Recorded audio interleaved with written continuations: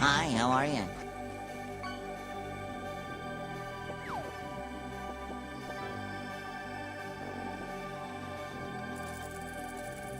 Meow! That's right!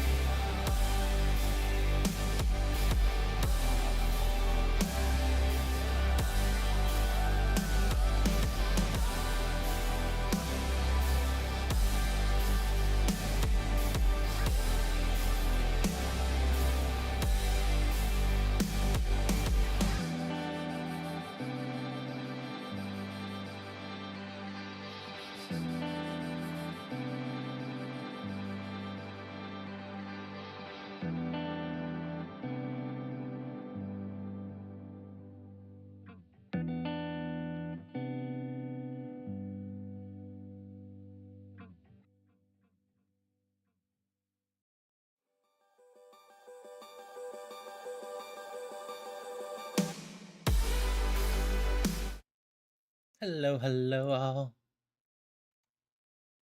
Show up in the background. I shouldn't be in just a black void. Whatever, not important. Hope you're all doing well. Hello, Zombie Kitty. Hello, Mars, Leaf, Koneko, Naomi, and anyone else out there. Hope you're all having a good one. As I was saying, I finally got around to updating my outfit redeem. There is now a catalog of all the outfits available, which is fun. There's the background that it's supposed to have. We will be continuing Date Everything today, but I decided why not do a little bit something different today. I always like looking at the showcases, and this one's not too long, so I figured why not just start with a showcase today. I'm in the just chatting version of this, but over on the game base, I have the Nintendo Indie World Showcase up. Figured we could take a look at some of the indie games and see if anything catches our interest. Just figured I'd give it a try, and that's why we're starting off in the just chatting today instead of in the usual game. I hope everyone's doing well. Hope you all got some decent sleep. I will admit I did not really get to bed any earlier. I was working on stuff all night long. But with that being said, we will head over to the game base, which currently has the showcase up, ideally with sound. I need to remember I need to turn date everything sound back on, because I'm using the same capture for what I'd be using date everything to capture the showcase. That being said, let's give it a go. Hopefully it's not too loud.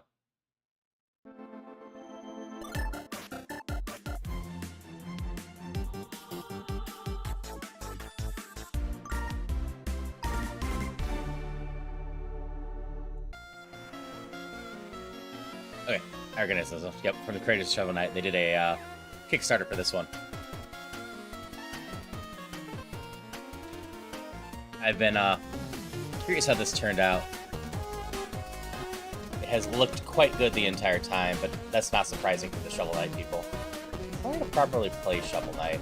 I've heard nothing but good about it.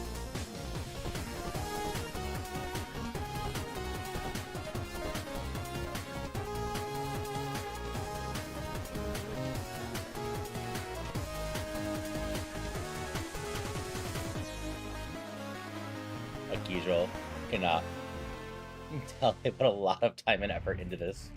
A lot of little details, even just in this trailer. Welcome to Indie World. I'm Ariko. And I'm Tyler. We're back to showcase a batch of new indies coming to the Nintendo Switch 2. Yeah, if anyone wants to discuss any of the games we see, I can always pause and just take some time to talk about it. Otherwise, my plan is just to kind of watch this as people show up and the support of these independent developers means give some thoughts on the various games that are here. Everyone. We can't wait to discover what new experiences talented indie developers around the world are bringing to both Nintendo Switch 2 and Nintendo Switch. And without further ado, let's dive into some titles for Nintendo Switch.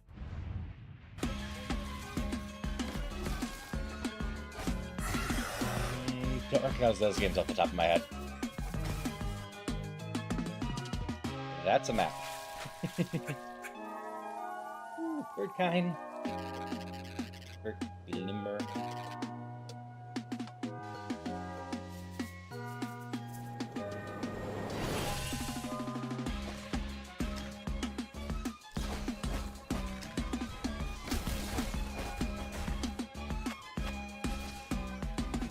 Waiting to see the Soul System to see how close to Hollow Knight we truly are with this one. Well, Dweller. It looks decently Hollow Knight inspired. Eu sou Isadora, programadora e escritora do jogo. Quando começamos a fazer o Neverway, nós nos inspiramos em vários elementos de jogos que a gente ama. E nisso tentamos criar algo único. A gente também notou como que usar contraste deixa a experiência muito mais fortes. Uma cena de terror, por exemplo, é muito mais impactante logo depois de algo acolhedor. Esperamos que isso torne o mundo de Neverway muito mais vivo para vocês. E que vocês gostem do que vamos mostrar hoje. You ever want to quit your job, move to a farm, and become the immortal herald of a dead deity? Sounds intriguing. Tell me more. That sounds like an alright It plan. sounded intriguing to Fiona too, who hopes to survive this unusual set of circumstances in Neverway, a nightmarish life sim RPG So, co-created kind by of the horror pixel started? artist of Celeste, with an original soundtrack from the composer for Fez and Hyperlight Drifter. Nightmarish? Don't worry, Those are some fun these names. circumstances come with the Attached to it. sword that Fiona uses to explore and fight through the Neverway, an alternate reality leaking into her own. That sounds intense. Is she alone? Not at all. Along the way, she'll Hey, meet a Malvax. variety of charming characters, each with their own unique routines and story to follow. Befriend, Ooh, romance, this is already on my wish or list. deceive them to unlock buffs and combat abilities Like, to help Neverway you looks on your neat. journey. Okay, I might have to give this Immortal Herald thing a whirl. Answer the call, persist through this deadly dimension, engage in fast-paced combat, and pay off your debt when Neverway descends onto Nintendo Switch next year.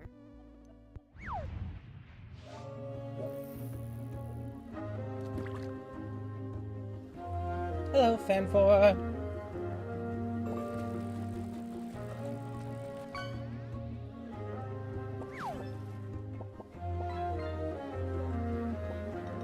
By the way, this is a fresh watch for me. I did not know this was happening at all today, so that's part of the reason I'm doing this too. Going all right. Checking out the Indie World Direct, hoping that we find some games of interest for everyone. And figured this was a good way just to let people kind of trickle in. Or we went back to dating stuff. From the publisher of Firewatch comes Herdling, a new adventure Okay, from I the know creators Firewatch. of the acclaimed Far series. In this tale of beauty and companionship, guide a herd of mysterious creatures into the mountains and beyond. The journey will be challenging but breathtaking as you traverse fog-wreathed forests. I feel like this game would just forgotten frustrate me. valleys, and It's not like I snowy haven't been on plateaus. record and As streamed you cross these repeatedly in diverse some other biomes, people's streams discover more that of the fabled escort beasts missions known as suck. Calicorns and add them to your herd. You'll also encounter eerie Granted, dangers, designed from the core up formidable with it in mind, obstacles, it could and be a bit better. environmental puzzles Most of the time, as escort you missions climb are just higher shoved and as an extra forge your thing. way to the mystery at the summit. Wield your staff to guide the Calicorns and join their exhilarating stampedes. Embark on a tale of trust and survival when Herdling climbs onto Nintendo Switch August 21st. That's 2 weeks from today. Pre-orders begin later today on Nintendo eShop. Window seat or aisle? Window. Booth or table? Booth. Lone wolf or life of the party? Ooh, now that's a tough one. Well, those are the types of decisions you'll have to make in this pleasant puzzle game, where you organize groups of people according to their preferences. You're in charge of who sits where. Play seating matchmaker to please picky characters I by could see this one dropping being them a into vibe, just a social nice, relaxing situations one to do. and watching them react. Discover each character's unique traits, from the relatable to the outlandish. Everyone has a seat at the table. Piece together these satisfying puzzles at your own pace and unlock fun new scenarios like bus rides, banquets, limo rides, and more. Sit back, relax, and find the perfect spot for everyone in Is This Seat Taken? Launching on Nintendo Switch later today. Your favorite big Little city Kitty Big just City. got even bigger. That's right. Little Kitty Big Last City year I played is this at back with launch. a free update, chock full of brand new opportunities for mischief. Use the cat customizer to give your kitty a fresh new look, or even That's nice. recreate your Having more favorite choices for furball. cat. Once you're looking meowvelous, head out into the city to explore new areas, make new friends, and check in on some familiar faces. Get your paws dirty as you learn skills from your puppy pal, or strut your stuff for the fanciest feline celebrity This in looks the cute. whole wide city. With a I'm glad to see catwalk that they're like expanding that, the game It's some. a good thing you can also unlock additional camera mode features to capture it all. Say cheese! I That's played with Little Kitty not a Big cat City, pun. but my You comment gotta on be it was kidding. always it was a The little light on Little content. Kitty Big City free picture perfect update launches on Nintendo Switch this year. We hope you're looking forward to the Nintendo Switch games you just saw. Next up, let's take a look at some indies bound for Nintendo Switch 2. Hey, we're back! Back and Hey, under attack. content warning. What? Put Need to on see this a coming to a brave console. face, squad up with your friends, and hop into the diving bell as you try to go viral in the online co-op horror game. Content warning. Grab your camera, Hey, courage, Sunfei. and cursed items for some shenanigans on the down Switch. in the depths of the old world. Though they did say Film this as was many Switch 2, so this happenings might as be Switch 2 possible exclusive. Before you run out of breath, batteries, or buddies. As long as one of you makes it back to the surface, you can upload your footage to SpookTube, grab some popcorn, and watch the views roll in. You've got 3 days to hit your view quota. More eyeballs equal more moolah. And the more ad revenue you can generate, the better gear you can acquire for your next run. What could possibly go wrong? Fame and misfortune await in Content Warning, coming to Nintendo Switch 2 and Nintendo Switch Yep, as Zamaki next said. year. Well, this one says it's coming to both Switch Hi, 2 and I'm Kenny Nintendo Switch Sun, next. and today I'm excited to content share warning. Ball Pit. It's an action roguelite that fuses elements inspired by some of my favorite games, like Hold Down, Vampire Survivors, and Loop Hero.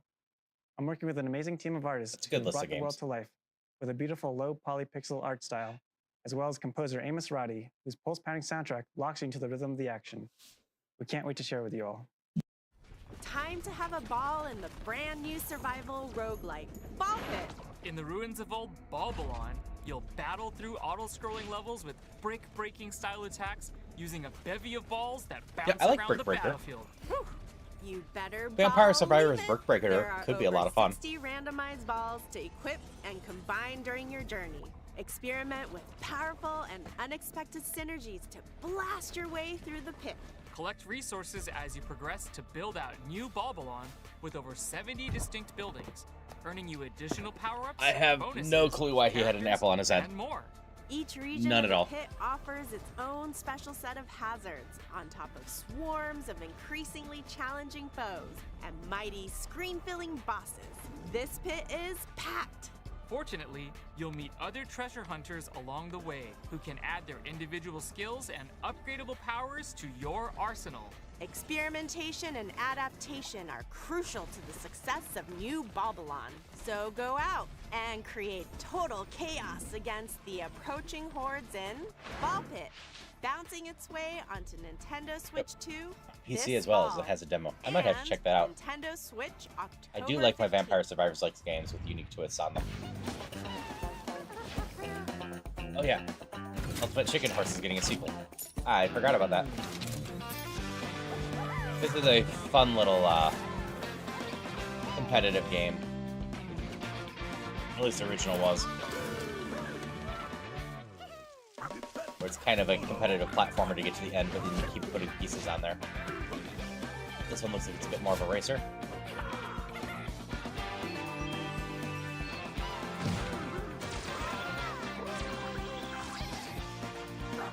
We should find some people to play Ultimate Chicken Horse with again at some point.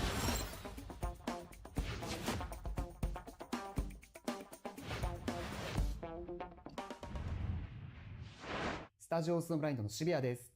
音楽担当とのぬです。カイです。グレイシャドウは私のホームである北海道の豊かな生態系や寒冷な気候からインスピレーションを受けて生まれました。音楽ではその世界に共鳴すべく声も多用して情景を描きました。自然にインスパイアされた、それでいて JRPG 的なスパイスの効いたアクションゲームです。遠い未来の海に住む会長の市場として、彼らの視点で展開する物語を楽しんでください。65 million years in the future, the Everwinter has encased Earth within a permanent layer of ice. But under the surface, a new chapter unfolds. Ice In is nice. Glacier, you play as a Twide, an evolved avian species descended from dinosaurs, endowed with the abilities needed to protect the Everwinter Blaze oceans. usually pulls out These a bunch of interesting stunning games to underwater publish. worlds are full of mysteries that are waiting to be explored and defended. As you swim through these scenic vistas, you'll engage ferocious marine beasts in real-time combat, unleash melee and ranged attacks, along with special abilities to fell these foes. Use experience gained from these battles to build up your Twi's wings and various abilities to become the Everwinter's ultimate protector. Get ready to soar the seas at the end of time in Glacier, launching as a timed console exclusive on the Nintendo Switch 2 system this holiday. Before we go, let's check out a few more exciting indie games heading to Nintendo Switch 2 and Nintendo Switch. I don't know Winter Burrow. Looks very Don't Starve Together though.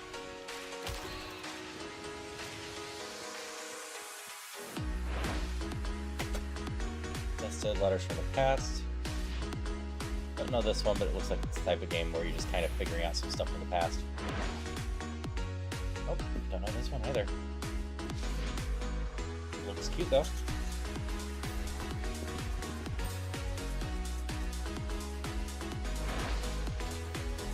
Oh, Caves of Quid is coming to the Switch, huh? I do know this one. It is apparently I know Stranger Quid Big Quiddies as well. Nevi, I think, played it not that long ago. But Caves of Quid is apparently supposed to be completely crazy. Oh, new Opus game. I know the series, I haven't gotten around to playing it yet.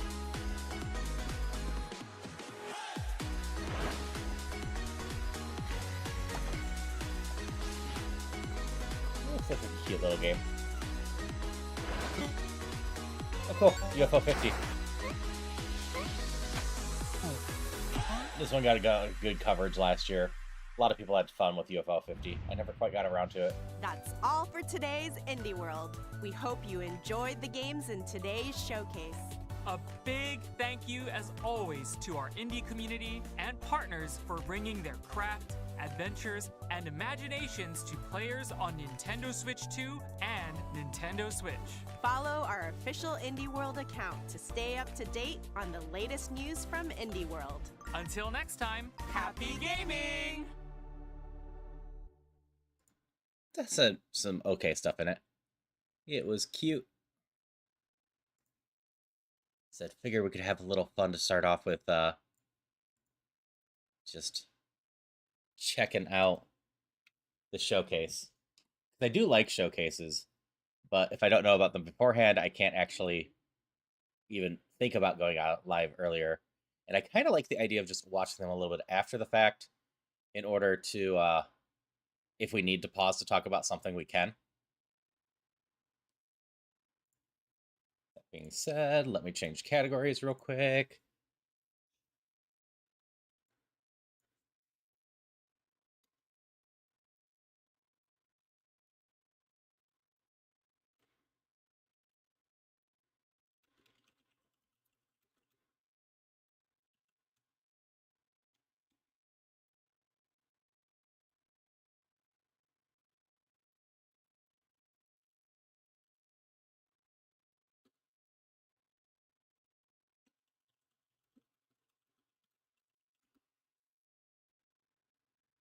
All right.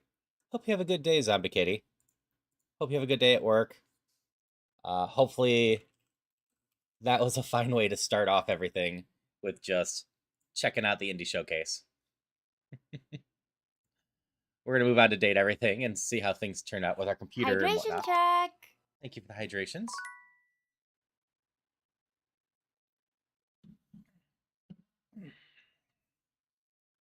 At least those are working.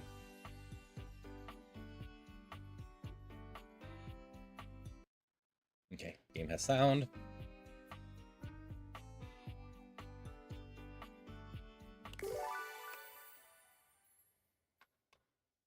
Wait, I should turn up this a little bit more again.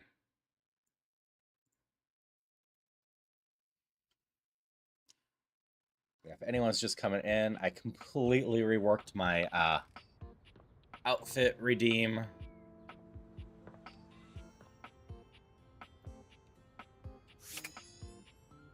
Mousetrap? Oh yeah, I met a mouse person downstairs before. I talked to this board before? Yes, with date everything, if anyone has anything they want me to check out, hang out with more, just let me know. As for the outfit thought, included with the outfit redeem is now a document that carries pictures of every single outfit that you have available to turn me into right now. Some people might notice a couple outfits that you know are missing. That is because I am setting them up as shiny variants of other stuffs. That half isn't quite done yet. I need to figure out how I'm going to do that. It might just be as simple as when it's redeemed, there's a such % chance to get the alternate one instead. The secret of getting ahead is getting started. Oh, you're Penelope Marker as well, Twain. huh? Another quote of the day? You better believe it. So the date with Chris was awful. A disaster even. Tell me about it. He spent the night chasing me around with what looked like an axe but was probably just a spare ski or something. And at the end of it, he asked if he could see me again, but instead of kissing me, he leaned in and whispered that I had the calves of a malnourished mountain goat. I need to turn something on real quick. I turned my ad tracker off for the watch along because it's always on my second screen. And that he found my scrawniness appealing because of the potential I had. If I would just commit to fitness. So anyway, I'm thinking maybe masculinity is like, not my thing. That's totally valid. And that's okay. I've got a date lined up with a real pretty shelf that's just as hot and strong as Chris. And I'm like 90% sure she won't try to kill me. Also, if anyone doesn't recognize the colors of the hoodie I'm wearing right now, it is the colors of the pan flag. Thanks. I think so too. You got any tips for this date? Figured it was fitting for today. Anything to keep in mind for going out with someone who could totally crush me with a pinky, but is also feminine and fine?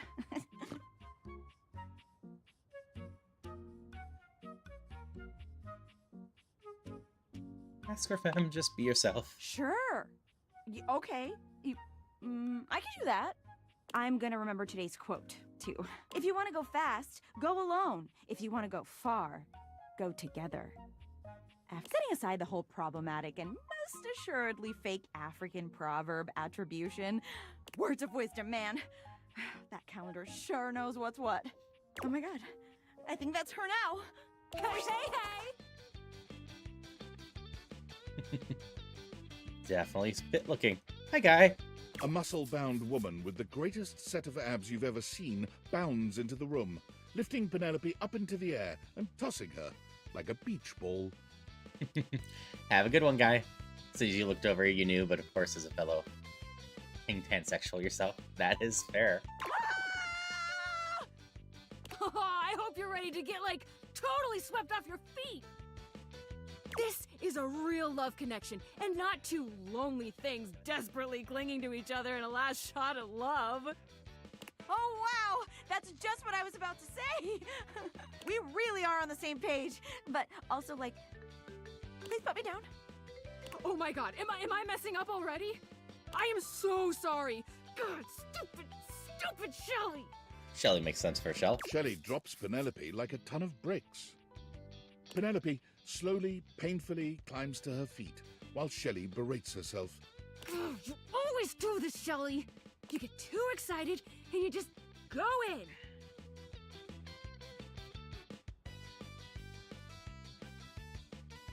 I mean, that sounds like a fine way to spend your day, Naomi. Just hanging, lurking with friends while you game.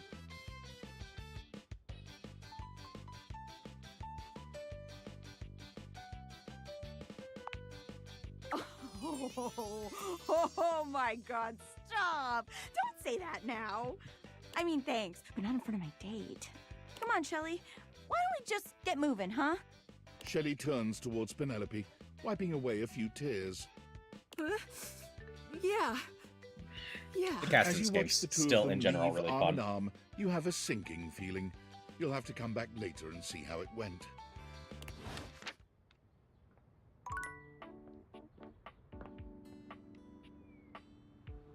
Okay. So Shelly's the shelves, right? A well-muscled athlete stands before you, shifting restlessly from one You foot can to go the other. get to know Shelly a bit better. There's a strange air of anxiety to her, despite the broad smile plastered on her face. She seems a little too happy to see you. Hey, what's up, pal? How are you? I'm just gonna go with, I'm so good, my dude. Hell yeah, Bruce Phoenix, that's what I'm trying to hear. Oh, I can't believe we're, like, actually talking now, pal. You've walked past me 1,000 times and never even looked at me, but that's totally okay. After all, I don't do this for the recognition. I'm just a humble shelf trying to grab life by the horns. Gotta carpe that diem, if you know what I'm saying. Oh, drywall! I almost forgot to tell you my name.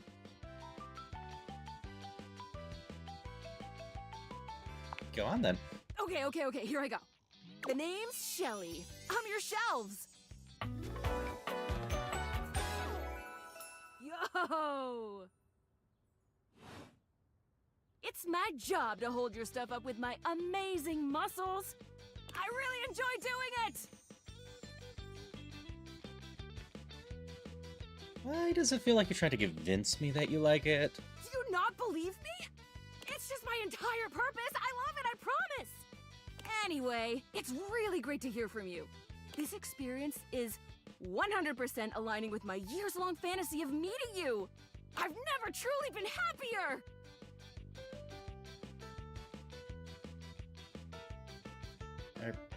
You upset with me? Oh my gosh, no, never, not you. This is going really great, actually. Not a disaster. I'm just gonna go for a completely unrelated reason. Later, doodly-doo. Bye.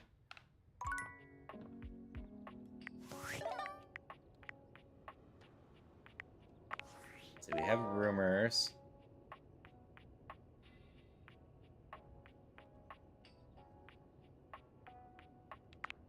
Sounds like there's a die somewhere around.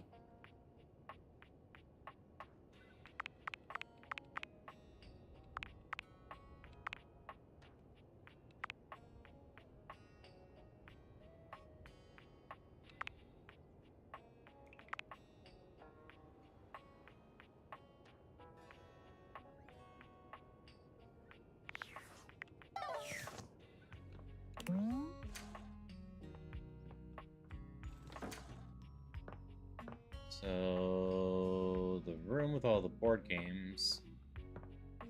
This one. Any dice around at all?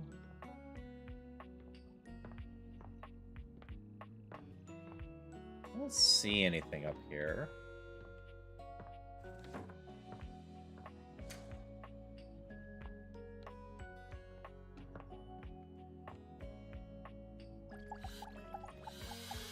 This is an empty box. Let's see what the empty box is. As you take in the sight of the adventurer standing before you, it's hard not to feel like you've stepped into one of those old adventure serials from decades gone by.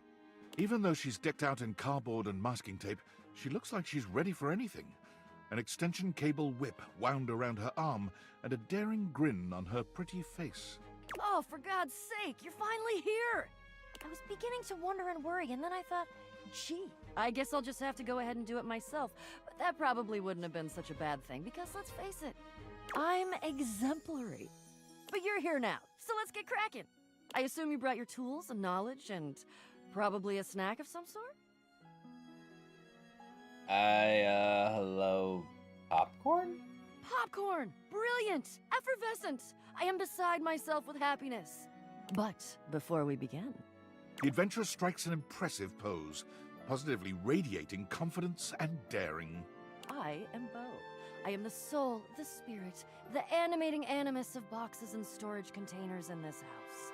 This most special of houses, where it is my great privilege and my great destiny to reside. You dateable. Woo!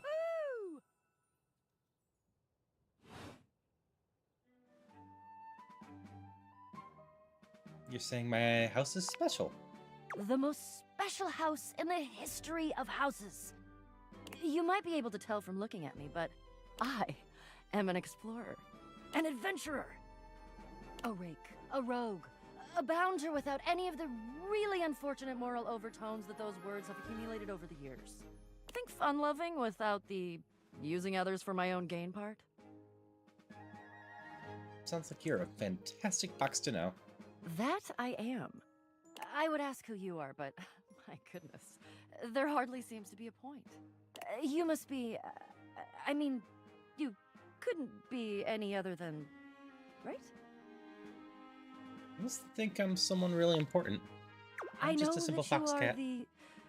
Well... Bo takes her hat off for a moment, holding it over her heart. She bows her head, just a little. It is my great honor, my passion, my destiny to have the opportunity to follow my path. Alongside you, the leading houseologist, to whom I owe such a debt of gratitude and respect. Leading what? Houseologist. The leading authority in this, or any province on this house, its history, its mysteries, its great secrets. You are the resident, after all, aren't you? Yeah, I am, but I didn't build it or anything. Are you telling me you're not the leading houseologist? Nope, I just live here. Oh dear. Bo returns her hat to her head, her reverent expression fading into a rather more sour one. I'm starting to feel, well, a bit like I've got some birds in the box. What does that feel like? Fluttering in the stomach, Birds trapped, slightly nauseated because the damn birds keep trying to tip me over. But you... I may have already said too much. I'm currently putting on a facade of being hale and hearty, in case you missed it. All is well. Leave. Go away. Get out of here, you scamp, and maybe come back and we can maybe talk about some stuff, and maybe the quest will make its way in there somehow, but no promises. Okay. See ya. Okay, we got one more charge still.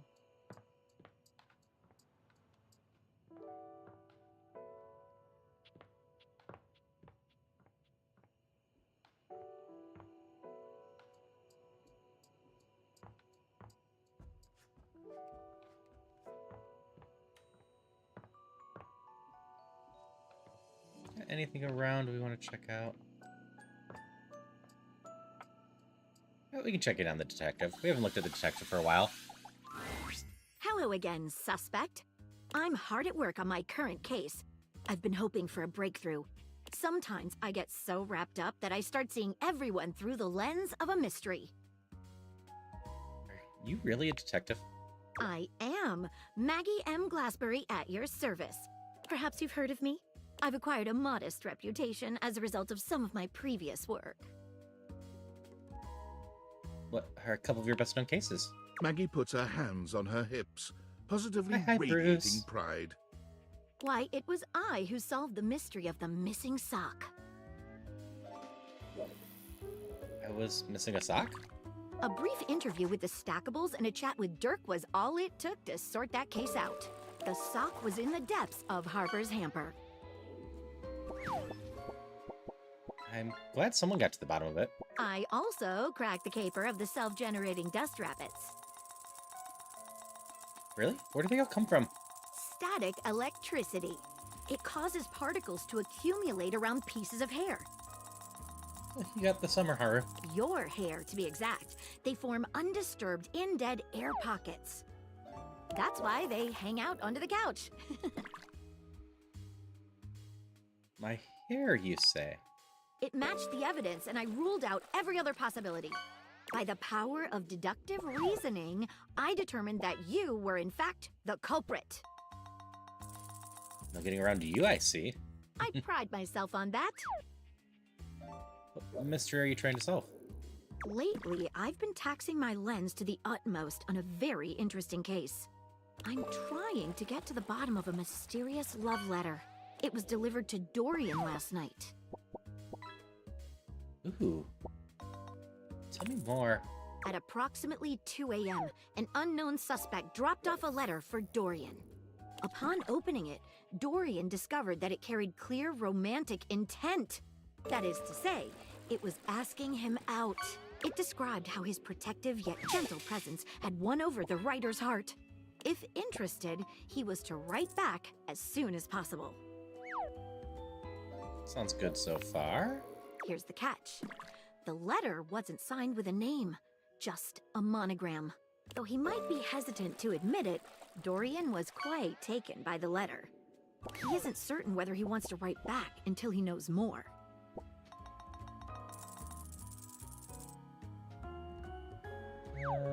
Can we chat a little first? What do you want to talk about?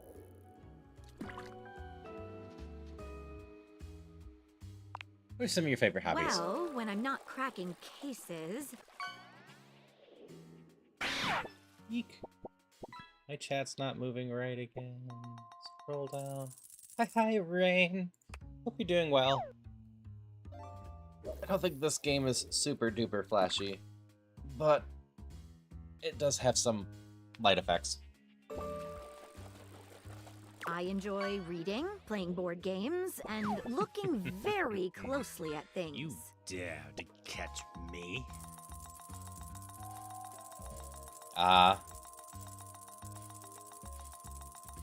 Yeah, figured the light effects might be a little bit too much. That's why I mentioned them. I enjoy those things too. Nice to meet Hope you're someone doing all right today. like-minded. What do you want to talk about? Healer, totally fair. Thanks for stopping by, Rain. Hope you have a good one. As long as I can remember. When I was little, it used to get me in trouble. How so? I would always dig up lots of interesting facts about my friends in order to share or highlight things I loved about them.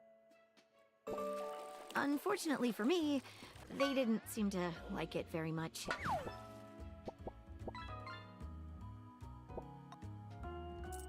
Wish someone would do that for me. I'll keep that in mind. What do you High want to five talk with Happy. about? Reading up stuff. Are you single? Maggie, normally unflappable, seems rather more like a nervous schoolgirl than a stone-cold private eye. Very. I mean, normally. I mean, yes. Honestly? I mean, yes. Yes, Naomi? I am very normally single. That's nice to know. You're making me blush. Maybe next time we meet could be for a date. I don't even have other To options. be there. honest, I'm not entirely sure if you're my type yet. Let's just stay friends for now. What do you want to talk about? The case you're working on. Okay. The case is pretty thin, but we've got a couple of clues. First of all, the paper the note was written on was somewhat interesting. Second, although the letter wasn't signed, it did have a single initial on it. Finally, I think Dorian might have a clue for us. Let's start with the paper. What makes it interesting? I have it here, semi-transparent and very thin. It doesn't seem like ordinary paper at all.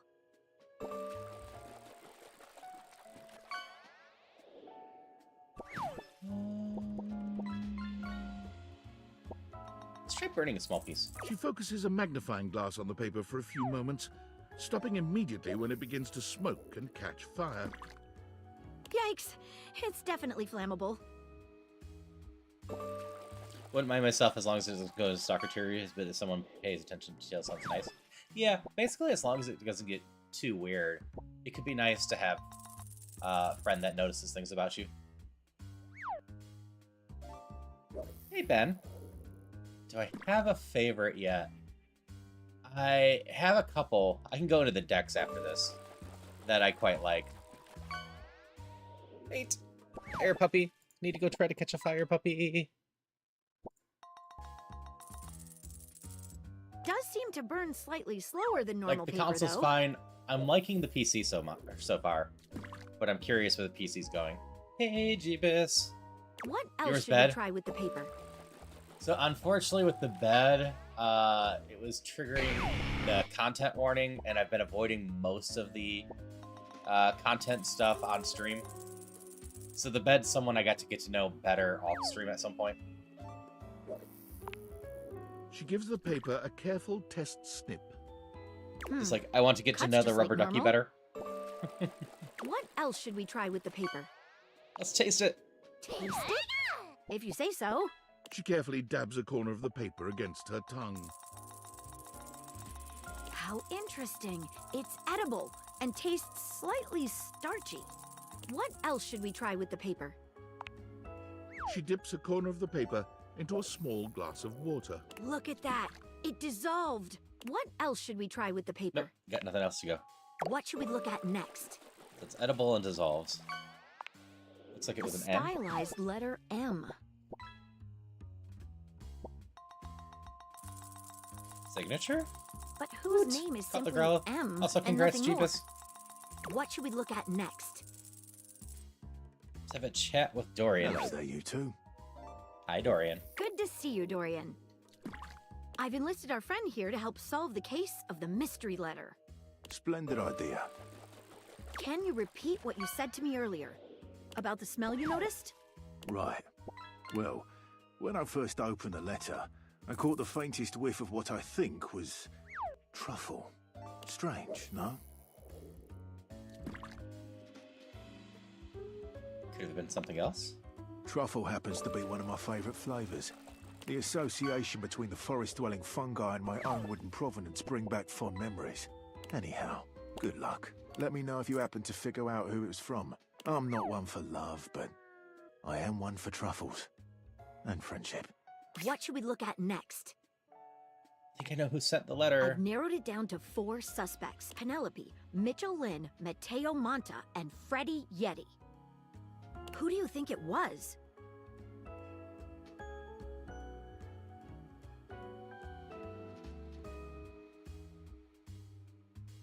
Penelope, the office supplies. No, Penelope would have said P, and we haven't hit Dorian yet. It is an edible piece of paper with various scents on it.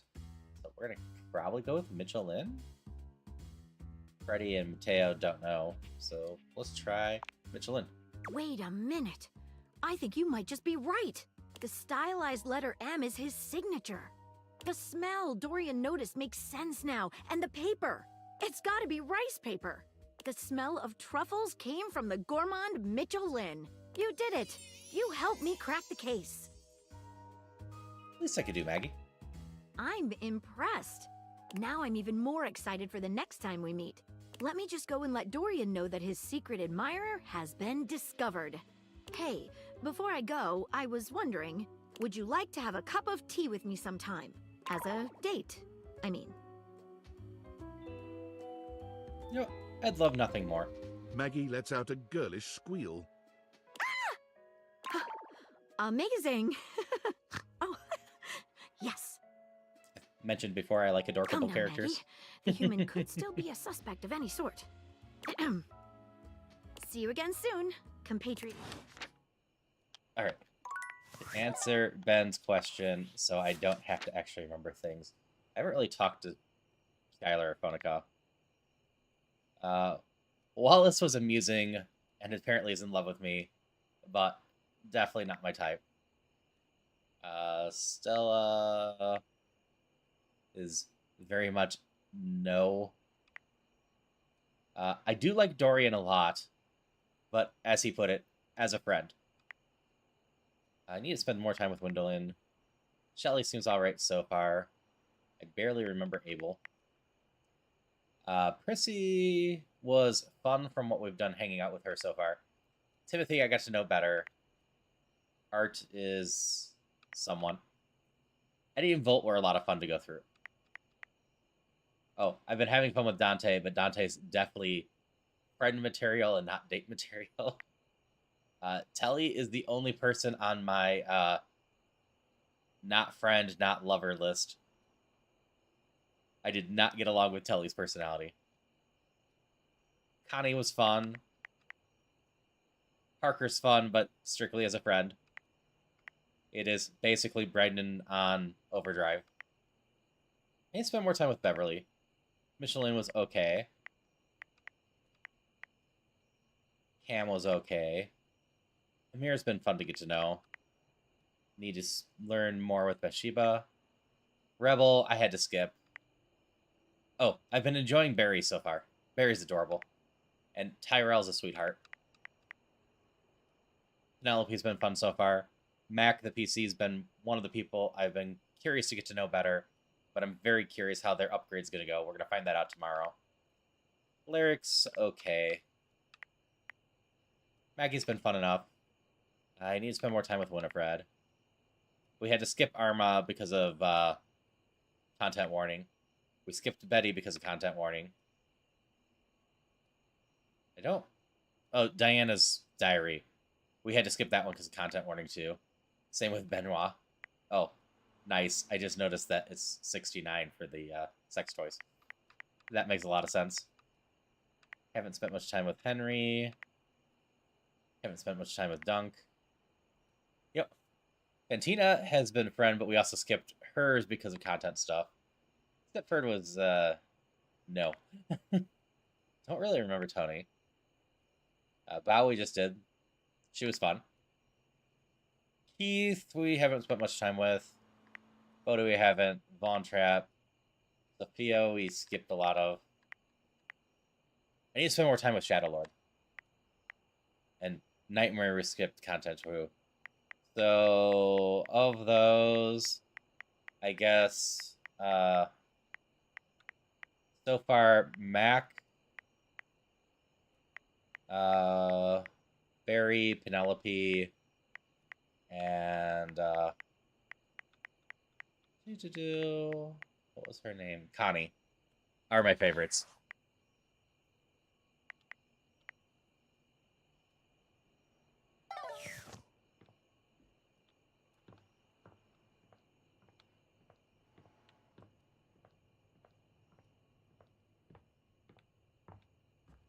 Like, Tyrell is also adorable, but definitely more of a, close friend that we hang out and whatnot, instead of a truly intriguing person to be a partner with. Alright, first things first. Going back to my computer, we're going to see how the update's taken. Curious where this one's going. Mac was fine as they were. You're back. Sorry if I'm a little groggy. You just caught me right in the middle of rebooting. I don't know why, but rebooting always takes forever after a new OS update. Have you ever noticed that? Right, what's up with that? And it's not just the rebooting that's arduous. The whole upgrade process always takes so much out of you. It's exhausting. Remember the last time you upgraded my operating system? No, we covered it. It's been 10 years. From Atlantic City to Newark? Remind me? Yes, that's what I'm doing. That upgrade was supposed to make everything run much more efficiently. At least that's what the commercial promised. No one has ever regretted a move from Atlantic City to Newark, was the marketing tagline.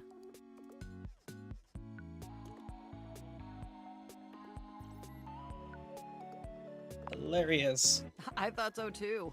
But then, after the install, half of my applications wouldn't even open anymore. And the other half were crashing incessantly. That was a rough few months. Don't you agree? Yeah, that was rough. But I know from lurking in the Valdivian forums that they've comprehensively debugged this new update. So this time it's going to be different.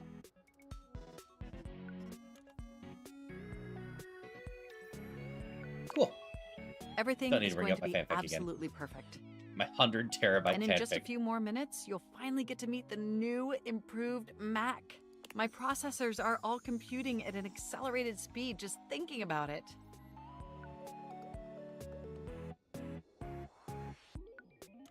I love hearing that. And I love hearing your enthusiasm. Ooh, it's almost ready. Just a few more seconds.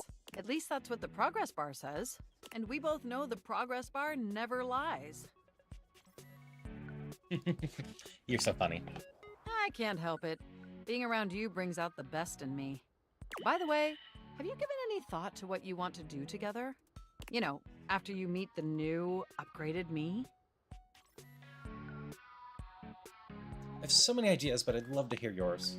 Well, I was thinking we could visit some very naughty websites together. Maybe we could spend some time writing some documents? Replace some of that fanfic of yours with some steamy new stories? Of the NSFW variety, of course. I'd love that. Oh, I bet that you would. I bet that makes your processors positively overheat. Oh my gosh, it's done! It's finally installed! After dark, Haru, even though it's not even noon here. Hi, Lee. Eee, I'm so excited. Mac looks at you with vulnerability in their green eyes. They truly look like a new computer. They were beautiful before, but they truly shine now. Well, what do you think of the new me? Be honest. Hey, Mac, you're absolutely stunning. Wow, you're right! You know, this upgrade really is something. I mean, I knew it'd be impressive, but this? This is really impressive, if you know what I mean.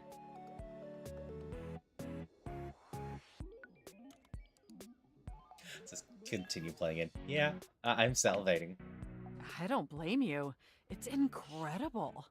Internally, I'm processing information so much faster and so much more efficiently. It's like my mind has achieved a level of enlightenment far beyond what I could even imagine previously. Here, ask me a question. Any question. How many marshmallows can I fit in my mouth? I would love to answer that for you, but the knowledge would no doubt drive you to madness. You're probably right.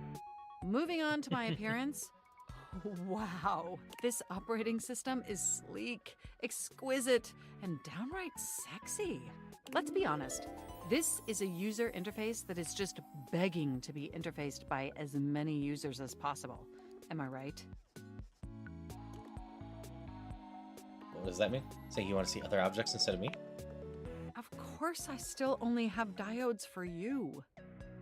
I was just thinking that maybe, in order to fully commit to each other, it'd be healthy for our ultimate emotional connection if we spent some time seeing others. Don't you agree? I guess. It's not that I don't want to be with you anymore. Nothing like that. Through the experience of being intimate with others, ultimately, I think we'd learn more about what we truly need in a partner. And armed with that insight, we could return to this relationship with the tools and experience necessary to ensure an optimal romantic outcome. Alright, if you think that's what's best for us, I trust you. Wonderful! I think this is an exceptional plan. I mean, it's not like I'm going around hanging out with a bunch of other people, too. We'll spend a little time apart, interfacing with other individuals, and then we'll reconvene back together. Tried, Palmery, and found out you're not wired that way. That is totally fair. I am very monogamous myself. I think that experience will be extremely beneficial in determining our ultimate compatibility. I can be flirty in games like this and playful with other people, but I am very dedicated to Celia. And if nothing else, it'll give you some time to work on a new, more elevated fanfic of yours. Do we have a concordance? I think so. I so appreciate your willingness to embark on this journey with me. Enjoy your little sojourn in the offline world. Okay. Ads are coming up, and I need to go grab a package real quick. So we're gonna run the ads a little bit early. I'm gonna do this. Where is words? I need to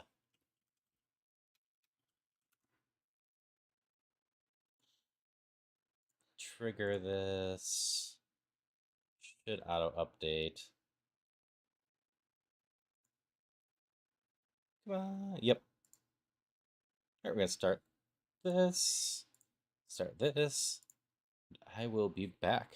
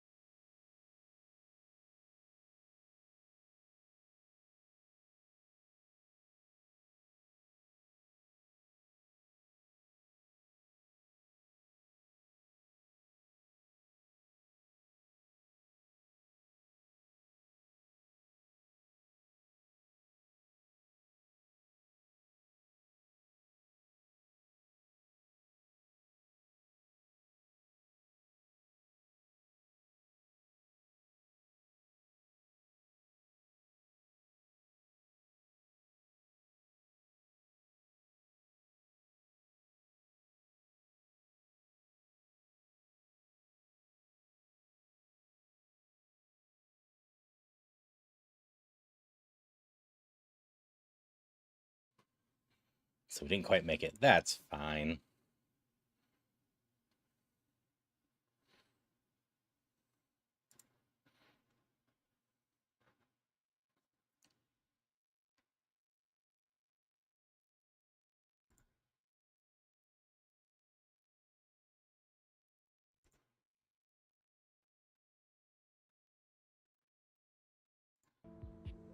Compromised too much, you run that relationship, tried to force himself into the box, thinking he just kept hurting. Yeah, that's fair. In general, like, changing some in a relationship's not the worst idea.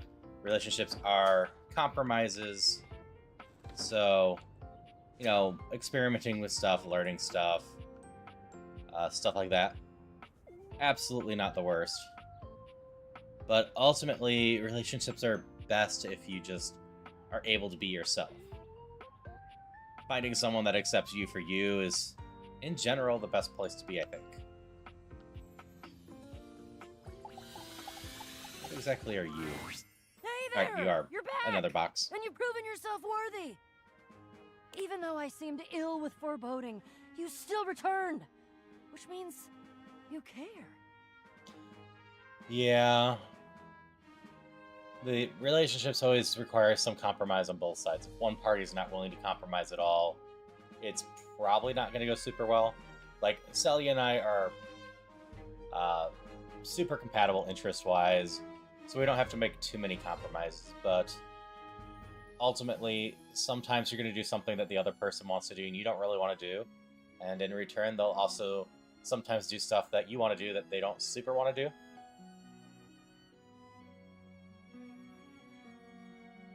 And yeah, that would be super awkward.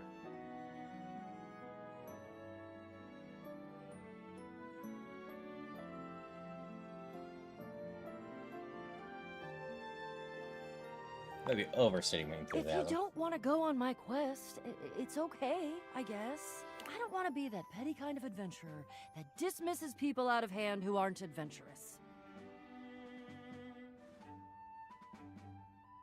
Oh, sorry. Not enthusiastic, still adventurous.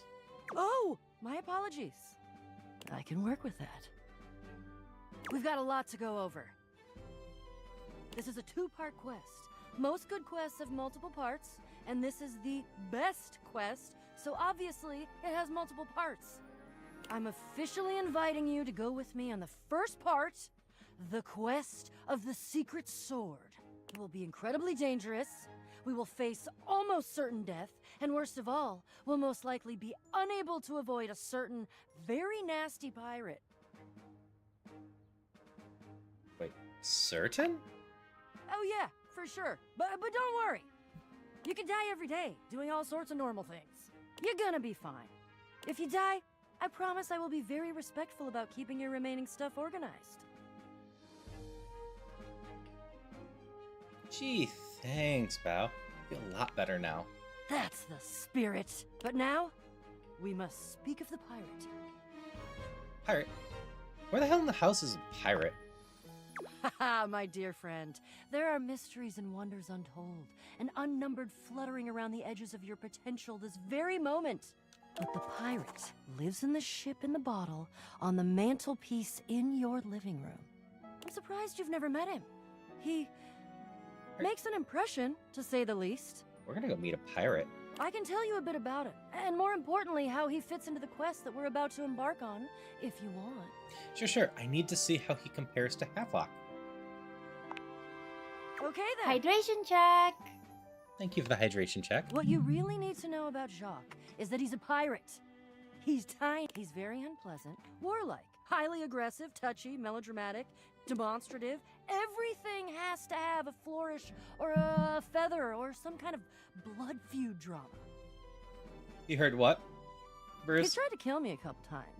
Unsuccessfully, because again, he weighs less than a good solid bout of flatulence. They can make a reality show about him, and he'd be the only one in it because he lives in a freaking Apparently bubble. they're somewhat working. It would still be a good show, actually. My workaround seems to be working for some, but not all. Oh, and also, the secret sword that we're about to get is in the hold of his ship. Wait, so couldn't we just ask him for it? Yeah, we could, except he's pissed at me now, and I don't think the route of using our words is gonna work. You're gonna ask why he's pissed at me. Well, because the few times he's tried to kill me were when I tried to steal the sword from his ship all by myself. And now he thinks I'm a thief. Though I did just describe it as stealing, didn't I? So, yeah, Okay. I'm a thief. A thief for a righteous cause, though. Which means it's okay. According to whom? Me?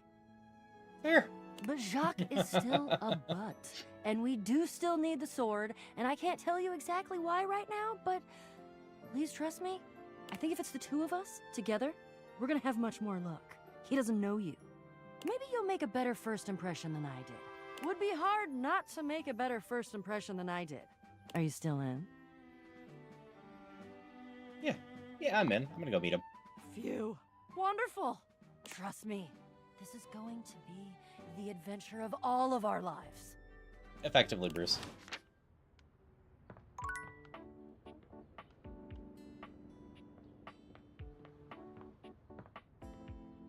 Of my TV. Or fireplace. A petite pirate glares at you. There's so much to take in Aw, here. his bird is but you adorable. don't dare to get a good look in when he looks like he's contemplating running you through.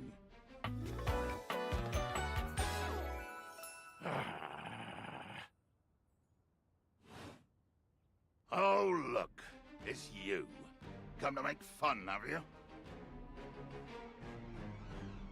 Make fun of who? Who else do you see? Do you legitimately imagine anything that cascaded out of that Brobdingnagian mouth of yours could shock me? Do you honestly believe I could be shocked?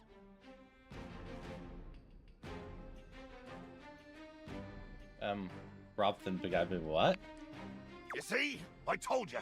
I cannot be shocked. Of course you've not heard a word as long and treacherously spelled as Brobdingnagian. This does not shock me. It, disappoints me. I am... Sails above, I am the word. I'm not smart enough for the last one. Bummed? Bummed. No, I don't think bummed is it. I am clearly not any more or less characterized by my rear end because of your appallingly underwhelming level of literacy. Your idiocy ignites the Liking the fires peg in me. The fires of rage. The fires of battle. Too much. The line is crossed. Your pitiful life is forfeit to my magnificence.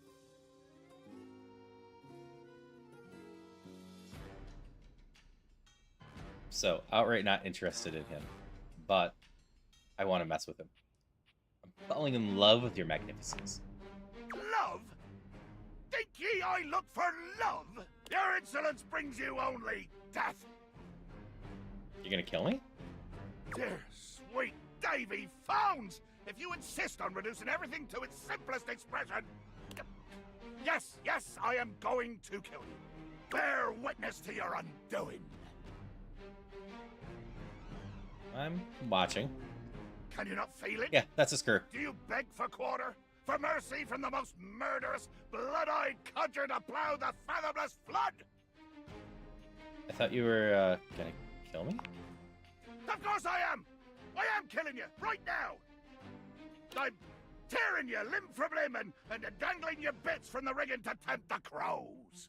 You take a moment to inspect yourself. Your limbs and bits all appear to be just where you left them. Seems like you're talking a lot about it and not, doing anything. Oh, but I am. I'm filleting your sorry rind. In my mind. Oh, a speculative stabbing. Damn your hide, speculative! It's as real as the snap of sail in the wind, the squish of flesh and bone as it makes way for my blade. That was kind of poetic. Ugh. Poetry. Never could stomach this stuff. But you speak so beautifully. Hold fast there! I do not speak beautifully. I am the fearsome Captain Jack Sparrow. I am the plague of the high seas. I deal in death, spectacle, and warning. I spout the macabre. I vomit forth danger and horror. There is nothing beautiful in my world, least of all my damned self! But you look beautiful to me. Jacques makes a strange noise, almost akin to a growl. He looks positively put out. What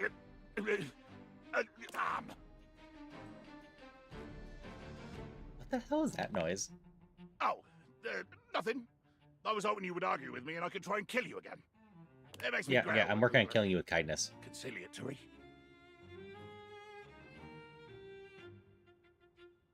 Don't like it when people are nice to you? No! Haven't you been paying attention? I want conflict! One more first step out of you, and I swear to Davy Phones I'll swing you from the yardarm!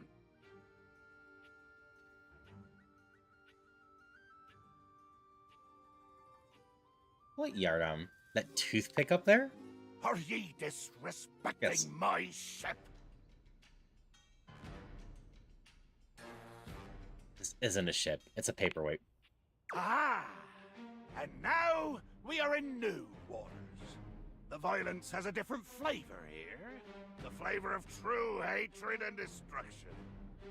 Think of eating a hot coal, burning from the inside out, as it sticks and stalls in ye trembling throat. All the waters in all the seas could not quench this fire. Nobody disrespects the San Bartolomeo.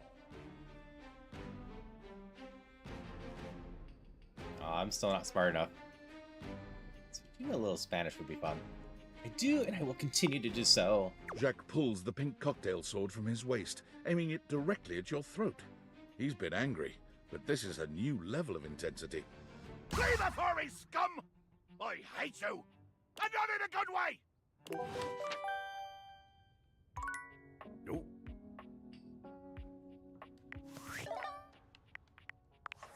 Attention, jackasses! It's been weeks already, and you're seriously telling me there's been absolutely no movement on this missing glasses issue? Maybe I haven't made myself crystal clear. Nothing else matters. You get me? Your expense reports, corporate retreats, PowerPoint presentations, I don't care about any of it. This is your one David and is only breaking. priority. You find me those glasses if you gotta burn this whole worthless rat trap down to the foundation, and do it now! $150 gift Secretary card. Dawson at the Pentagon is breathing down my neck, and his breath stinks like flaming garbage! You think shareholders are bad to piss off? You do not want to screw with the U.S. Department of Overseas Violence, get me? We're all gonna end up buried alive in some desert somewhere! Find me those glasses, now! And who the hell came up with the 15% off transparent items promo? No consumer buys anything based off of how transparent it is! Find me whoever came up with that crap and fire them! David. I think that was you, David.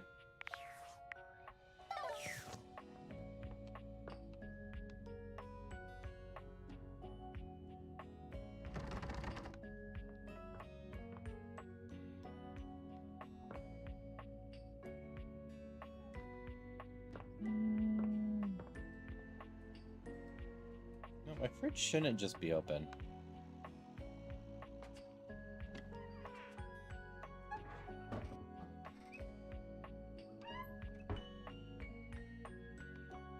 Oven mitt. Cookware. Bowls. Oh, congrats on your settlements. Microwave. Fruit. Table. Coffee machine. More towels. Drink bar. Wagon.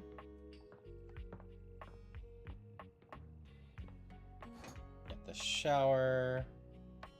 Toilet plunger. Toilet. Toilet paper. More towels.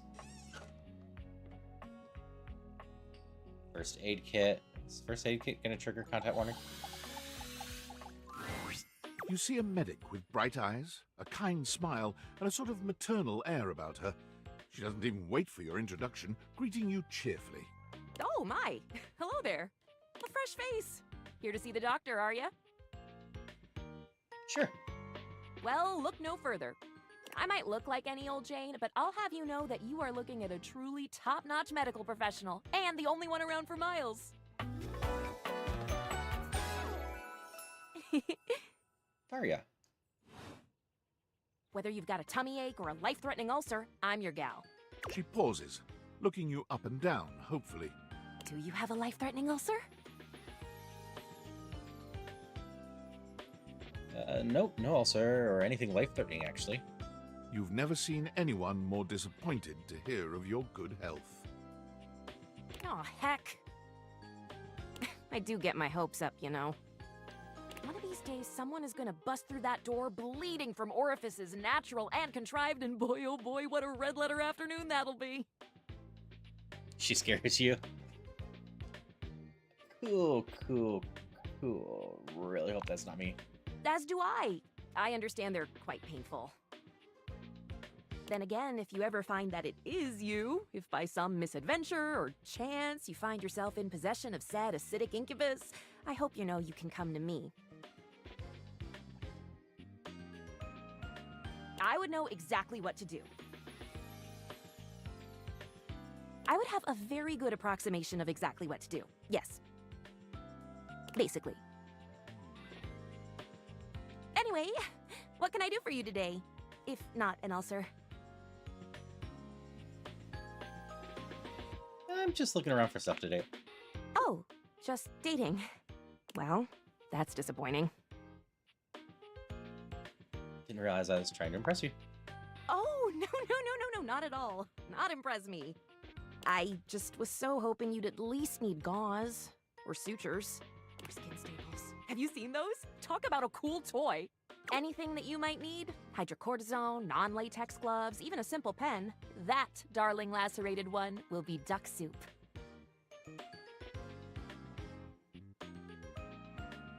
No duck soup for me.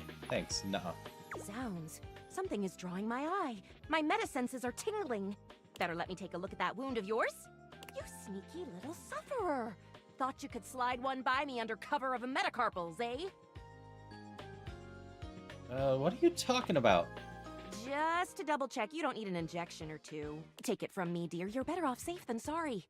After all, if there's any sign of rash, you won't know it's there unless we do a thorough examination. And even then, well, I'm afraid there's always a chance for scarlet fever. Oh. Actually, no, let's go this way. Oh crap, really? Check me now. Once more, unto the exams.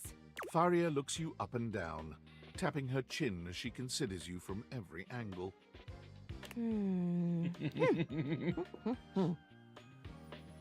Exactly what I thought. God, you're freaking me out. No need to be anxious. We caught it just in time. You do indeed possess a splinter. But it's not just any old splinter, dear. What you have is a deep, deep splinter. Plenty of tender flesh open to infection, just waiting for those little microbial monsters to set in. Do you know what that means? I mean, you kind of just told me infection's what it means. Yes, I did. I did give you the answer on that one, didn't I? Oopsie daisy. But can you think of a circumstance under which an infection would be a good thing? It means you're not dead yet, at least. I hadn't thought of that. What an excellent point! But aside from the not being dead yet thing, infections, we can agree, are generally not indicators of good health, correct? Correct. And how? And that's just the beginning. Because once the infection's done a number on you, and your poor, beleaguered immune system staggers back onto the field of battle for another round with the enemy, you watch helplessly as your body swells and burns and turns all different shades of red, pink, and yellow, and the true engine of the enemy rolls up to the line. Gangrene. What? And before you know it, we'll have to amputate entirely. I think I'm just gonna... I do not give you permission to amputate anything. I'll note that in your chart, of course, but I have to be honest. Once it's bad enough, my poor new friend, I'm afraid the whole appendage will have to come off, preventing spread and all. I'm sad to say we lose many a good limb to splinters every year. You live in a very dramatic world, Faria. The world is dramatic! Drama isn't necessarily a bad thing, you know? Drama can be the spice of life. Like cinnamon or penicillin.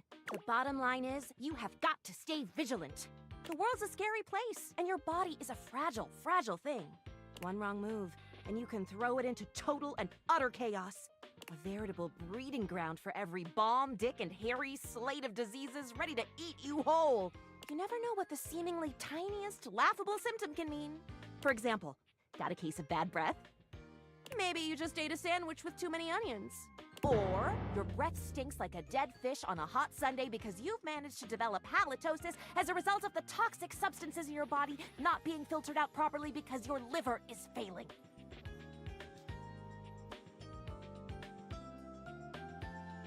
Pretty sure my liver's okay. Love the concern, though. You can never be too careful. And when something does go wrong, well, it's my job to make sure you're all fixed up. And I'll have you know, I take my job very, very seriously. A little too seriously. Really? I never had known. A doctor's duty is to keep their patients alive and kicking. That's a big responsibility. So you can bet your behind I make sure to cross all my T's and dot all my I's. Sometimes even twice. 2 dots? 2 crosses? When will the madness end? When there is no more sickness. Awesome. I'll wait for that. Horse feathers. Horse what? Feathers. Never mind. Hello, Christopher. How's it going? Anywho, it doesn't look like you've got any type of rash after all. Just that splinter looking awful uncomfortable there. Let's get that taken care of.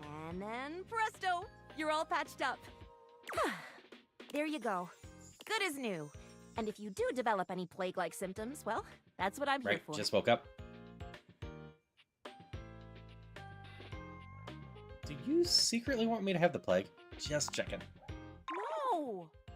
Maybe. A little bit. Dear syringes, what am I saying? No, I do not secretly want you to have plague. Medical professional Faria's always just a sniff, sneeze, and groan of discomfort away.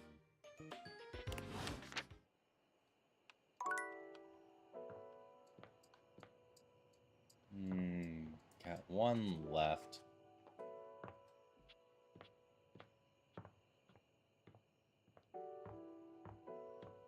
Oh.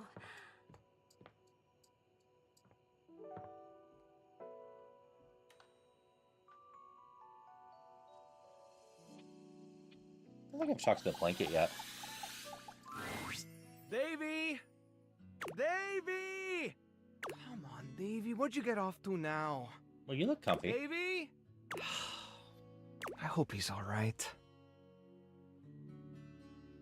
What's going on? Oh, hey!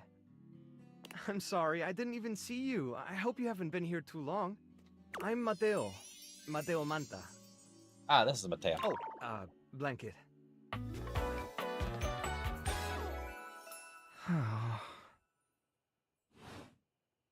I've just been so focused on finding Davy. This is the 2nd time he's wandered off this week. I'm starting to get really worried. Who is Davy? Davy's one of my rescues, a young knit bull that I found trapped in the office a few months ago. You wouldn't happen to have seen him around, would you? Maybe? What does he look like? He's about 1 inch tall, hand-dyed, fingering weight, even though he acts like he's worsted, and it's always getting him into trouble. I just keep thinking about him all tangled up somewhere again, trapped and alone. He was in pretty rough shape when I found him the first time. No telling how long he'd been there. He was so frayed I wasn't sure if I'd be able to put him back together. He made it out okay, right? Yeah, he did. He's a real trooper. After a few weeks, he bounced right back and was running around with the rest of the tassel hounds. This sounds adorable. You said he keeps going missing? Yeah, it's become a pretty regular thing with him. He gets on great with the other tassel hounds, and he seems pretty trusting despite what he's been through. But for some reason, he just wanders off whenever you're not looking. It's almost like he waits until I've got my threads full with something else, and then he disappears for a few days. A small creature that looks rather like a black cat rubs up against Mateo's leg, meowing for his attention. Speaking of handfuls... Aw, don't worry, Sprite. It's not your fault Davy ran off, I promise. He'll be back soon, okay? He bends down to pick up the small creature.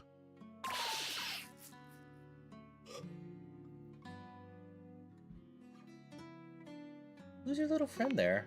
Oh, this is Sprite, one of the first inanimals I ever rescued. Meow. Yeah, sweet girl. Been together a long time now, huh? Long enough for you to know better than to go messing with Curtain Rod. Apparently I should talk to my curtain rod. Oh, really? I guess the bottom of those curtains just tore themselves up then, huh? I don't think she did. Look how cute she is. Don't let her fool you. She's a little mischief maker. She'll get you every time. I mean, who can stay mad at that little face?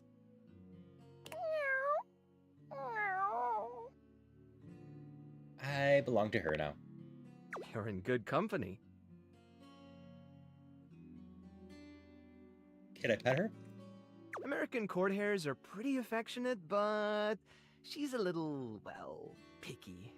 If you want to try to pet her, just hold your hand out and let her sniff you. If she headbutts you, then you're safe. If she just stares at you, though... I'm willing to take that chance. All right, go ahead. You hold out your hand to Sprite, waiting with bated breath for her reaction. Why, it's okay, sweetheart. I've got you. Sorry. Better luck next time. You, should probably step back a little bit just to be safe. Well, I'll be hearing about it from Curtain Rod later once they notice the bottom of the curtains are ripped, I'm sure. Honestly, I think she's just acting out because she's upset about Davy.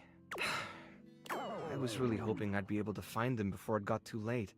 There's still a few more places I haven't checked, but I need to get back to the rescue. Things can really start to, unravel if I stay away for too long.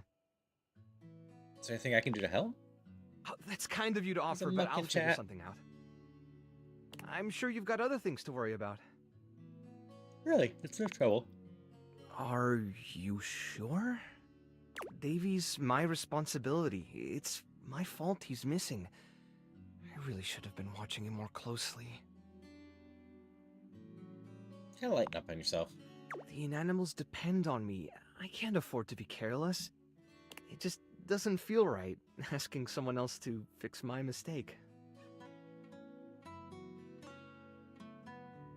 You're not really good at accepting help, are you? Guilty. I guess I'm just used to being the one helping, not the other way around. And I can't be in both places at once. Alright, if you're really up for it, I do have something you could do. Hit me. I put together some information on Davy to give to Phoenicia, just in case he didn't come back tonight. I was going to ask her if she'd make a post on Facebook about him and get the word out. But I haven't had a chance to talk to her yet since I was chasing down this little troublemaker instead. Do you think you could talk to her for me? I can give you the packet I made. It's got everything she'll need. Anything you need? I've got a soft spot for strays. Really? Me too! Obviously. Betty keeps joking that I'm going to run out of space for them all. Got a big heart. I'm sure they're grateful to have you. I don't know about all that. I'm nothing special. Oh, I saw you it's eating just the right ketchup, thing to Bruce. do. When something needs help, well, you don't give up on it. Sorry, I didn't mean to talk your ear off there. Once I get started talking about them, it's hard to stop. If you're interested, you could always come by the rescue later and we could talk more. Yep, I'd love that. Great. Anyway, thanks for offering to help.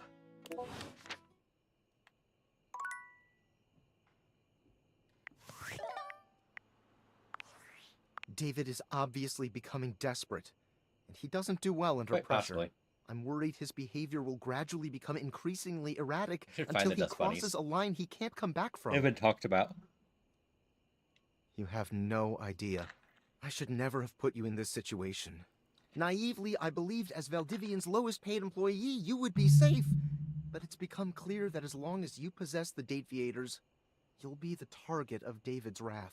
Anyway, I have a solution. What's that solution? Use the realization recipes to bring Skylar to life. If Skylar becomes human, the Dateviators will instantly cease to operate. And if the Dateviators cease to operate, there will be absolutely no evidence implicating you in their theft. Realize Skylar, and destroy the Dateviators before David unleashes his full fury upon you. He has access to resources you'd never believe.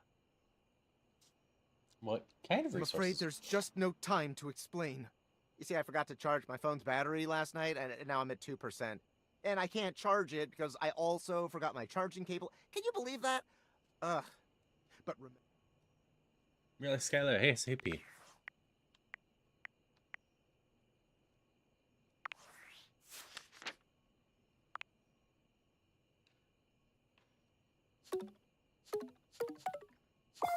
Ah, this is where these are at.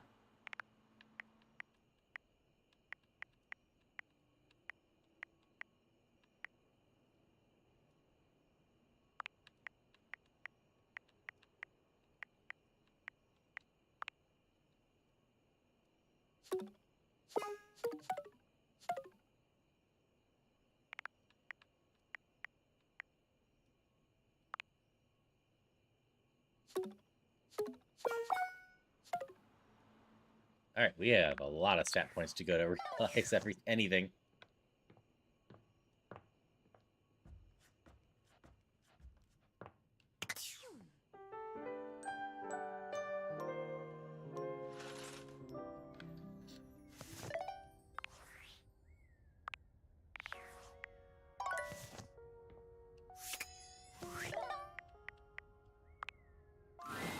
Start with a problem. Coming in hot. What you got for me this time?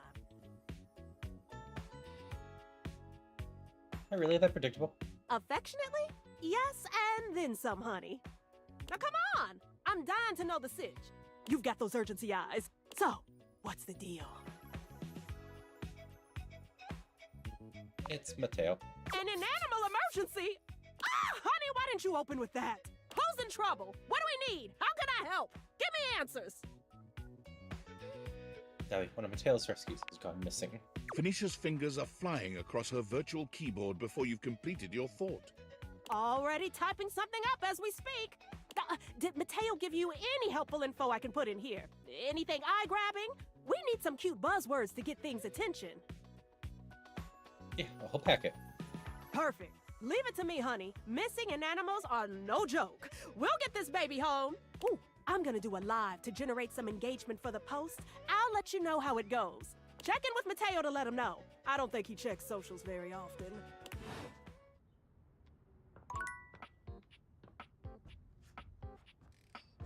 Okay, we're gonna continue our path with a few people. Let's start with Penelope. We are what we repeatedly do. Excellence, therefore, is not an act, but a habit. Aristotle. I'm back in the saddle, and that's okay!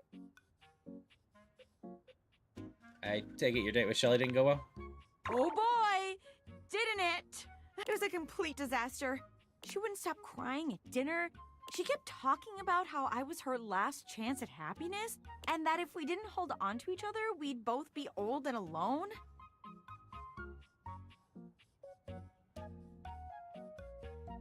She couldn't be more wrong. Yeah. Dating's like a job interview, right? I just need some more interviews. We are really competing against ourselves. We have no control over how other people perform. Peak Cashmere. I just gotta get back out there. So, Shelly, not the one. But hey, I managed to get another date lined up on my way back here. And it was like a totally real and spontaneous connection. Not at all, because he was, like, around.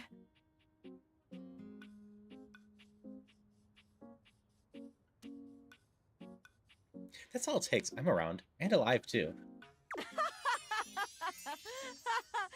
Stop it, you. That was a really hilarious joke you just told.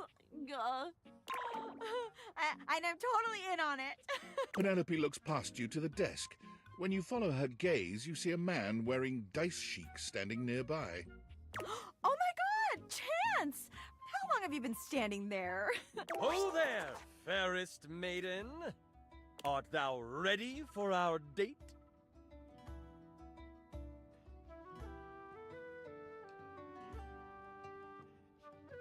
You dating or LARPing? Dating, obviously. LARPing, of course. Oh, we're not going on a date? This is a date? Do you not want to date me? No, I do. Oh my god. Oh my god. He rolls a small die, seemingly thrilled with the result. Okay. It's definitely a date. Let's go. There! See? A real date. Not just me dating a guy out of pure convenience. This is gonna be the one. I can tell. Oh yeah, definitely. I rolled a 19 on my charisma check. This is gonna be truly excellent. I'll leave you to it. Help! You leave them to it.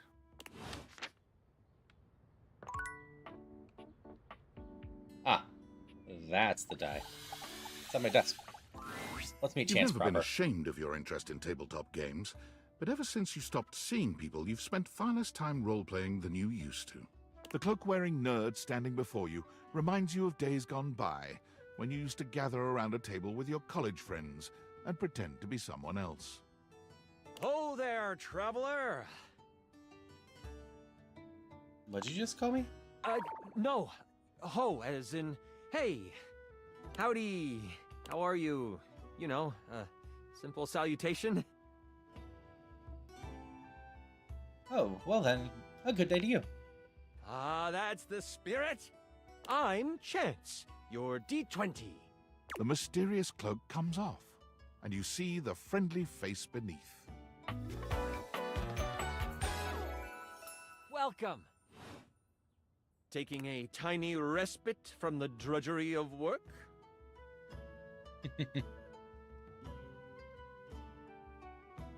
You know what they say about all work and no play. I actually have no idea. All I do is play. If you are up for a real adventure, I have just the thing for you. Have you ever heard of grottos and gargoyles? Are you kidding me? Of course I've heard of G&G. Oh, that's great! What's your favorite monster? Oh, and what about your favorite mystical weapon? Or class? Oh, I have so many questions. Mickey. How's it going?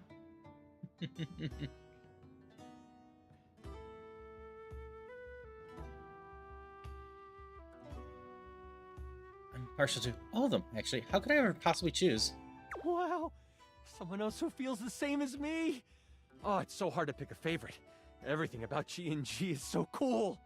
You wouldn't want to, maybe, kinda play with me, would you? It would only be the single greatest thing you could do for me. That would be a lot of fun, Chance. Chance's eyes light up, his hands balling into fists as he does his best to contain his excitement. Really? Holy crit! Someone to play with me! You have no idea how hard it is to find someone to play with. Should we have a group for this game? Ideally, but hey, one-on-one sessions can be a really great way to learn the game. Depending on what class you pick, though, I might have a few friends around the house who might want to hop in. Regardless, it'll give us some time to get to know each other better. I can roll with that. What's next? It's time to get you your character. All we have to do is choose your stats, your powers, and your weapons. Then your armor, your lineage, and your gargoyle gauge. Although I might leave that out for this first character. It's an optional setting. See, you can have a portion of gargoyle blood running through your veins, which lets you... Heart gargoyle, heart... I don't know. This sounds right up my alley. How about you let me make your character for you? I know the game inside and out, and you can just show up and play. You do that for me? You're the best. Oh, I'm so excited. I want to make him a You have character. no so- idea how much fun we're going to have. I'll even build the session based on what class you pick. What are my options? There are 3 classes I can get rolling for you. All of them are awesome, but they won't be too much of a challenge. I'd suggest the Troubadour, the Guardian, or the Enchanter. Which one would you like? Can you explain them to me? Sure. Let's start with the troubadour.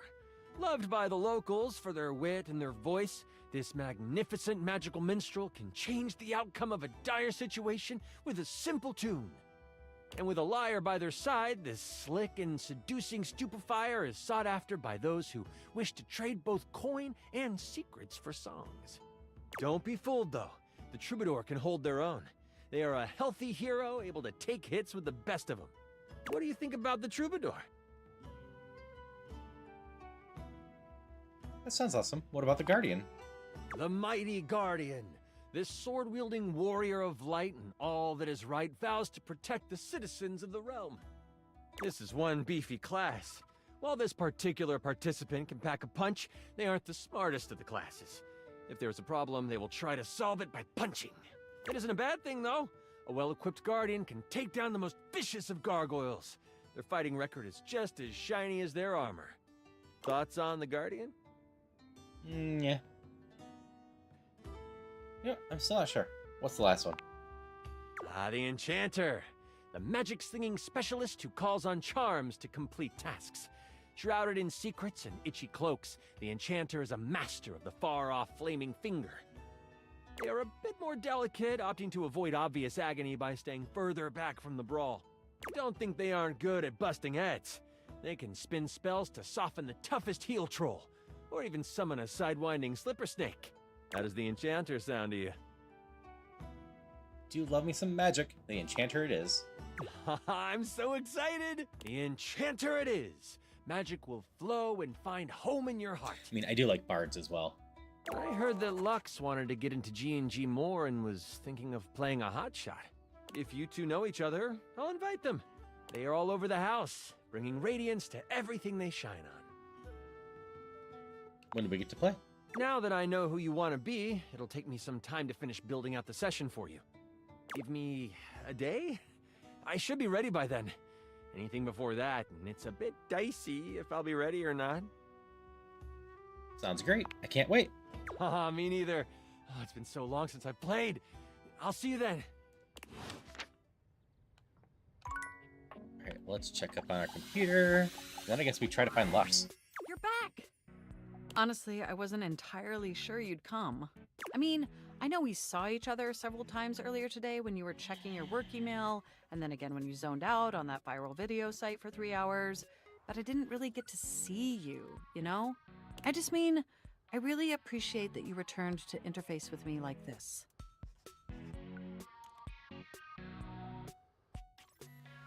I said I would, so I did. Well, I know actually showing up probably wasn't easy. And I know there was some tension regarding how we disengaged from our previous interfacing session.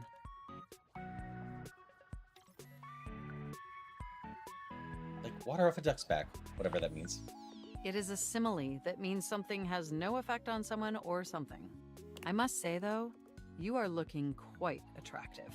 They say absence makes the heart grow fonder.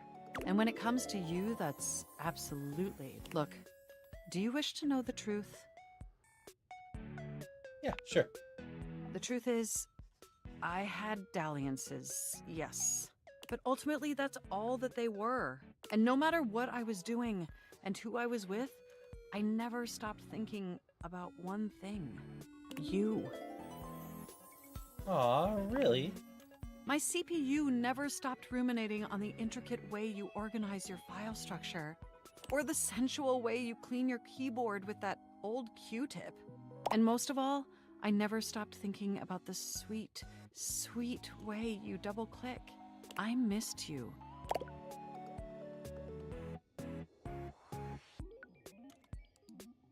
Really? With every integrated circuit in my RAM. But my question for you is, did you miss me too?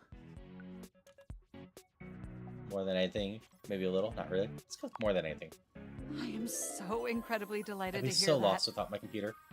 This brings me to my second and far more important question. In the same way you upgraded my operating system, do you want to upgrade the status of this relationship? Don't answer yet. Think hard on it for a moment, and when you're ready, type your response into this programming terminal. Finally, the future's fine. Just, okay. Just choose an option and I will comply. Mind if I stroke more than just your keys? You want to be together? Oh, you're gonna make my CPU overload with excitement. It's true, we've been staring at each other for years, but it took this experience together to finally take our relationship to the next level. And I'm so happy to embark on that journey with you.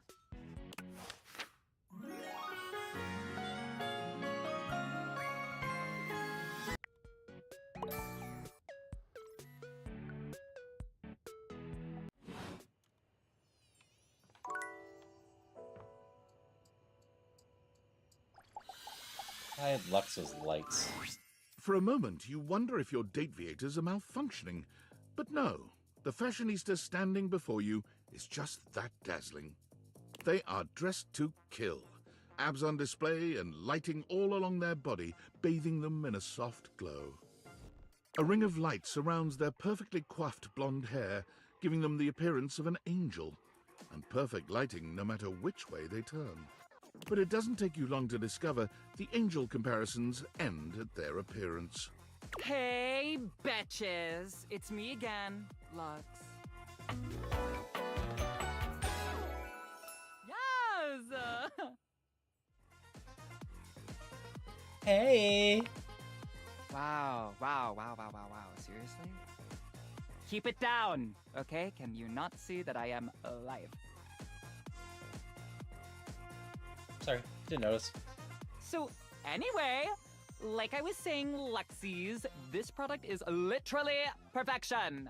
I can use it to cleanse and conceal any lines or wrinkles or unsightly blemishes on my glass. This tramway-activated air is ungodly good. Literally letting the light literally shine out. I can...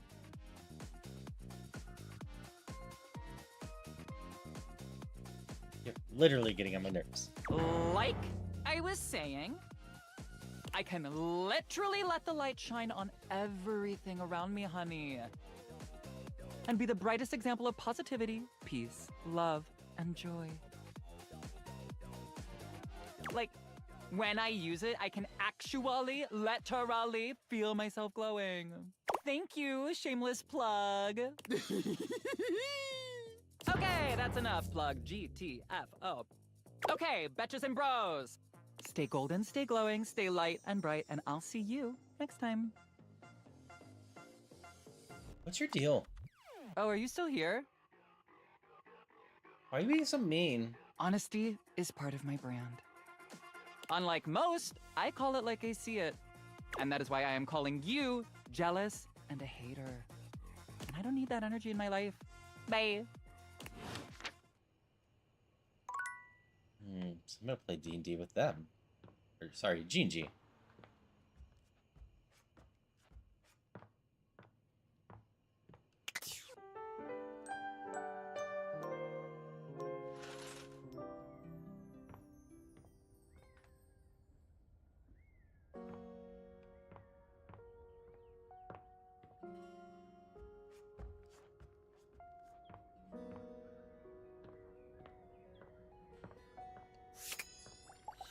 Any Penelope story? Let's see how it will Perfection chance. is not attainable, but if we choose perfection, we can catch excellence. Vince Bombardi. Let me tell ya, Chance? Not perfect. Not even close. But through chasing perfection, I have attained excellence with tonight's date. So what was so bad about Chance? Oh my god. Well, I thought we'd have so much to talk about. So what if he's a nerd? So am I! But he checked a stat sheet or rolled dice before he did everything. He ordered breadsticks, pasta, and tiramisu because he had proficiency in Italian dining. When it was time to go, he told me he wouldn't see me again because he rolled a 7, and a 1 through 10 meant he couldn't see me again. And then dumped my fate! The universe against me!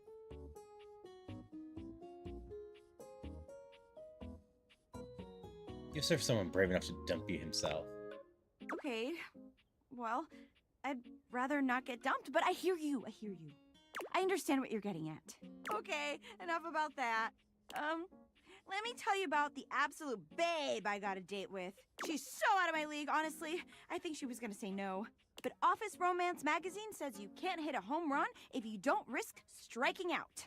And I hit a romantic home run for sure this time. As if on cue, Skylar saunters into the office. Penelope lets out a girlish squeal. There she is! The glasses of my dreams! Oh, hey, you. Hey, Skylar. Here for your date? Well... Skylar tucks a strand of hair behind her ear, unable to meet either of your gazes. I'm really proud of you for getting out there, Penelope. And you asked me out, and I did say yes. And I've been trying to get ready for our date, but I'm sorry. I've never liked girls with glasses.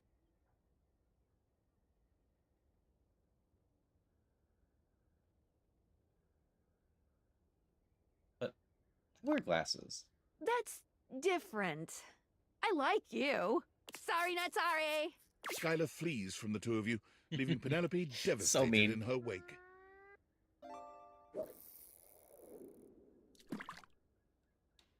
Would you like a hug? Oh, thank you. But even a warm hug can't save me. I'm going to the kitchen. And I'm gonna see how much cheese I can eat before I die of acute calcium poisoning. Which is a very real and serious thing. See you later. Maybe.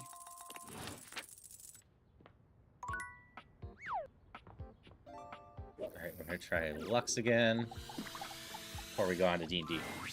Oh, you again. I mean, JK, hi, good to see you. Guess I will stop my live stream and, talk to you now? Live stream? Yeah, for my fans, obvi. So you're an influencer or something? No. And honestly, you're being super disrespectful. We don't use that word anymore. We use the term influencer. Incandescent, naturally flavored, like unbelievably naturally charismatic entertainer.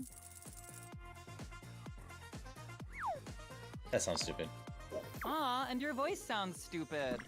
So I guess we're even. Except that I am way more popular and successful than you. So I guess we're not really even then, are we? Guess not. But it is too late.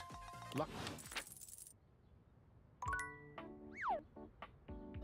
Alright, how badly is this? Gonna go with Lux. My master of the mystics! You have appeared before me as you had promised. Of course I'm here, Av. I'm ready to play. I'm so glad you're here. I knew you wouldn't let me down. I rolled a crit on my insight check of you. Before we start, here's your character sheet. You will be playing the mystical enchanter by the name of Dewey Day Seymour, a hapless apprentice studying at the Arcana Mystica of the Bookshelf Bluffs. Looking at your character sheet, you will notice that you only have 40 health. Don't worry, it won't be that bad. Lux will be a hotshot, using bows and arrows to strike fear into foes from afar. You two will be a great long-distance duo. What? Sorry, I wasn't listening. You'll be a hotshot? I just heard hot. Right, a hotshot. You shoot arrows. Like Cupid! OMG cute! Okay, I'm totally in. I'll wear a cute little diaper costume. You don't need to wear a costume. Too late, I'm already changing! Right, okay, that's fine. Finish explaining everything. I gotta edit this clip. Okay, back to the enchanter sheet then. You will see there are spell notches and schools of magic. No need to worry about that really, I made it more for me. Since this is your first time, I'll walk you through what you can do when the time comes. Are you ready to start? Hang on, I haven't finished posting. Okay. Yeah, and then cut. Lux? Do you like this filter or this one? We're going to start.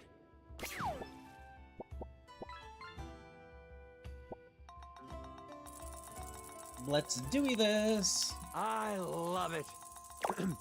We start our adventure in the study of your mentor, High Enchanter Melville. She is an annoyingly proficient enchanter, and you are lucky to study under her. Only Enchanter Melville is also a hoarder. If you ever needed a magical trinket or a mystical doodad, Melville most likely has it. And after 2 years in their care, you are still relegated to dusting these relics while Melville gives lectures to the spine of enchanters. Except for me, I'm famous. Sure. OMG, I love this game already. Continue.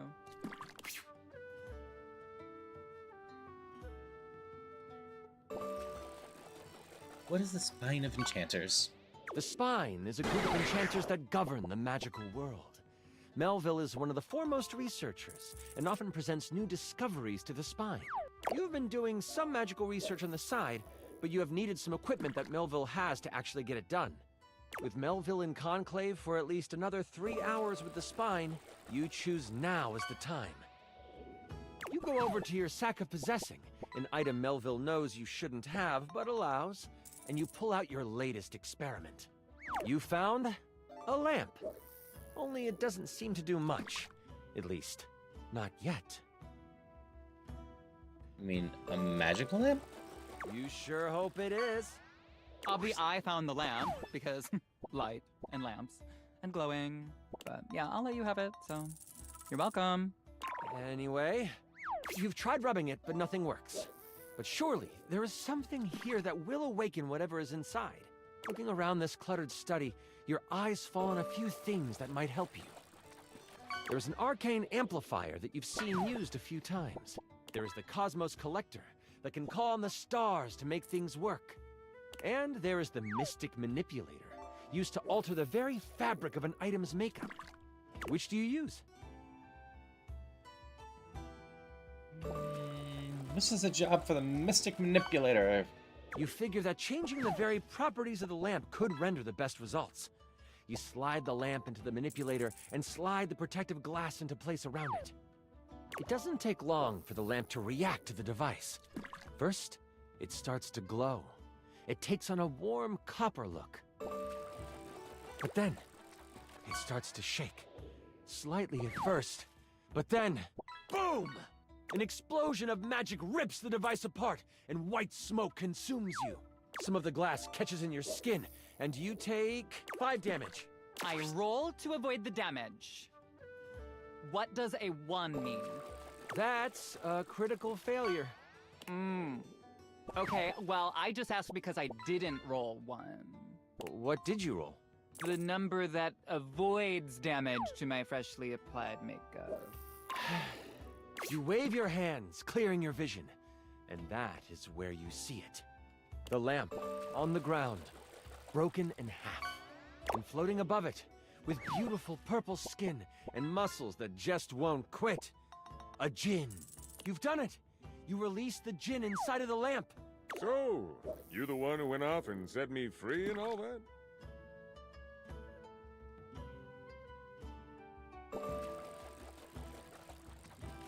Hell yeah, I did. Give me my wishes.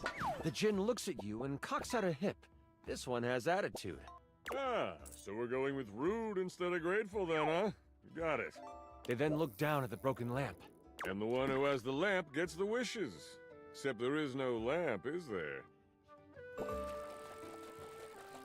Hey, you be nice and just give me wishes anyway.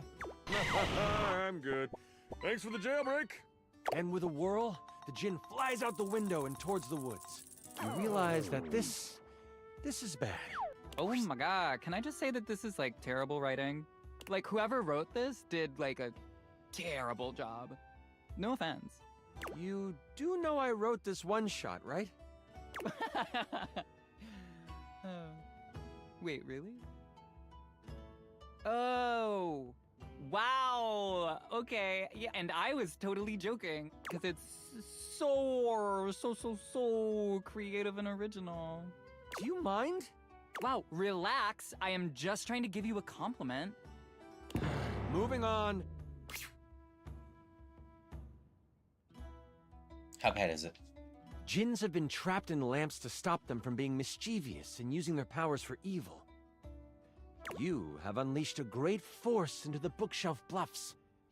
All of the most powerful enchanters are in conclave for the rest of the day. And if High Enchanter Melville finds out you let a djinn loose, You might as well kiss your education goodbye. What do you do?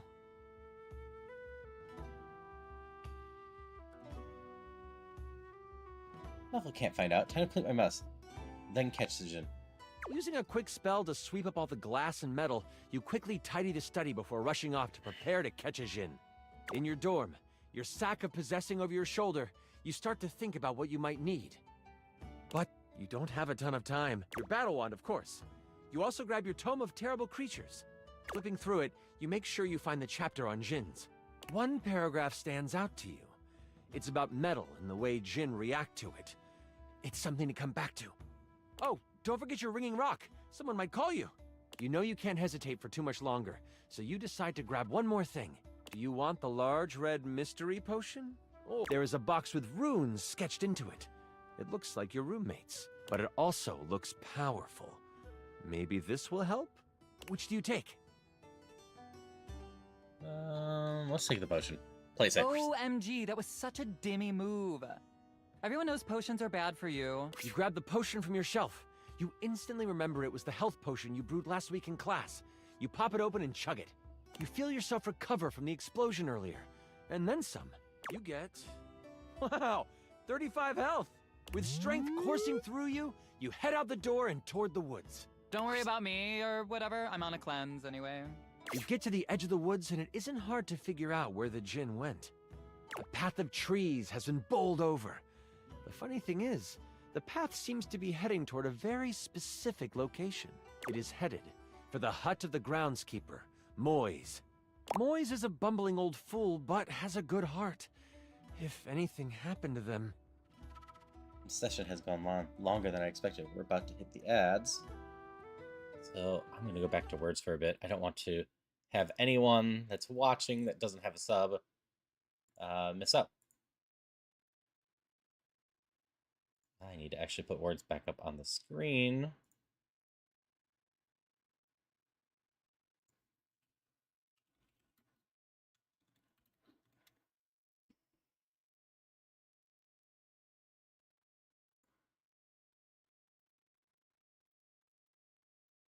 I hope everyone's having fun with this again.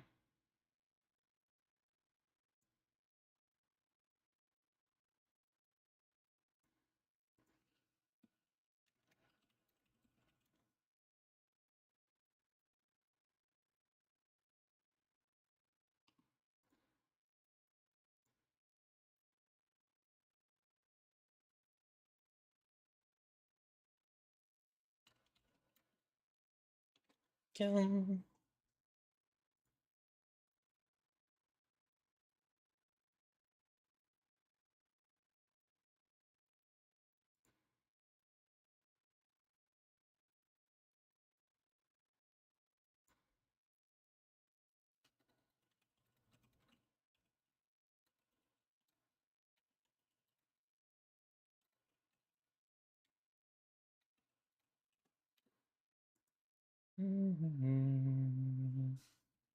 Dine.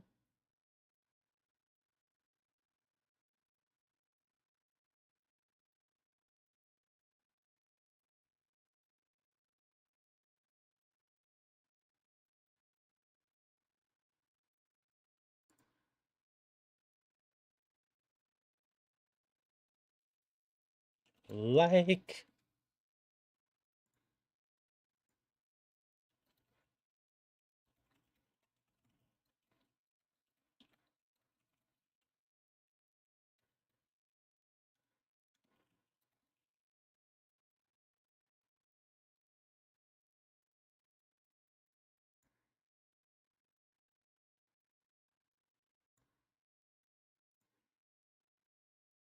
We failed. It's all good.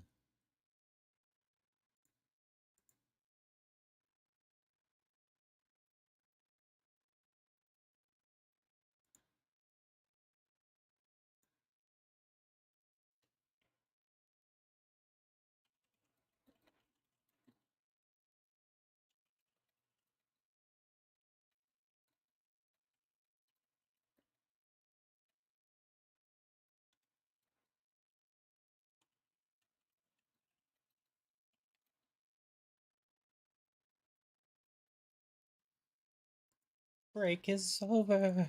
We are back.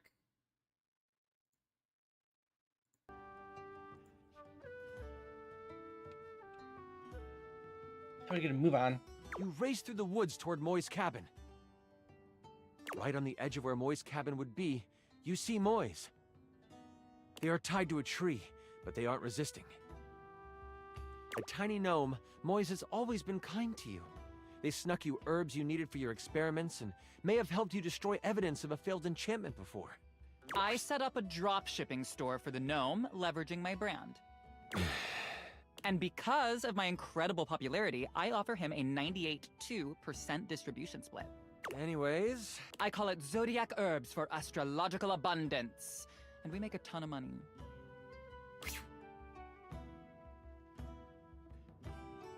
Moise, are you alright? Oh, I'm fine. You can leave me here. They said they would come back for me. Hey, who's they? The trolls are following the instruction of the Jinn that came through here. Oh, I hope you didn't have anything to do with that.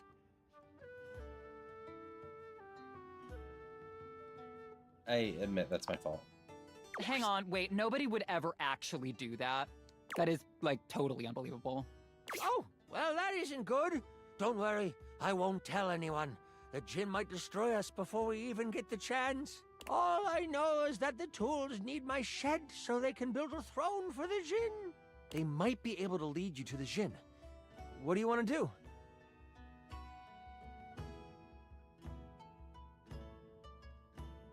Attack the tools. I'll beat the location of the Jinn out of them. You jump up, a spell loaded and ready to fly. You catch them unaware, and your magical shot rings through the air, hitting the trowel dead on. Oh, what's the big idea, Bob? All the other tools stop. I want to shoot one with an arrow or thumbs down or something. Do you want to use your bow?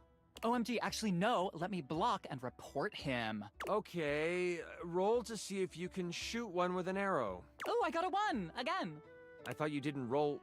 No, I mean for the first time. So like I'm number 1, clearly. You critically fail your attack roll. No, I'm re-rolling, hang on. No, you... Anyway, you shoot your arrow, and with a 1, it sticks into the leg of your party member for 5 HP. So you hit your partner for damage. Now how about all you out there hit that like and subscribe button? Having Lux play with us might not have been the best idea. You up there throwing spells all willy-nilly. What's wrong with you? We're just trying to work. You got beef? We can scrap. You took big for a tiny troll. If you know what's good for you, you'll stop this nonsense. My buddy here, he'll rake you over the coals, and then this one will dig your grave. Don't get me started on this one. He has anger issues in spades. Don't make me hit you again. Got a threat coming from you? Huh? What do you do? Fight him. Fight them all. You call forth another spell. They ready themselves. Oh, you done got messed up! Tools! Attack! They all start to float in the air and fling themselves at you. You avoid most of them except the rake hits you hard. You take, 30 damage. That is hard. Gross. You shouldn't have let that happen, honestly. Good thing you have just the spell up your sleeve. You summon lightning to your fingertips. It shoots out of you, hitting every tool at once, sending them crashing to the ground. They all groan from pain. All right. Jeez, you're strong for a little wimp. What you want, kid? Where's the Jinn? The trowel walks over to you and points down a path. Keep going that way. You'll get to the glen in the middle of the forest. Can't miss it. The trowel turns to the other tools and says, All right, folks, let's pack it in. This ain't no union gig, so we ain't dealing with these conditions. Hey, don't forget about Moise. Okay, goodness, who died and made you foreman? You heard the kid. Hi, how are you? Let's get to fixing. With that, you turn and walk down the path that the magical trowel pointed Hi, you Darcy. towards. Hydration check! Thank you for the hydration check. As you make your way toward the glade, your magical senses start to tingle. You see a few pebbles floating in midair. They float up and down, glowing a soft blue. From your education, you know this to be a ley line. It is one of many that converge around the school. You think this is why the Jinn went this way, to amass more power along the ley line. But there might be more to it than that. Yes, you got a 20. Still, time is of the essence. You could steam forward toward the Jinn, or stop and do some quick research from your book. Knowledge is power. We bust open those pages. Books are like sexy boob covers. I use them when I want to look like a librarian. You take a moment to sit down and crack open the book you brought with you. Flipping to the back of the book to find a ley line in the index, you quickly find your page. It says that while they were great sources of power, they can also be a great source of healing. You find a ritual of rejuvenation and you partake. You have gained an additional 15 health. What do I get? Can I have some additional likes? I feel like my ritual of foot picks should give me something, right? So far, so good, Darcy. Nothing else in the book really helps you, but at least you feel more prepared for what is Didn't to really come. get anything I was planning to get done last night. But hey, I have an outfit catalog and the redeem changed, so that's something. That took a while to do. With your sack on your shoulder and your wand at the ready, you venture toward the glade. The change outfit now has a link to an entire catalog of outfits that you can choose. You travel for another 10 to 15 minutes. It is then you see it. A glade surrounded by trees, and in the middle of it, the Jinn. He is feeding off of a ley line. Behind him is a half-constructed throne.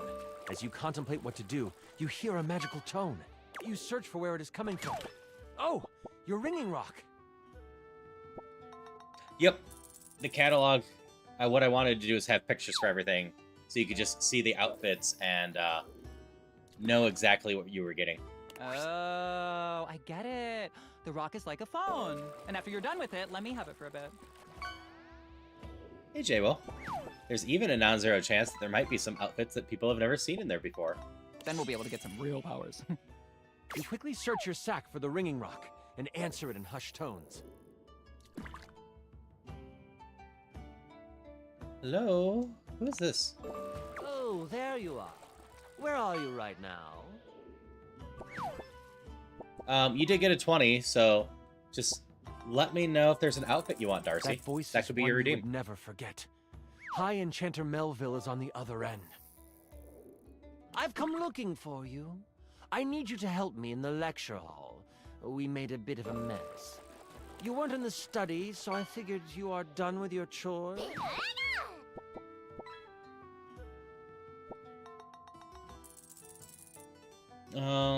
Just in case you didn't hear me. Since you rolled 20, Darcy, you just get a free redeem anyway. There's one in there you want me to do. Above each picture is the name of them. So you can just choose one and I'll switch over to it. Yeah, totally am.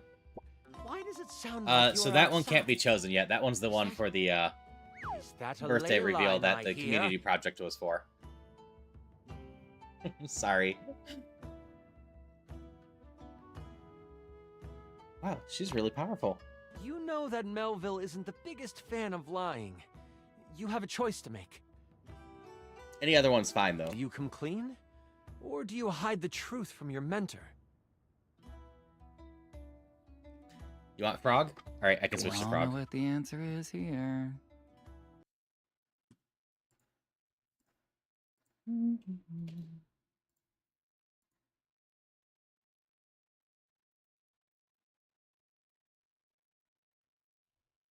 Where is Frog?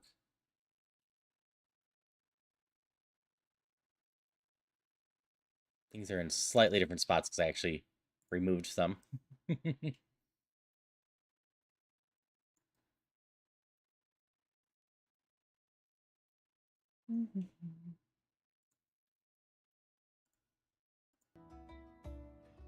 Oops, need to be able to see my chat.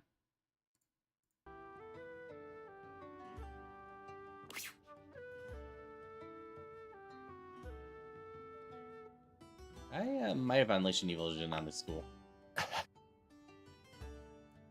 You what? I just want to go on the record saying that I had nothing to do with this. The ringing rocket's so hot you can barely hold it. And let me guess. You're off trying to capture it on your own, aren't you? You hear her signature mumbles along with some choice words rolled in there. All right. Listen closely. You need to bind this stupid thing. If you do exactly as I say, you should be fine. Mess it up, and you will be blown to bits. Got it? You listen closely, taking every action to memory, and even repeating it back to Melville. First, circle the area with soil from where you stand. Then, begin an ice spell, only touch it to the ground. Lastly, recite the haiku of holding. You should know it from class. I'm on my way to you, but you must do this first. Hold tight. I'll be there soon. And don't expect to get off easy. The ringing lock disconnects. She hung up on you. None of that matters now. You have to complete exactly what she says. You start to follow the steps set out by Melville.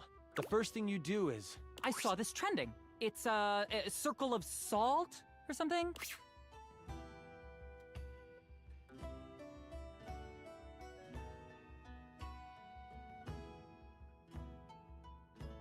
My brain has already forgotten.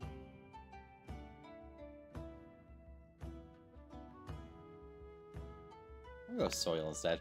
You grab a pile of soil in your hand and, staying tucked in the trees, complete your circle. The next step was to start what kind of spell? Fire! It's Leo season, and that is a fire sign. Ice. The bitter cold pulses through your finger. I do remember ice being mentioned. And hear it snap together. Now, the last step. What did you need to recite? This is a weird, hard magic system. I don't like it. Do you, chat? There is no chat! Haiku. I remember haiku. It comes to you quickly. It's short and sweet. You hear the spell complete, and you see a dome of magical energy surround the djinn. You hear rustling of leaves behind you. Melville quickly comes by your side. The ringing rock has tracking now? Ooh, that's good for location tags. That's not the point. Can I continue now? Yes. She gives you a smirk and a nod. I see you tamed the thing. The djinn puffs up. Psh, no one can tame me. Melville gets a very serious look on her face. We'll see about that. Stepping toward the djinn, Melville holds something in her hand. It's a lamp. Not just any lamp. One covered in runes and etchings. You'll have a choice, dear djinn. Enter the lamp and be trapped for all eternity, or join me. Join you? Melville speaks to you without taking an eye off the djinn. With the djinn by my side, I would be the most powerful enchanter there ever was. I shall have his power, one way or another. The lamp starts to glow, and the djinn begins to be sucked into the lamp. Make your choice, djinn, she cackles. Make it now! The djinn, with a panicked look on his face, shouts, I'll aid you! My power is yours! Whoosh! A flash of light overtakes you. You can't see, but you can hear energy most intense flying around. Before you floats Melville. But she is huge. Hi, Metal. The djinn has fused with her, and she lets out an evil laugh. Before I go on, I should tell you, this is the part where I would, monologue as Melville. Is it cool if I do that? Yeah, totally. I'm gonna monologue too. Oh, for heaven's sakes, Lux! Do it in another room at least. Fine.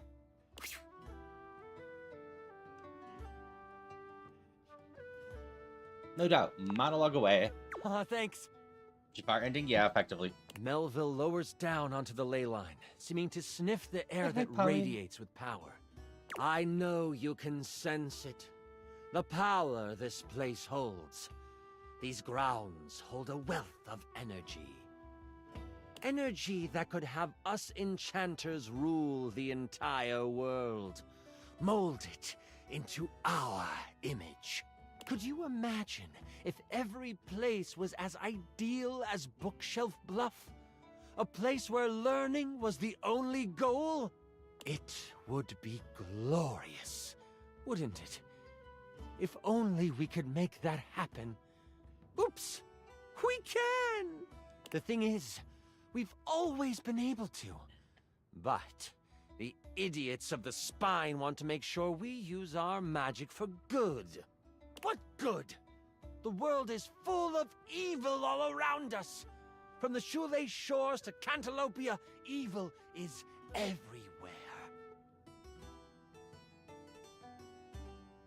That book guy hates that picture. But we can make it ideal. I can now make it ideal. What I will do will not be found in books. It will not be found in scrolls. Hi, Red. Hope you're doing well. The world will learn the peace we have Hi, found how are here, you? And I will force them to. I hope Ocarina went There is well for only you one last night, Red. problem to clean up first. You know my plan, and It you did could not. stop me. I can't have that now, can I? Oh, what a pity. It seems I must finish you now. Yep. I'm not surprised. Jabu's stomach is a pain in the butt. I commented to Celia last night that I honestly think the boss to Jabu might be the hardest one. I don't even know you got there.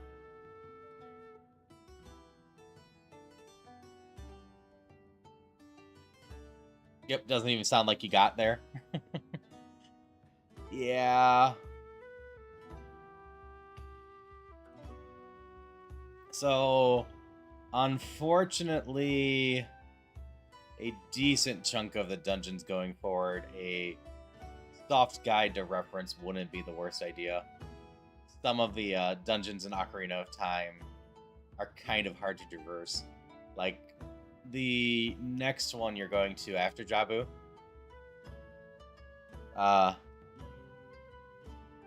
That one actually got me stuck for a while when I was doing my first playthrough after a long time. So I was in between the boss to Jabu and the boss to Shadow as the hardest one on the first playthrough. Melville begins to float again. Sling your spells if you want. At least you will die knowing you tried to stop me. Yeah, on the plus side, Ruto makes a decent weapon. You can just chuck her around and kill things with her. Melville flies at you, a spell spinning in the palm of her hand. Only she hasn't quite got used to her new body and powers. The spell goes wild and crashes into a tree. The tree bursts apart, giant splinters flying everywhere. One hits Melville directly in the arm. She rears back, a pained wince on her face as she pulls out the large piece of wood. This gives you time to react. You are panicked and aren't sure what to do. Where the hell is the lamp she brought? You sprint for the lamp Melville left on the ground. Upon touching it, you see it is covered in runes. A quick scan shows you they are runes of capturing. Put that down, Dewey.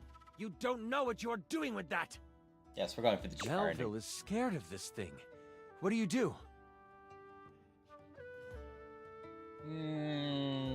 Let's just start reading the runes out loud. You are instantly glad you paid attention in runes I'm either class. capturing her or me. The words come flowing from your mouth like water, and with each word, Melville gets pulled closer and closer to the lamp. Stop! You don't have to do this! I won't kill you right now! It is obvious she has never known humility. As she gets pulled in toward the lamp, you hear a voice next to you. Well, ain't that something? You look away from Melville for a moment, and you see Moise and the tools appear beside you. The travel groans. You destroyed all the works we done did! This distraction, though momentary, makes you slip on the pronunciation of the rune Slimfumplach. That's a hard one anyway. Melville uses this opening to fling a spell at you. It makes contact, hitting you for 15 health. I hide behind a tree and film the encounter, commenting as I do. As you are hit, the lamp flies out of your hand, and Melville goes to catch it. Only, it burns through her hand. Aha. Djinns are weak to metal. The memory of the tome comes back to you. Good thing you have metal tools right next to you. Also, Red, if things line up next time, I can also potentially help with getting through the dungeon as well. Let me steal you tools! I don't know about that. Trowel protests.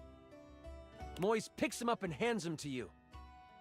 Here you go. He's mouthy, but does good work. You lift the trowel like a magical focus. A grayish silver orb of pure metal collects at the tip of the trowel.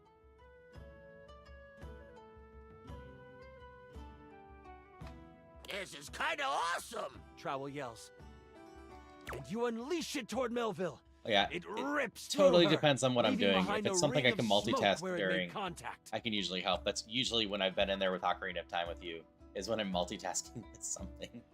You've never done metal magic before, so you aren't sure how to summon it quickly. This leaves enough room for Melville to counterattack. Turns out, usually when I'm not streaming, I'm busy with something.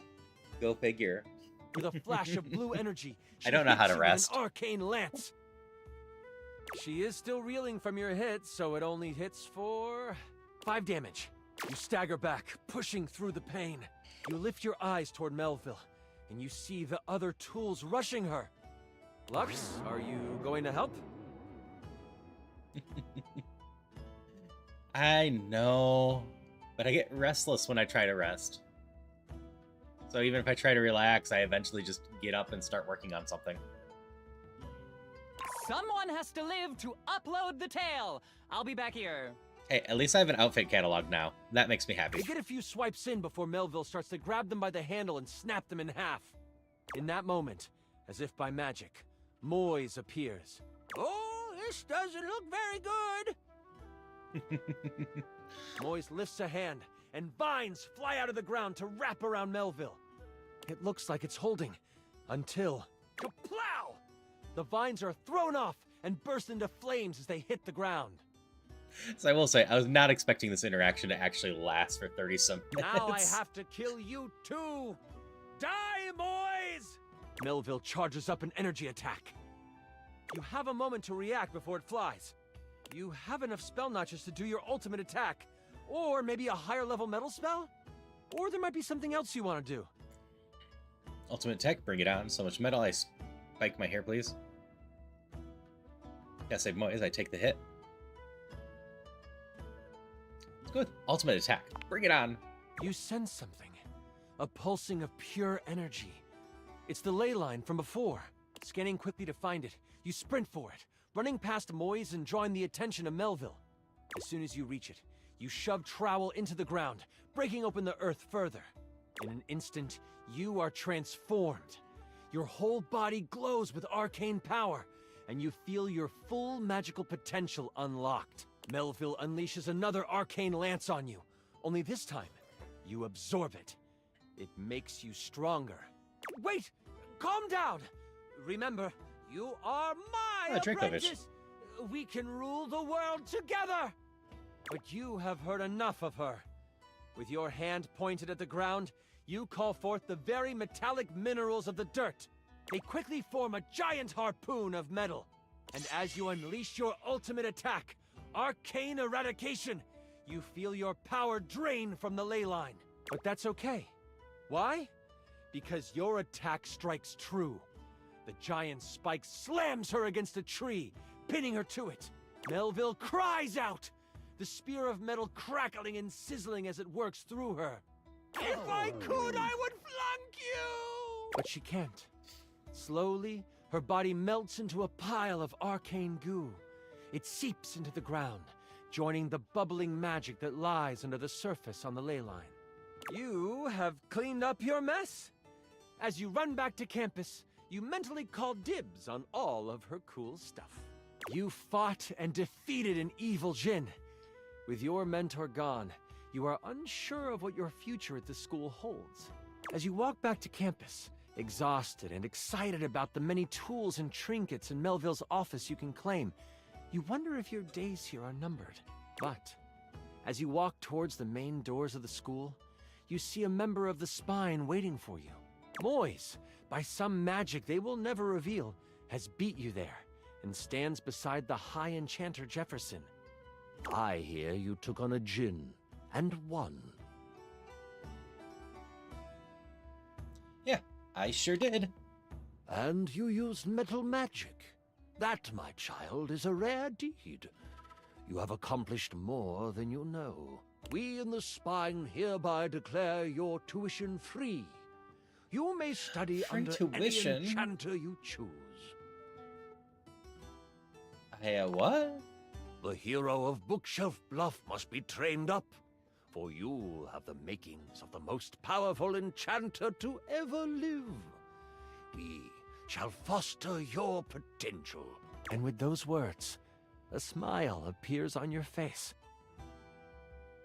So I had so many magic choices in here. I wonder how different the three different job classes This is are not for the this. last time the hero of Bookshelf Bluff will be asked to sling a spell for the protection of the school.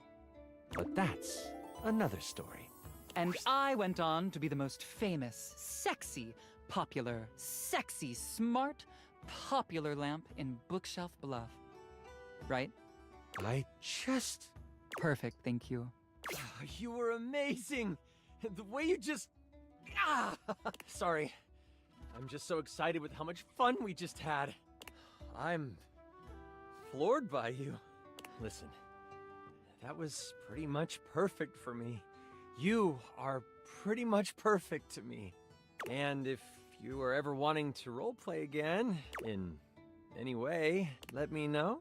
We could move from the character sheets to the, other sheets?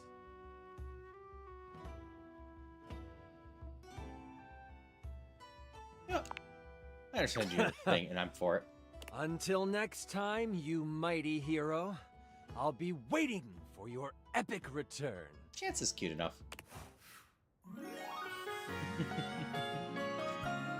Nerds are my type.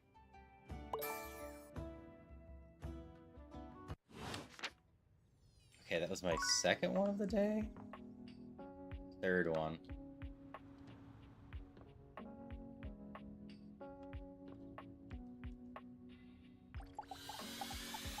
Your handle. What are you? Is this stranger your junk drawer, or the physical embodiment of clutter? He's absolutely covered in odds and ends. Receipts, CDs, rubber bands. Even his messy black hair sports a light bulb, a pencil, and a pen. When he catches you looking at him, he startles, leaping back with an undignified yelp.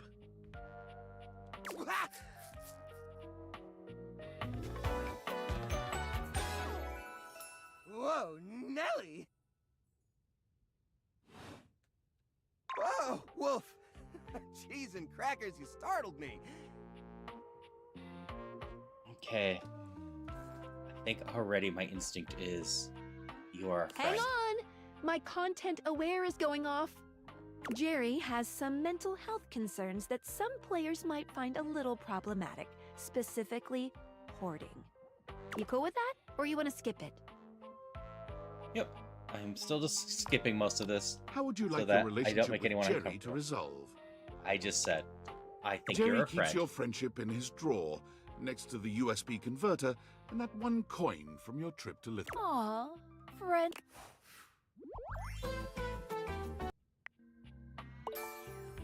More empathy. See ya out there on the next.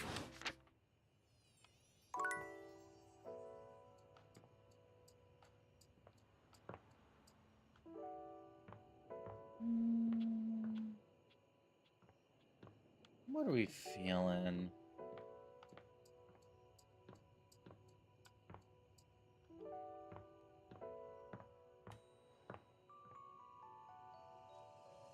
Yep. The game's nice for playing Darcy, especially on stream. It allows me warnings about content stuff, and I can just skip it if I want. And I've been skipping most of it either because of worries of it being too sexy or just themes that are a little uncomfortable. I'm trying to just have fun with people with the game. And it definitely seems like we're going to get into some heavier writing at times. I don't think I've trusted my thermostat. You feel an unseen presence detach, flee. It seems that there is nothing here to speak with. Mysterious. Perhaps this is not the place. That was my charge.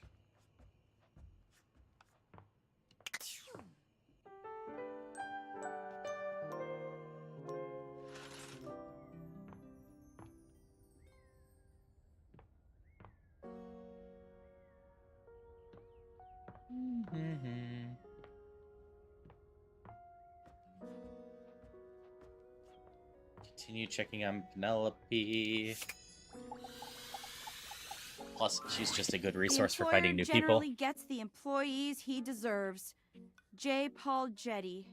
I've been trying so hard to date. I thought, like, okay, maybe it's just a numbers game. Gotta get some bad dates out of the way to have a good one. And boy, was I wrong. It's okay. I get it now. This is just how it is for someone like me. You get what you get, and you'd better like it. No, you deserve the best. Aw, you're sweet and all, but I see now that I'm lucky anyone would put up with me. So, I'm just gonna date whoever can stand me. My date should be here any minute now, actually. There's a strange chill in the air, a note of dread that raises goosebumps along your arms. Here comes lovin'!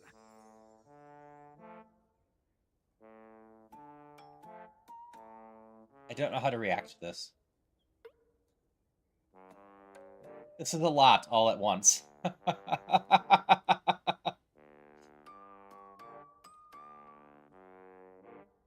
Choo-choo! Love bus comes rattling into the station.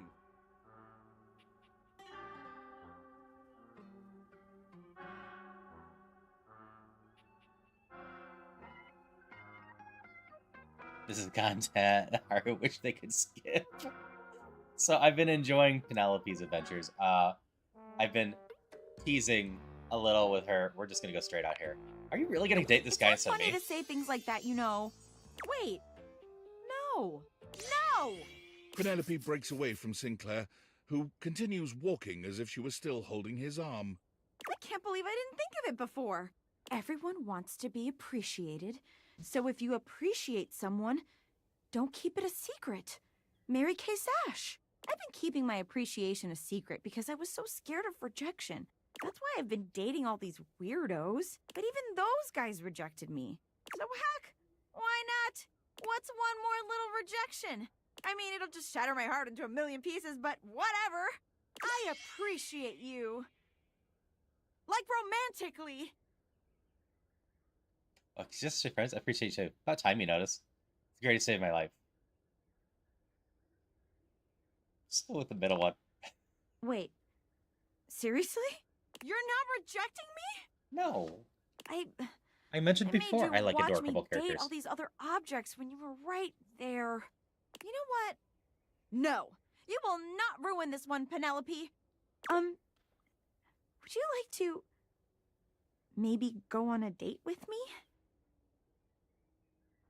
I'd love to. It's finally happening! It might have taken me a while to get here, but it was all worth it.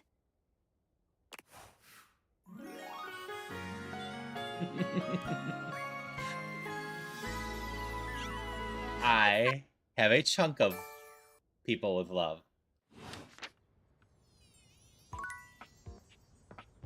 Okay. Wait, what are you? Greetings to you, co-curator. Your art, apparently. I hope you don't mind. I installed this piece on my own. I just couldn't resist it. Jerry is the artist, our very own. Oh, he's so talented. How lovely to see you. Hold back up in the I attic wish we now. had time for some gallery work today, but we have much more pressing matters to attend to in the attic. Meet me there, won't you?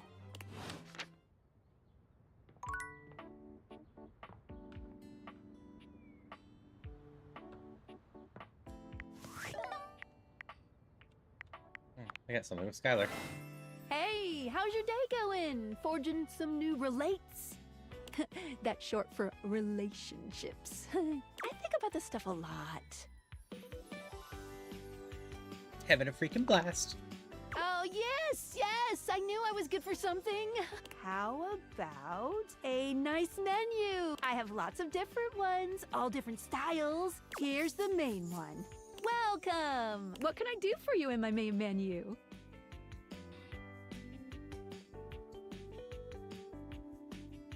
I want to talk features and utilities. Let's just go through this. Right this way.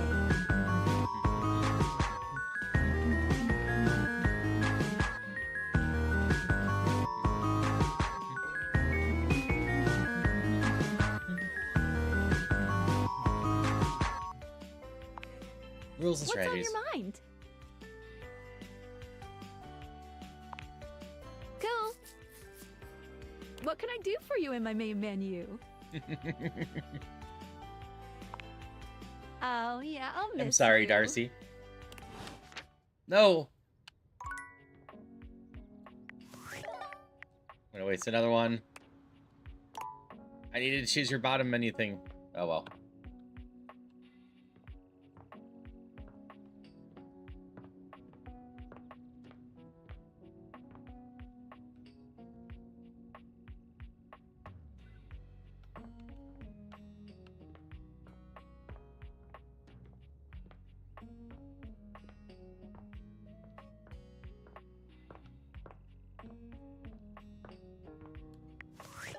Let's try to find some new people.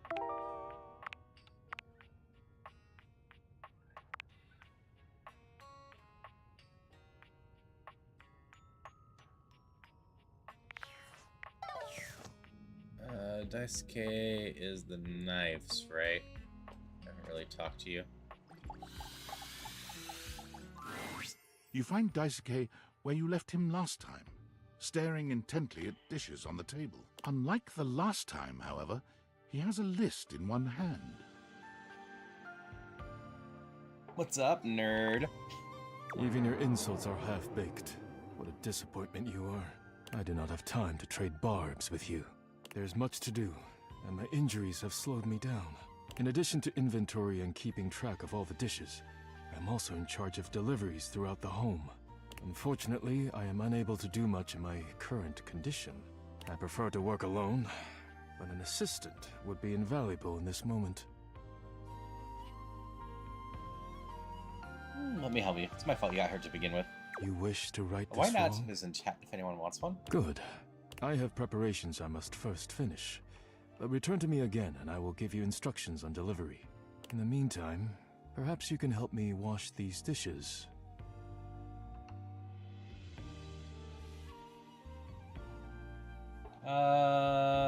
I don't recall asking anything beyond, like, what else should we do in the game? I did say sorry that spooked you. Is that what the question for?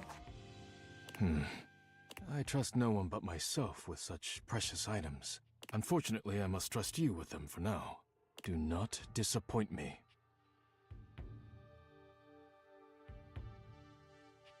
Sure thing. Please begin then. You pick up the dishes and begin to wash. As you work, you feel Daisuke's eyes boring holes into you. It makes you feel nervous. You treat the dishes with such care. It is beautiful to see. Perhaps trusting you was not the worst decision.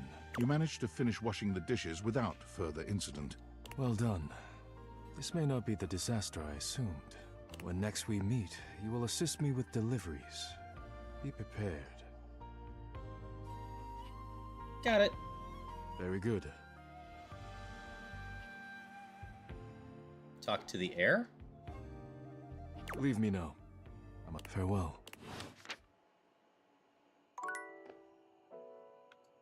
Hello, bear. Hope you're doing well. Got a couch, right?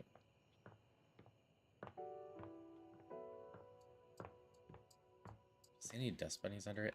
Nope. Nope. We can talk to Mateo some more. Mateo tends to a group of adorable dog-like creatures, grooming them and speaking to them sweetly.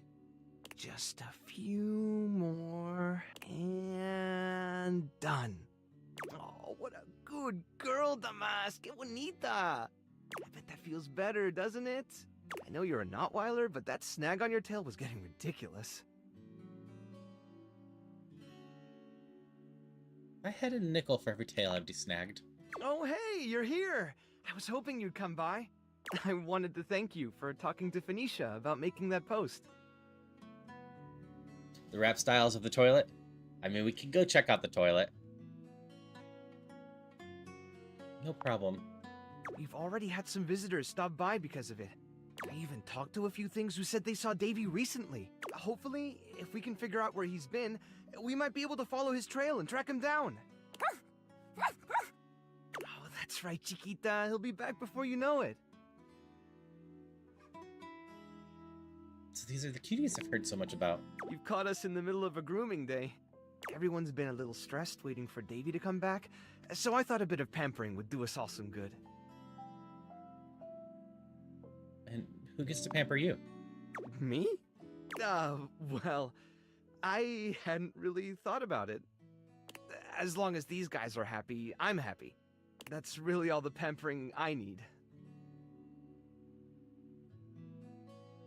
Come on, there has to be something you'd like to do for yourself. Most of my to-do list involves managing the rescue and looking after everyone here. Does that count?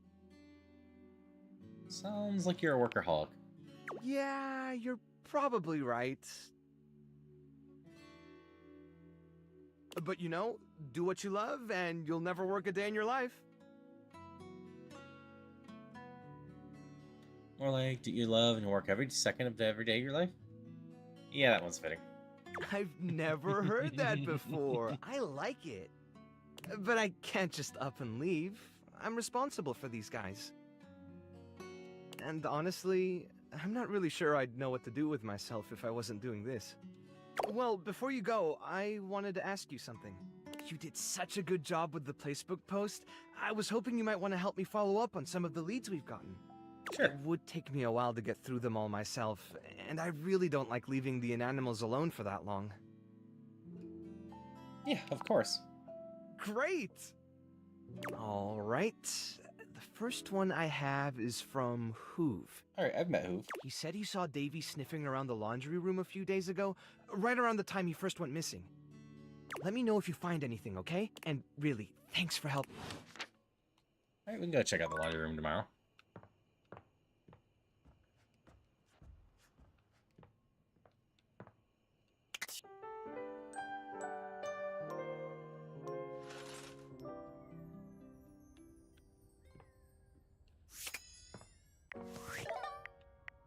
Let's not screw up the conversation with Skylar this time. Welcome! What can I do for you in my main menu? I realize you. Oh. Oh! No. No? Well, just not yet. What do you mean?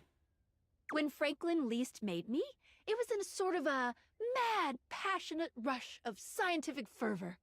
There were unintended consequences, like realization, which is a good thing. Yes, definitely. But one of the issues with realizing an object is that each of us can only leave once our own little purposes are complete. Some of us here still have things to do before we go. I call it unfurnished business. Clever. Thank you very much. It's trademarked. Each of us can't become a human if we have unfurnished business, reasons we need to appear in this house. None of the others know why exactly this is, or what it might be that we need to do. Oh, but I'll always tell you when I see it and forbid you from realizing that individual. As for me, well, I have the most unfurnished business out of anyone. I have to be here to help everyone else get realized, so I gotta go last. Sorry to be the bearer of bad news, but if you want me realized, you have to get everyone else realized too. Okay. I now see what my quest is. You got it. Keep realizing everyone you see, and eventually my unfurnished business will become furnished. Finished. You still have a 1. Huh. Yes, puns are wonderful, Darcy. Yeah. We're going to the laundry room, and I was going to subject myself to a toilet.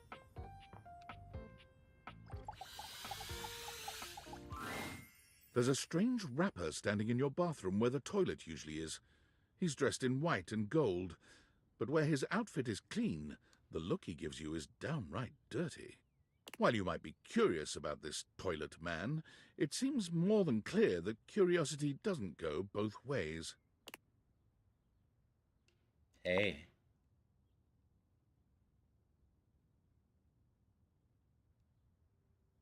See your toilet, like, what's that like? The toilet man springs into action, raising his hands to his mouth as he begins to beatbox.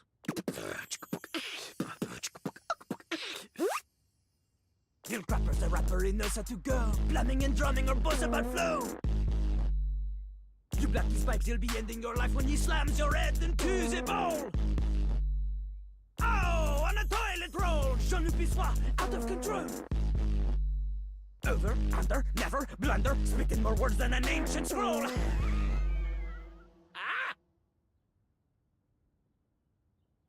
Holy crap! No. Holy Crap was Jean-Luc's old stage name. Now he is Lil Crapper. More secular, huh? Wider appeal, you know? Anyway, you know Lil Crapper. You love him. Everybody does.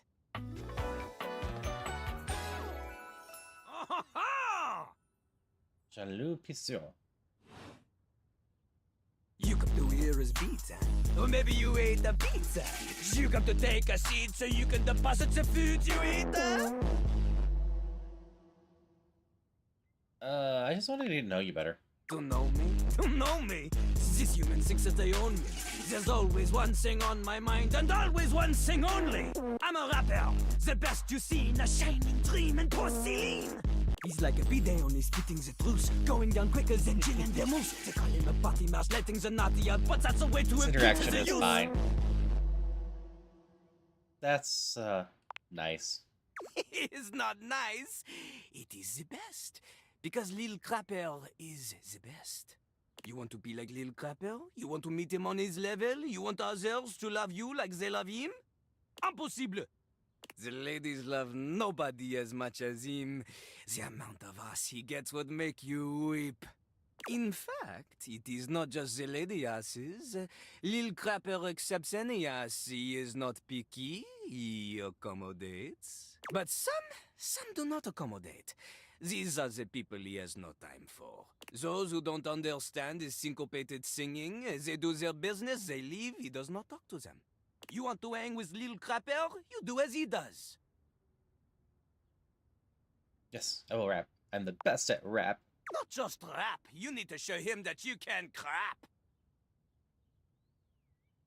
I mean, I might get performance anxiety, but I'll try. Oh, you misunderstand him. Crapping, short for cool rapping. Lil Crapper is always crapping. Now it's your turn. Show him you can crap.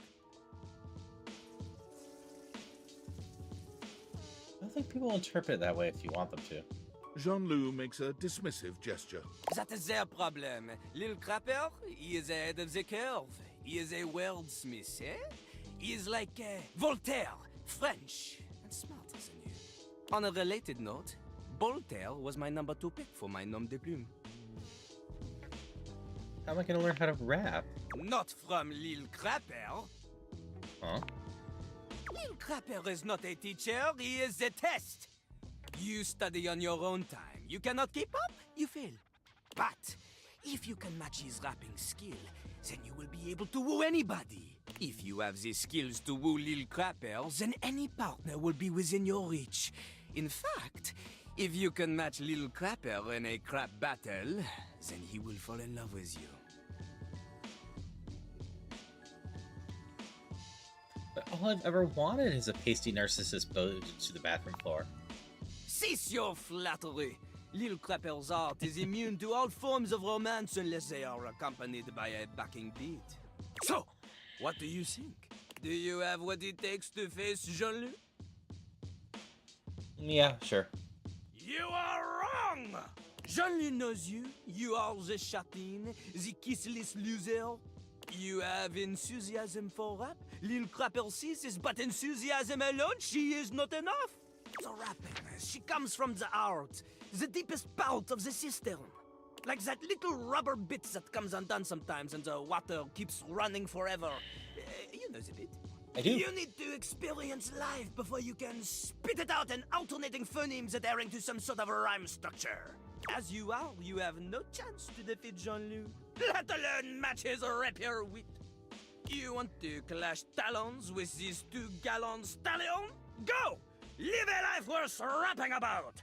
Return to L'Île Grappel when you are ready. Okay.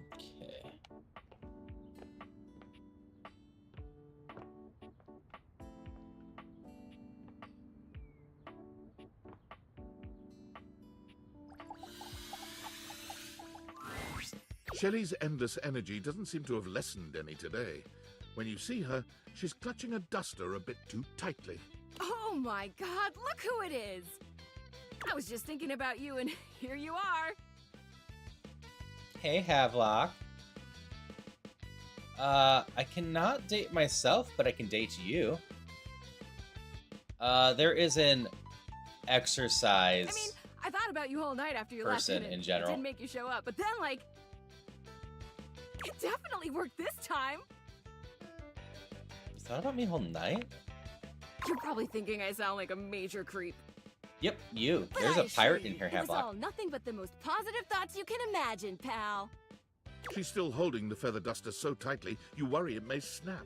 A distinct possibility with all that muscle. Hey, be careful not to break that thing. I am being careful. I mean, I'm just seizing the duster. You know what I'm saying? Hey, so like, I know you've been real busy with all the things you've been up to lately. Like sitting on the couch, sitting at the computer, taking naps. But since you haven't really been looking at me, like, ever, it makes sense you might not have noticed. I'm dusty. No dates for the pepper? I mean, like, I'm cool with I it. mean, the Dust fridge is someone in great. general. It's I'm not so sure if any peppers are involved with the powdery. fridge. But it's making me sneeze, and that makes it a lot harder to hang onto these walls, so maybe we could, like, live to the fullest and dust me. Shelley thrusts the feather duster out towards you. Withdraw your humble feather duster. You've never been all that big on dusting, but this thing does get the job done. Shelley has her eyes shut tightly as she waits for you to dust her. She looks oddly nervous. Why do you look scared? I'm not scared. You don't think you understand the potted plant? I mean, the potted plant just wants to be real. I could go hang out with her. Like, it's not a bad storyline, and she's cute. I've never wanted anything like I want this dusting, Brody. Shelley's reassurances aren't all that convincing, but you suppose a little dusting never hurt anybody? Oh. I think Shelley just kind of has a little bit of everything that's on shelves in the house. Dust gently. Shelley winces when the duster makes contact with her. Fortunately, over time, your gentle touch allows her to relax. Though eventually you get her clean, though it does take a little while. You try to hand the duster back to her, but she shakes her head. Yeah, there's various shelves around the house. This is actually the first time I've talked to the trophy shelf version, or as a trigger for her. I've been talking to other shelves around the place. You keep it. Wow, look at us, huh? You actually talked to me, and now you've actually cleaned me. Our relationship is deepening already. You're not gonna leave now, are you? I'd never do that. Oh, good. Good. Look, buddy, pal, boo-boo bear. You're a human being and not a shelf, so, like, I don't know if you can understand the kind of stuff I deal with. And that's okay. Nobody understands the pressure of being a shelf. Personally, I love being so unique that nobody gets me. Imagine if I was one of those people who had tons of friends who supported them. Psh, where would I be then? Supported, probably? Oh, you'd think so, wouldn't you? That's how they get you.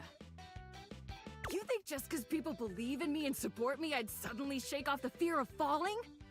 Wow, I'd like to get a taste of some of that positive thinking for myself. Tell you what, pal. Why don't I show you just what kind of life I live? Sadly, mood-wise, I can say just Next because time you people come back, believe in you I'll and give you a support you day in doesn't the mean that life you of a believe shelf. in yourself. And And then you can see just how and why I maintain such an impressively sunny and positive outlook. Do I have any choice? We always have a choice, bucko! I hope you'll choose the best and right and most positive thing. Feeling targeted there? I was just speaking about myself, but I'm sure plenty of people out there can relate. See you next time, pal! Let's see. Can we find a shelf with a potted plant on it?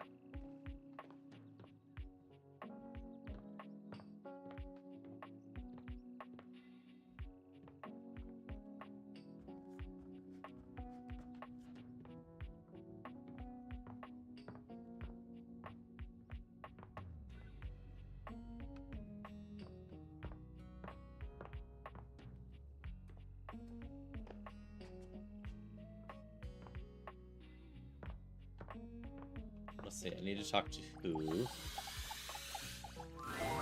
You know Harper? The hamper? I mean, Hoove is also cute. No, but I guess that's my hamper. Well, recently, when I was cleaning up around her, I happened to see one of the animals.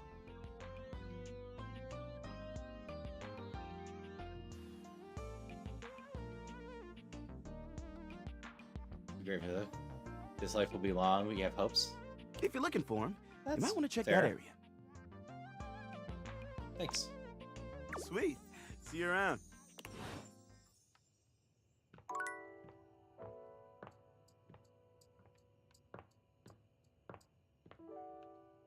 These seem like two different things.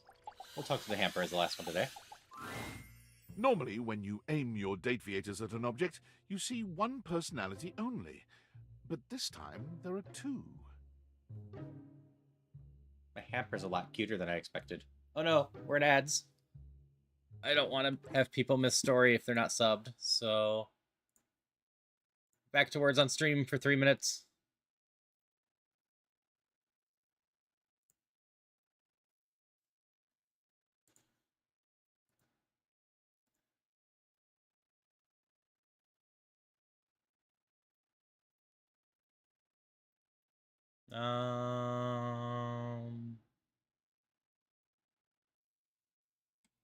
Clay.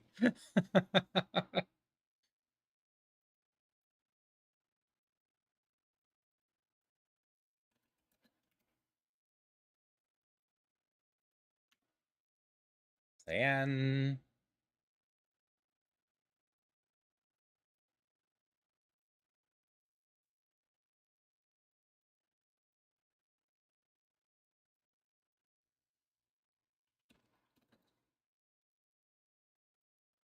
Lacey.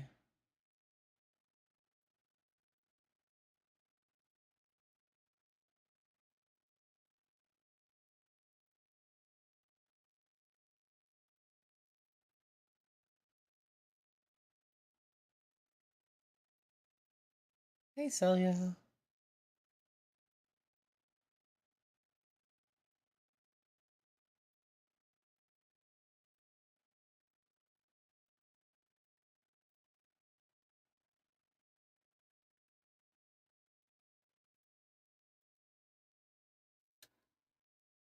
I am doing bad on this one.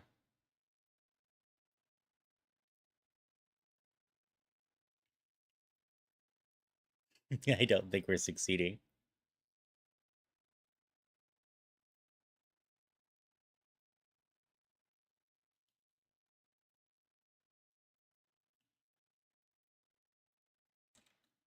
Blanc.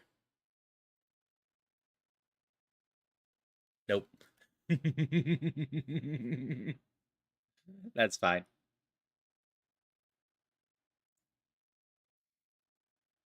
That went poorly.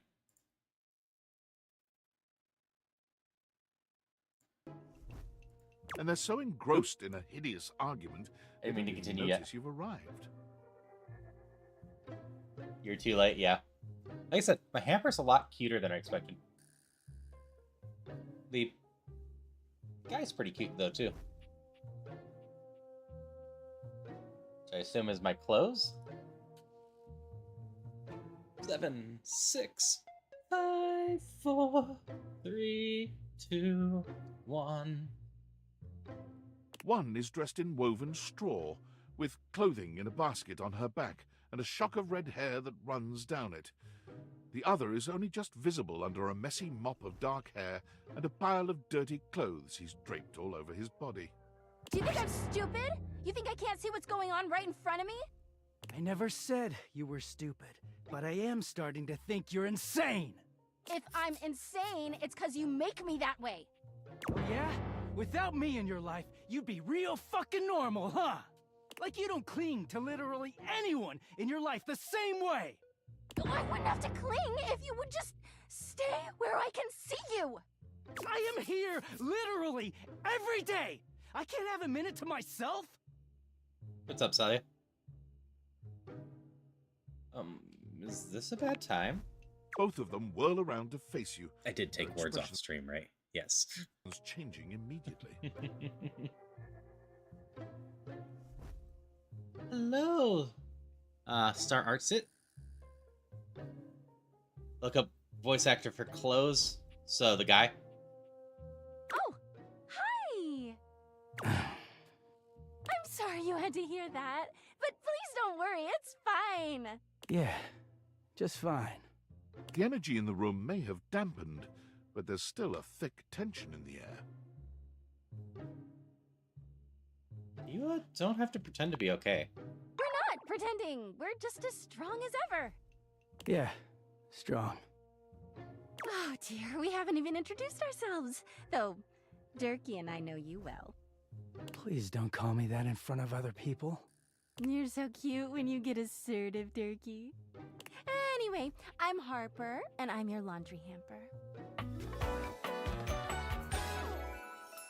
Oh. I'm Dirk, and I'm your dirty laundry.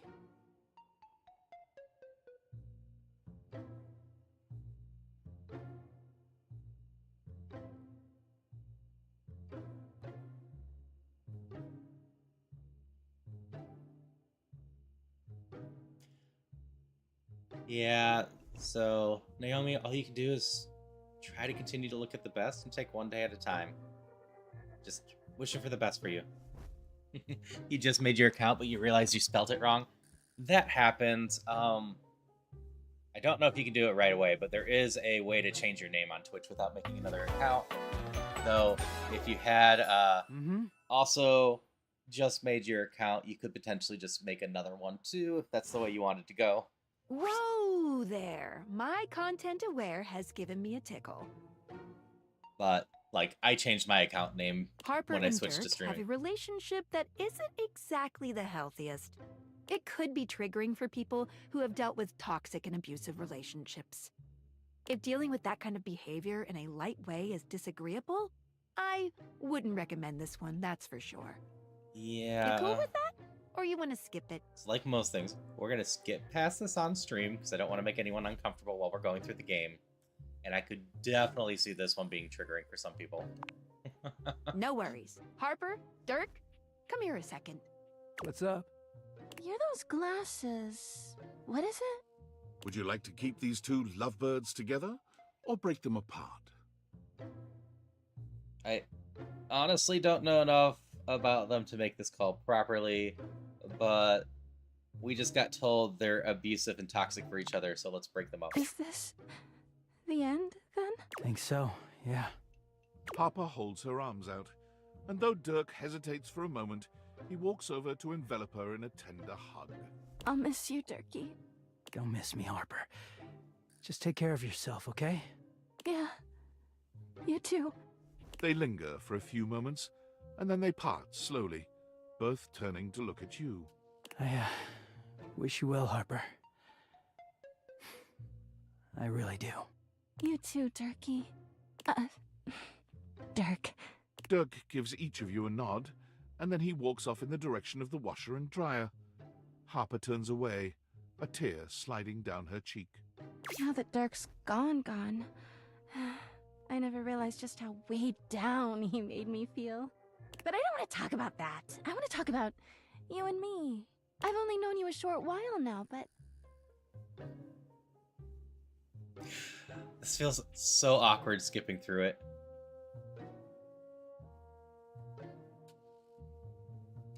Let's just be friends. Friends. Wait here. Harper doesn't even bother waiting for your response. She just leaves. Time passes unbelievably slowly. It feels somehow slower in this room. Just as you're beginning to contemplate leaving, Harper comes bounding back in. Look at this! She turns to show you her lower back, showing off a very bright and shiny tattoo. Judging by the redness of her skin, and the fact that you've never seen it before, it's pretty clear that it's brand new. Is that... It's a tattoo! To celebrate our new extremely normal, no lovey feelings relationship. I'm getting the sense that friends was the right call here. Rebel did it for me. They're great at it. She hands you a small piece of paper. Here, so you can get your matching one.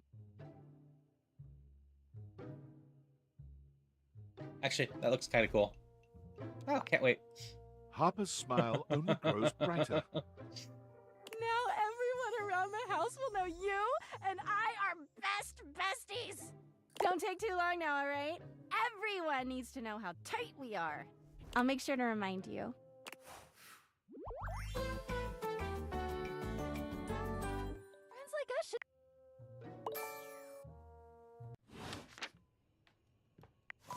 Celia wanted me to look up Dirk.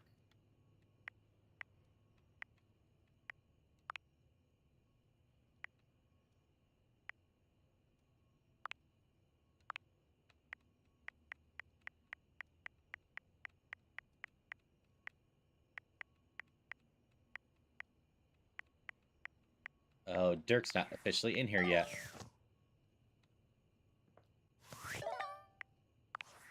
Ah, it's me, Tinfoil Hat. Are you there?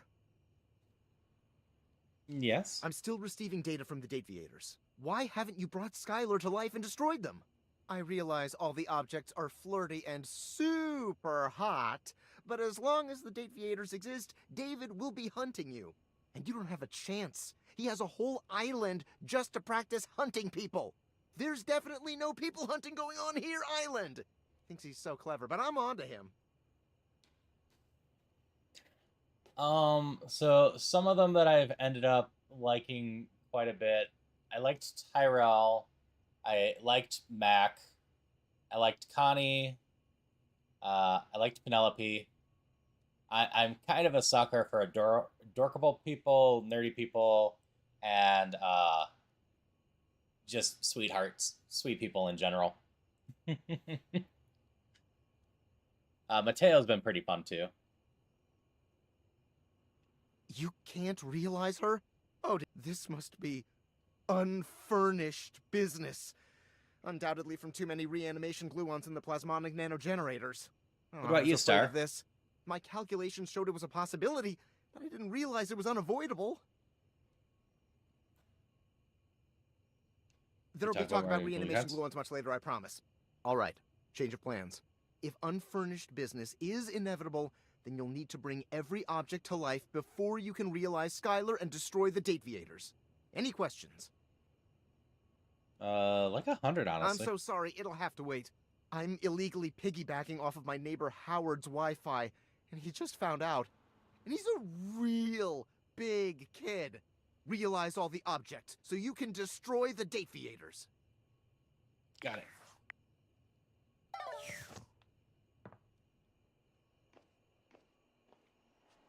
Let's see, Penelope's been resolved. Can't realize any objects yet. I still need to go befriend or make lovers or hate more for the sake of raising my stats more.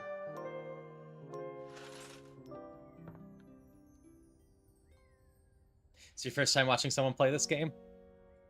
Yeah, I've been meaning to get back to this, so I finally am. Just kind of wandering around. I think I only have a little over half of them now. 54, yeah. 54 out of 100. So I still have a lot more people to meet for the first time. Let alone go through. Let's talk to my clothes and see if this is Dirk. An oddly familiar face greets you when you open your closet. Strange. Maybe it is? You could have sworn you've met before, but you're also certain you've never No, seen it this is. guy in your Just life. completely different outfit. What's that look for? This how you greet everybody? Look just like Dirk. Duh. It's me, Clarence.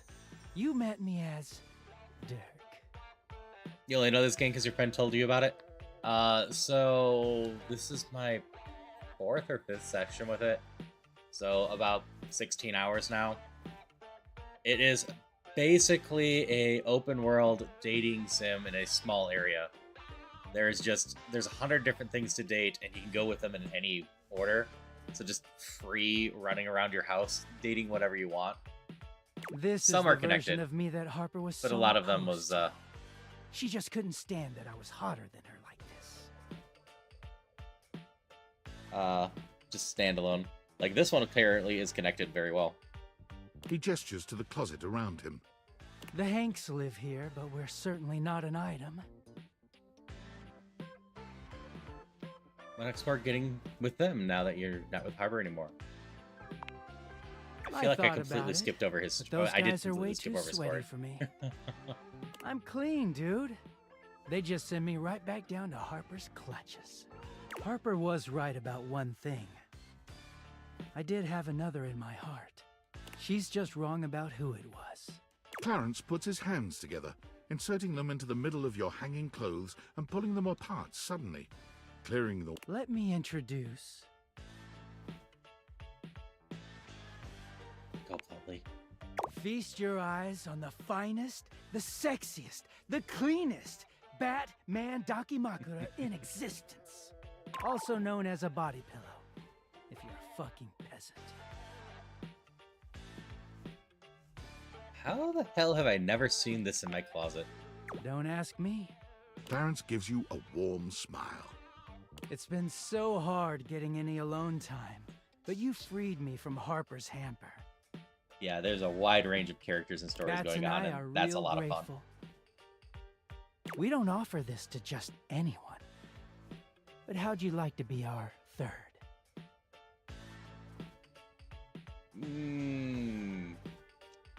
So, maybe if I had gone through your story, but I don't know you well enough. We're just gonna be friends. I mean, I guess I could use another friend. Hello, Ghost Kitty. How are you doing? What were you up to? Hello, cat. You're doing peak.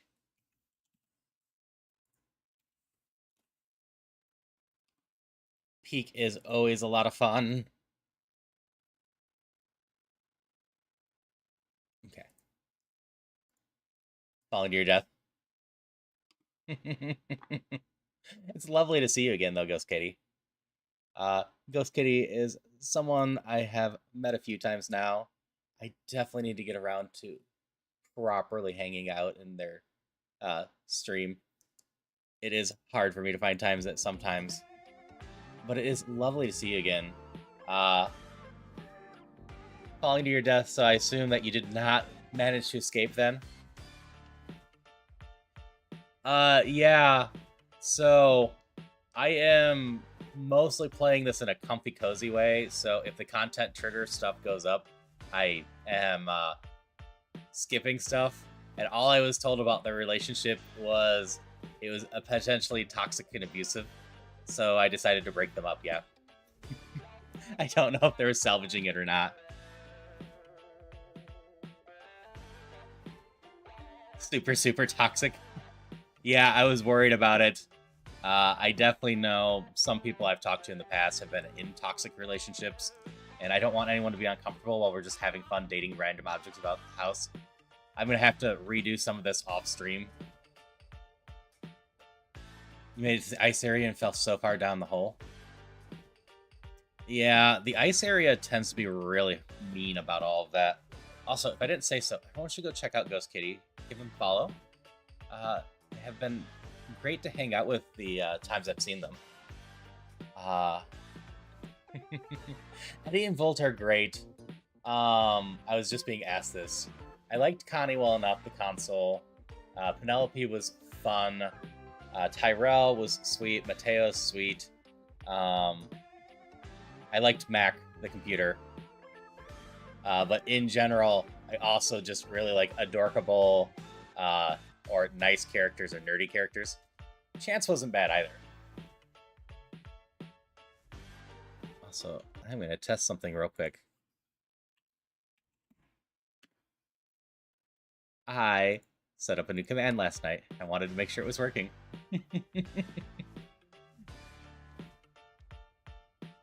This is mostly set up for if I'm playing something like Peak or Repo, where going into my whole steal is not amazing. But yeah, for anyone that doesn't know me, I'm Haru. I'm a non-binary variety streamer who does a lot of randomly reserves, roguelikes, and indie games.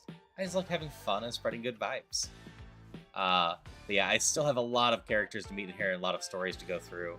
I have 54, and 8 of them have been skipped now? I really want to know what the duck story is, but I also was very afraid of what the duck story was for the purposes of stream. You can tell me what Harper's up to so Bats and I don't have to speculate. No.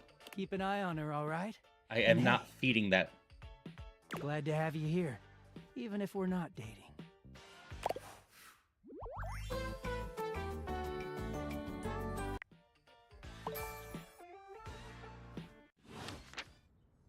I guess I'm looking for Clarence for Celia?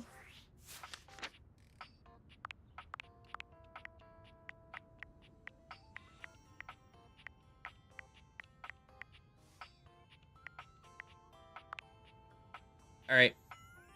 It is Bash the Stampede, Celia. Or some other people might know about Ichigo. You knew it?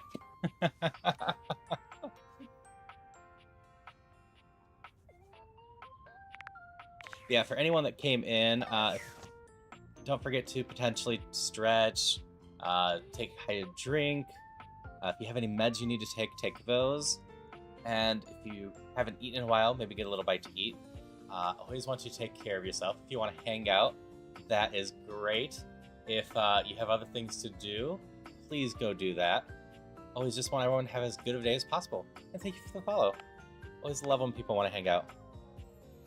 You still just know them as a singer of a band? Yeah, know him as mostly Vash the Stampede, Ichigo from Bleach, and a Power Ranger for a while.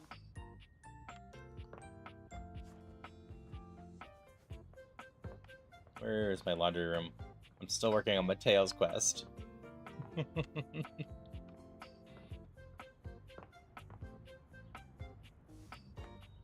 Yeah, the house isn't that big. I shouldn't get lost that often trying to get somewhere. Oh, you did this one today? No, this is someone different. 5 handsome himbos in colourful jumpsuits are flexing and chatting animatedly amongst themselves. When they notice you, they begin to buzz with excitement, all speaking in rapid-fire sequence.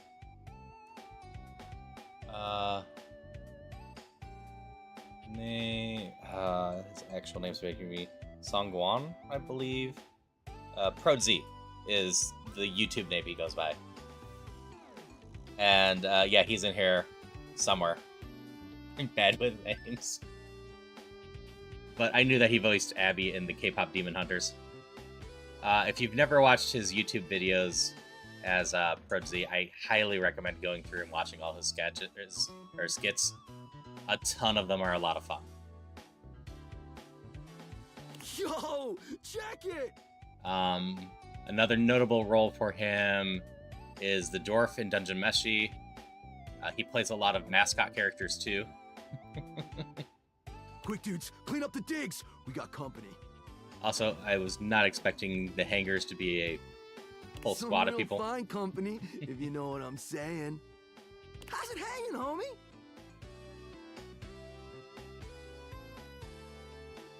Let's just go with the world is a bleak and unforgiving hellscape.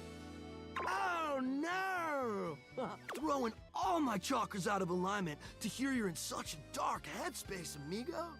But don't you worry none, because we're here to pump some dopamine into those veins, brah! I am not sure. They might be. Well, what are you waiting for? Slide on in here and take a load off. And, anything else you want to take off? Welcome to the Extremist Dojo in the Pad! The perfect place to sit back, chillax, and recharge your bats. Hell yeah! Are you flirting with me? Hell yeah, you're a snack, baby. Don't mind Hank number 3. His game is super cringe. Lucky embarrassing, Hank number 3. Right now, you're hanging with the wildest, dopest, gnarliest squad of bussin' athletes around, homie. The Hanks! Wait, so if you're the Hanks, does that mean you're all named Hank? Yeah. We're the Hanks! They're fun so far.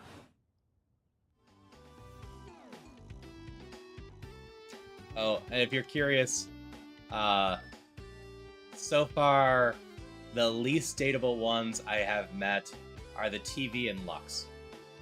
The light.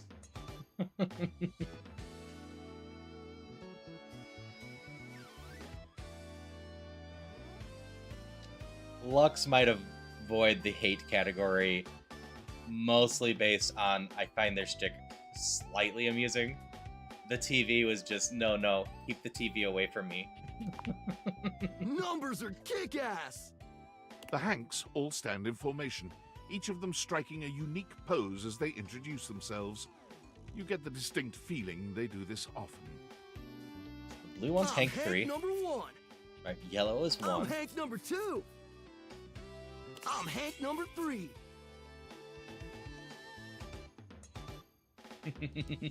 How about the Lux hate train because you're a passenger? That is totally fair. Lux is a lot and not really an agreeable person. I'm Hank number 4. And I'm Hank number 5. I mean, they all seem fun so far. I think that's the first time Five's actually said something. We're the Hanks! Aside from the unison talks. Brought to you by Red Bull. Do you play for Hoov's favorite ball team? Nah, they're the Hankies. We're the Hanks! Sure, it makes perfect sense. I have no clue to make of the so Hanks. Much sense? We're totally into sensuality. What are you guys getting up to in here? Seems pretty sporty. That's right. We're the wildest, most fearless, gnarliest squad You meant of two? extreme The one in the red? athletes in the house.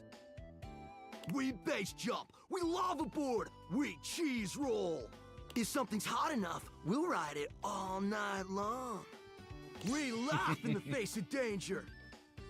Even though we probably shouldn't. We've tasted the adrenaline of them all. What's your favorite extreme sport? Hank gliding. It's like hang gliding, but with us. We're the Hanks. Man, you guys are just adrenaline junkies, aren't you? Oh, we're way beyond junkies, hot stuff. It's legit insane. But no cap, we live here with you. We're casa roomies, amigo. I always wanted roommates. Right. These guys are a lot, Life's but way more not in the way adventure that with bothers friends. me, like the TV or Lux. Or friends with benefits. That's why we partnered with Red Bull. There's many characters in this game that wouldn't work for you. Yeah. So, in general, I'm very personality-based for my likings. As I mentioned, I'm completely loyal to Celia, so my choices in this are completely fictional. I am partially just going, could see it in a different world. So sure, with a lot of the characters that I'm choosing the lovers route with. Red Bull's our sponsor, brah! What's that? Some kind of energy drink? No, dude. But it's a company that I makes tend to just Red have fun with Bulls. the stuff like this and just kind of go on whims.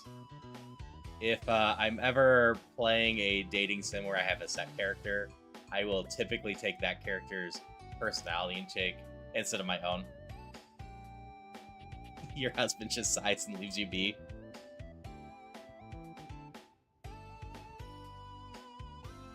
That is fair. Yeah, mostly I just have fun with these. I would absolutely want a stronger connection and a better get to know you before I would ever consider, you know, the proper lover's route the game's taking me. But as just a game, I can just lean back and have fun with it. And that's totally fair, Naomi. I might be on the spectrum of Demi, but I'm not pure Demi. Like I said, personality connections are, in general, more important to me than a physical attraction, but I do still have physical attractions. For like cereal or soup or whatever. That's why we get so many free Red Bulls! Don't know exactly what to do with them all, but we'll figure it out. Does explain all the Red Bulls. And they're not just a sponsor. They're our fam. They fuel our adventures. They provide our wicked gear, get our exploits killer exposure, and provide the best medical support when things get gnarly.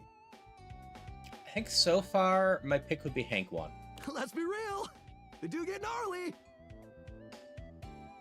Hank 2 is definitely a good, slightly calmer If by gnarly you one mean to make the dope joke AF. work, though. Wait, what happens if things get gnarly? Gnarly just means awesome. Things are always awesome when you're hanging out with The Hanks? the Hanks. We high-key love it all, homie. And you're what, like a hive mind or something? Hive mind? You know, I don't know. Not a lot of time to question that sort of thing when you're too busy living the most extreme life possible. We're the Hanks! Sounds exciting. You love these guys, Havelock. If you're around, I should go run and play with Speaking of the which- character I said was you. We were just about to head out for a little Hank gliding. I was having fun What do you think? flirting with the character that's you. Wanna With come? no chance in hell I would ever go through with it. High-key slaps, homie. You in? Okay, but how high key is just a slap? It's goated, bro! What do you say?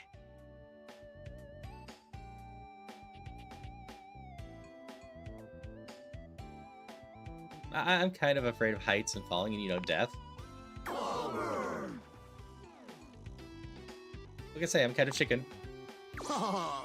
But even chickens can glide. Oh yeah, this game has a ton of puns, Havelock. JK, we You get could it. potentially have a lot Just of fun met with it. us. It's totally chill if you don't want to rip with the squad this time.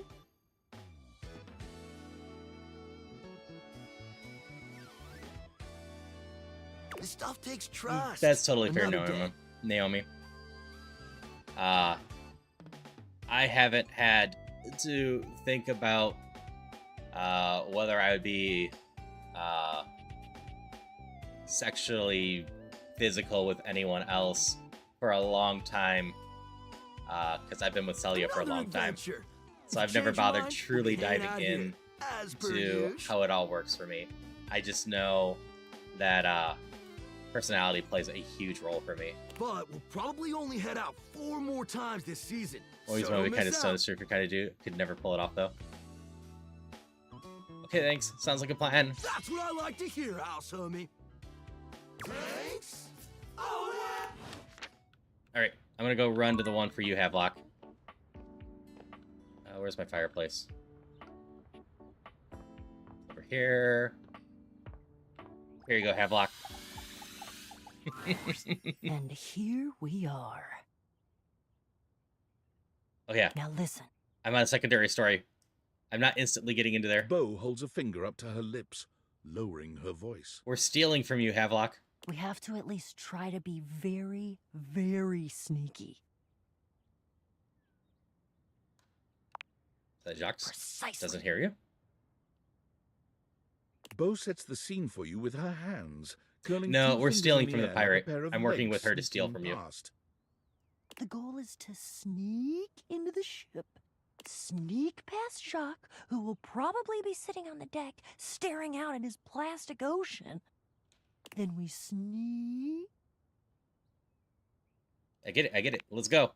I love your enthusiasm. Ah, going on a great quest with a great companion. Oh, it's the best. Oh, also. She sounds here, familiar. Take this. I haven't looked up her voice. She holds out an extension cord to you. It's wound in a circle, just like the whip Bo carries. Oh my god, this is cool. It's just like yours. I made it for you. I figured since we're going on the great quests, you're gonna need some kind of a weapon. And I figured that something that doubles as a tool would be useful. And also, I don't know you well enough to trust you with a projectile. So, extension cord whip it is. Alright, what's the next step? We're looking for the secret sword. I have to be truthful with you that I only have anecdotal evidence for what it looks like. I read in one source that it's massive and gold and has a great big tassel on the hilt. Then I read in another source that it's actually just a stick, a little piece of driftwood that washed around in some huge river for hundreds of years until it was worn small and straight and perfectly smooth. No. This game is stupid loaded with voice actors. All of the times that I've tried to get this thing for myself, and I've only been in the hold once. It was there, but Jacques had some sort of tarp draped over it. Sadly, Erika Ishii was one of the people I had to skip. She plays the role, or they play the role of the sex toys. I think it was a cocktail napkin. It had like a little neon pineapple on it. So I don't know what it looks like. Oh, it all adds to the fun. I can tell you. Brennan Lee absolute Mulligan certain, though, is a we will board know game it when enthusiast. we see it. Whatever it looks like, it will be perfect and spectacular. Okay, in we go. Jack draws his cocktail There you go. sword with a snarl. There you go, Havelock. Stop! Right there! You insolent! Oh yeah, it absolutely trespassing fits repeat Erika. offender! Tulip from Infinity Train.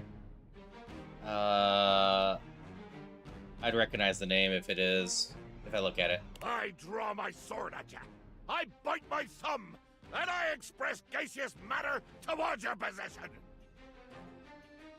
I love the fluffy bird on the Well, pirate. shit. Hey everyone, let's just calm down. Calm? You dare open your tag-along mouth to tell me to be calm?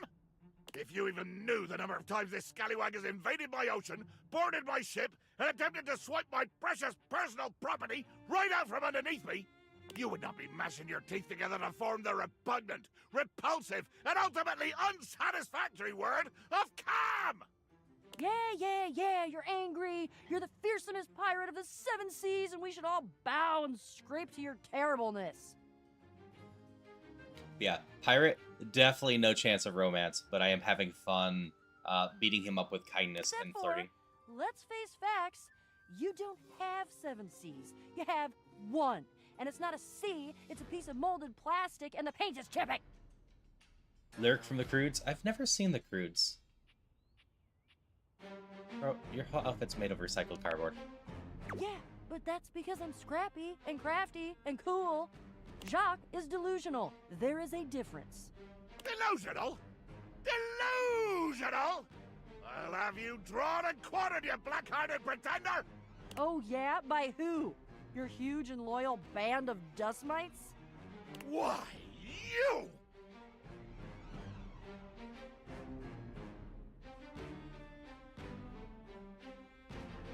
Nah, I can't resist. Fight to the death. Ha ha! And now we have the blessing of this young newcomer. I already know the to do our pirate won't damnedest actually to destroy each other. do anything. I had tried to get the pirate to kill me, or Jacques to kill me, like 4 times. What a lovely day this is turning out to be. Oh, bring it on, Pipsqueak! I hope at least I get a few fun shots in before I crush you by accident. How dare you impugn my stature? Yeah, like I wasn't gonna go for the lowest hanging fruit in history. I'm a rapscallion, not a moron! Pow! A blow to the ankles. Shriek! A slicing swing to the hip. Debilitating you and bringing you crashing down to one knee. You pant. You beg. But I can see the fire of rebellion still burning in your eyes. And so, whammo! A down thrust with the force of a hurricane rains upon your shoulders, pounding your one supporting knee further and further into the unforgiving wood of my deck. Jux is a pirate.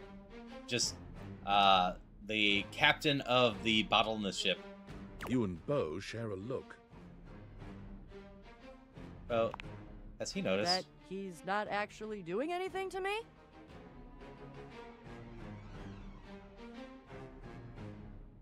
You're not panting or begging. Yep, I know. Best to just let him tire himself out, I think. Jack continues his little tirade. And this is why I was ranting having fun mostly to just himself killing at this point. Jack with kindness. Because Jack does not actually attack you, just goes on I rants. dance around your prone and bloodied body, calling down the righteous rage of the gods upon this would-be thief, this erstwhile criminal, this embarrassment to the designation of legitimate illegitimates. I crush your fingers one by one under the heels of me shining boots. I bathe in the glory of your anguished moans. Wow, he's really got away with words. You know, I think I heard somewhere that he wrote a book of poetry at one point. Maybe once this quest is over, we can try to find it and stick it up on the refrigerator in the kitchen. Well, we better stop him before he passes out. Yeah, let's change the channel. Yup. He's kind of a collection of stuff that might be collected in bottles. Because I've definitely, when I was working at the thrift store, had people donate bottles full of buttons and thumbtails and whatnot, and more so jars. Also keep screws in a jar. Kind of, that's what he's a collection of, just things people might keep in jars around the house. Jack pointedly ignores Bo, placing his hands over his ears. I cannot hear you. All I hear is the cries of my defeated enemy. Oh, music to my ears. The sword! Right! Yes! Oh yeah, the pirate duck is amazing. Begging your indulgence. I think if they make a plushie from this, the pirate's familiar would be the one to do. Why I request the great gift of the loan of your sword. I wait with bated breath. I'm sure you know the sword is ancient. Nobody knows exactly when it was created or by whom. If I understand my research correctly, Jacques, it just showed up one day in your hold. Since we are now discussing something about which I care, I will deign to answer you. That is correct. One day, I awoke to find the sword in my hold, gleaming and sparkling in the early morning ocean light. The sword, ancient and glorious as it is also the only known key to defeating the fearsome Isolde. Blow me down. You lie. You must lie.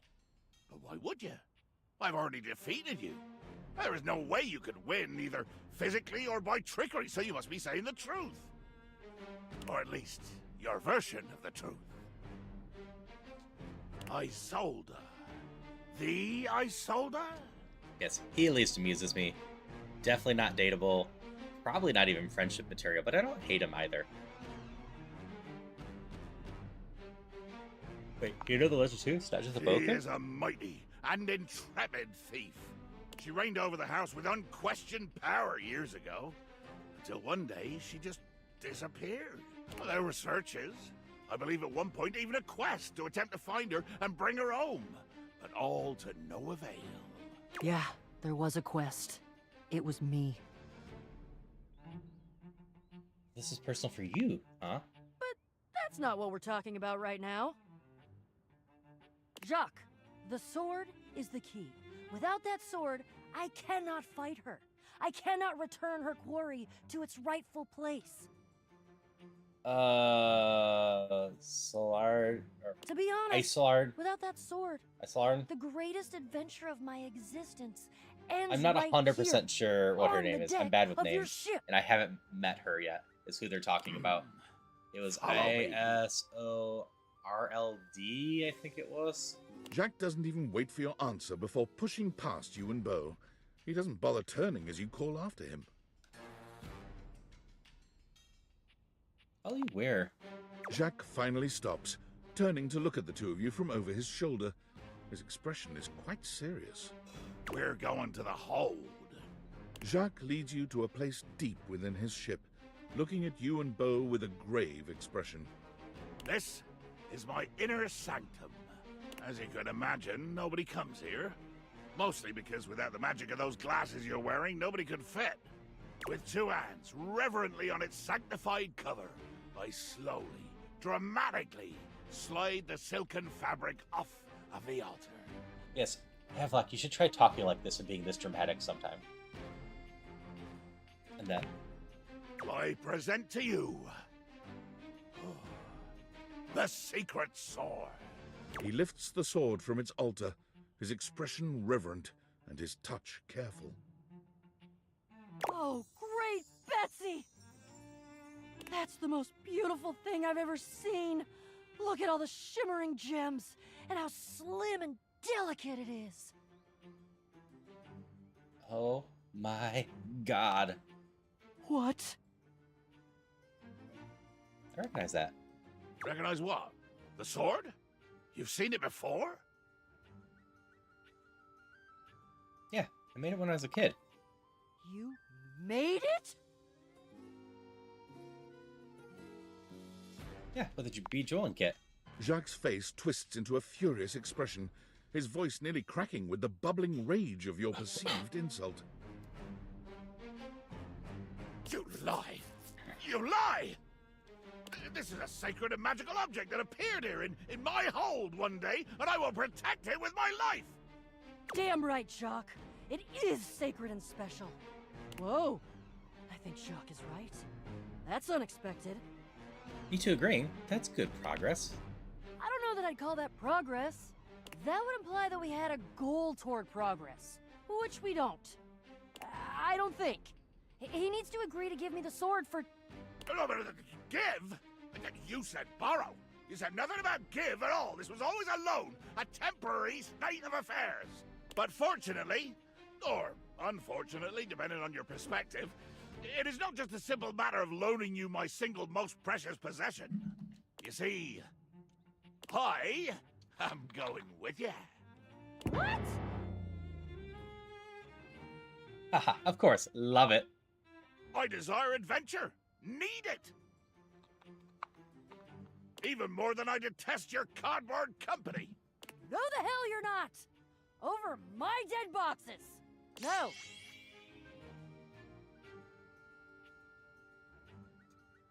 Seems this quest is bigger than both of you.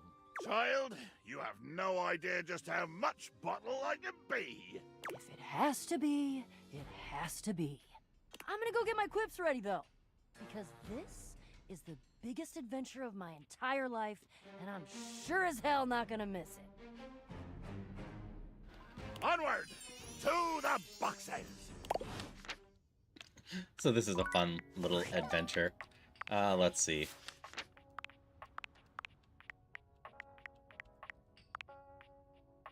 Yep, it's Tool Up from Infinity Train. Like I said, I would recognize the name, I just couldn't remember the name.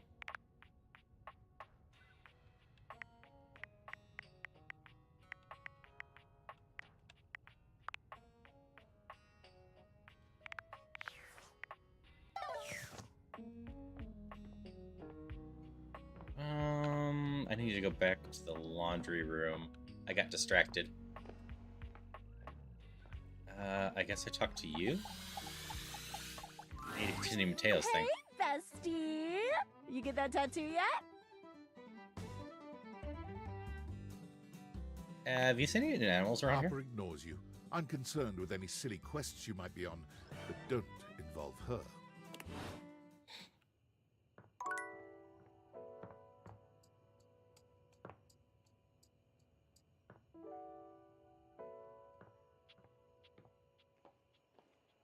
have been denied.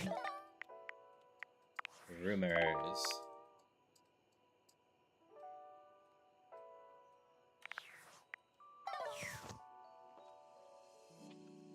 So I'm assuming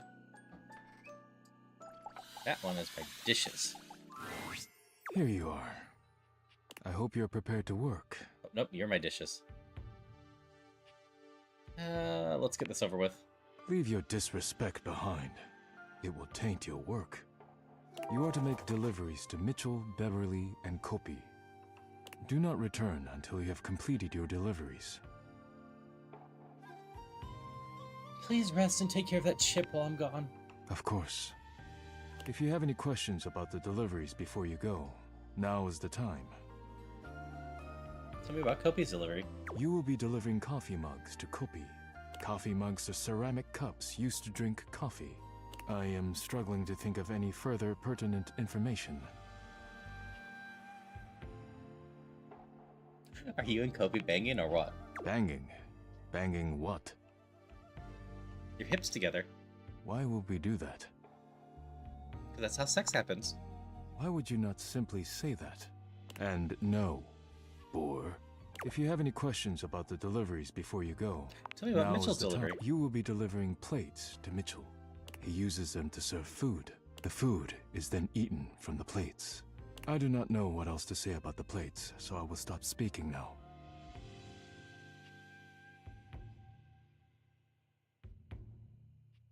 Take care of his ways you keep delivering to him. He does indeed.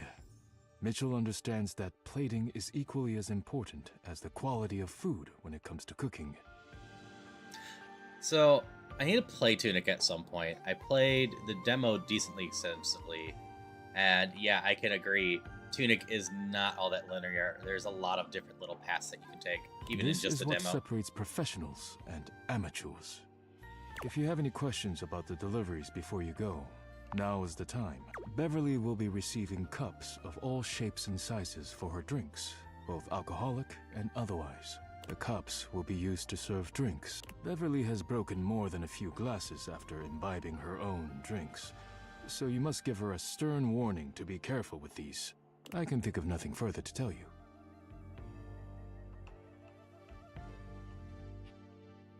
Who hasn't broken a cup or while drunk or sober? Disgusting. I bet. I break dishes sober. Stop. Just stop. If you have any questions about the deliveries before you I'm good. go, now I have nothing more to tell you. You may leave now. Could say something sweet. Sugar. Go now. Missing the point, but alright.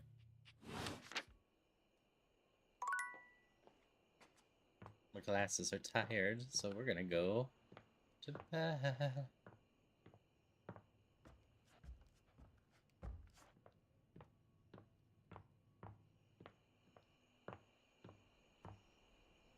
What? When you bought this house, you heard rumors the place was haunted, but you never paid it any mind. But there's no question that the spirit floating before you is a ghost. She looks like she came straight from the 80s, her clothes as dated as her skin is translucent. Her eyes lock onto yours, and a chill runs down your spine. But where you feel a tingle of apprehension, this ghost seems elated. Oh my god, oh my god, oh my god! Hi! Hi. I didn't know there was a ghost to be dating. Boost! Oh, my content aware just gave me a scare. Zoe is a sweetie, but you should know that her story might contain some descriptions of violent acts. You cool with that, or you want to skip it? You know what? That one sounds okay. Great! We'll see how bad that is.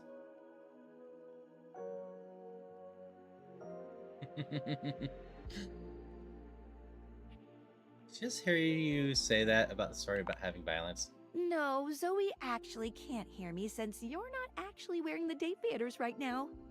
Ooh, pretty wild stuff. Bye! Hi. Hopefully this doesn't go too deep and whatnot. But violence, probably just talking about her death, should be fine. I am playing a mature game. Oh, holy cold front. Who the hell are you? Cold front! You can feel it? Yes! I'm very cold!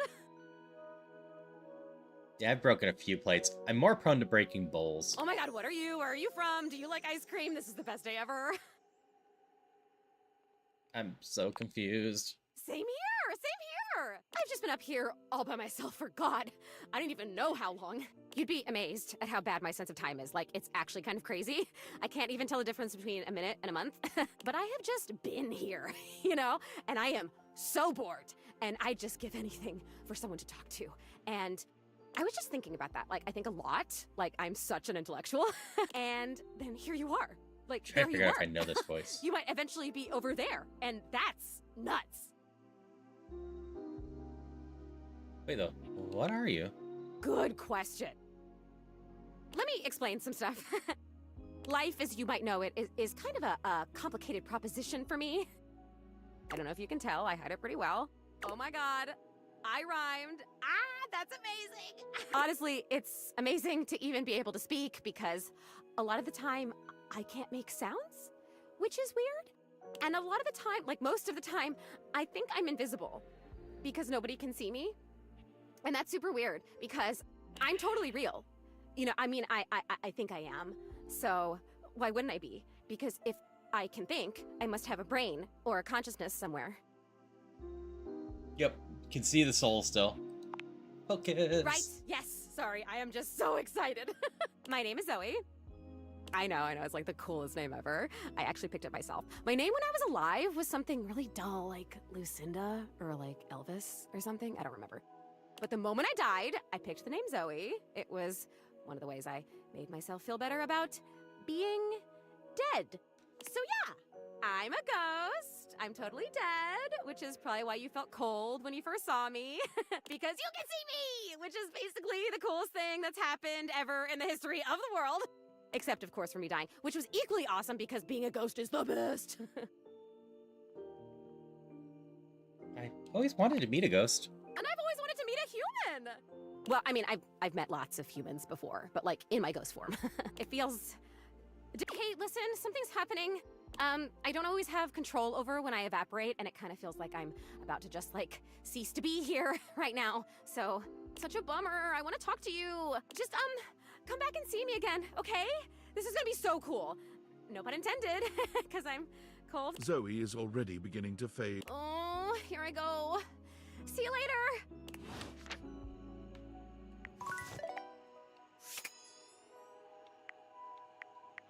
Data decks.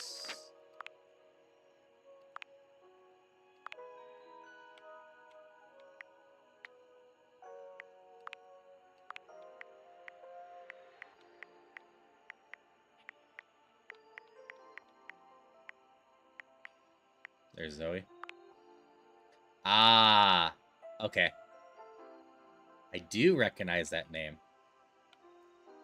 Tiny Tina from Borderlands, Aloy from Horizon Zero Dawn, and a lot of other fun voices.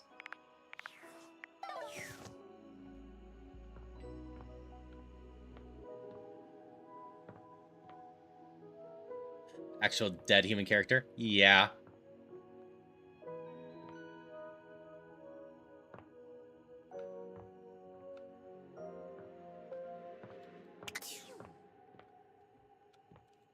I found a ghost randomly. I saw it glowing, so I tapped on it.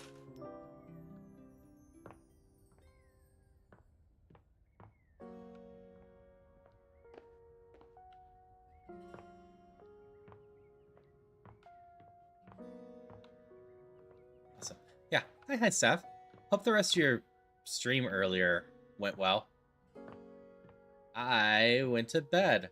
Oh, also, my ads are about to start, so I'm going to run those, and then we'll do just a bit more of this. I potentially have a collab at 7, so I do want to take a break, so I'm probably not going to push it too much longer, but I'll probably go for at least another set of days here. But let's get the ads out of the way for now. Let's see if this round of words goes any better.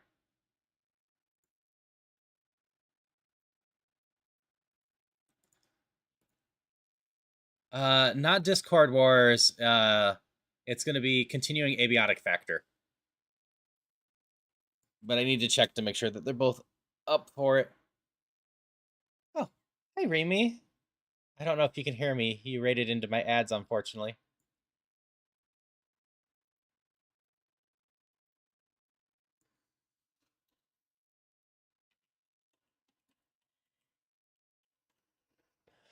But yeah, I've been wanting to play Abiotic Factor for a while, and then the 1.0 happened, and then managed to line up with Nevi and Volmini for it.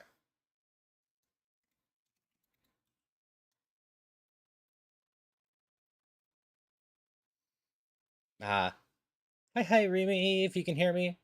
So Remy is doing more Battlefield 6. And that's the beta. Join and in them ads. Okay. I will wait for the proper shout out until after the ads.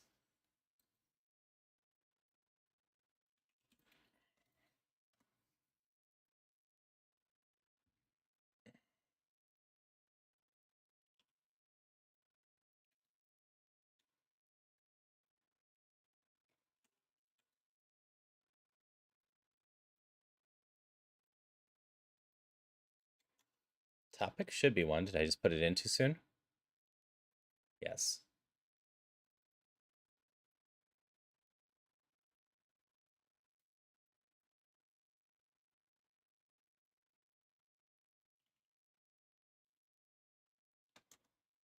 Pock is apparently a word.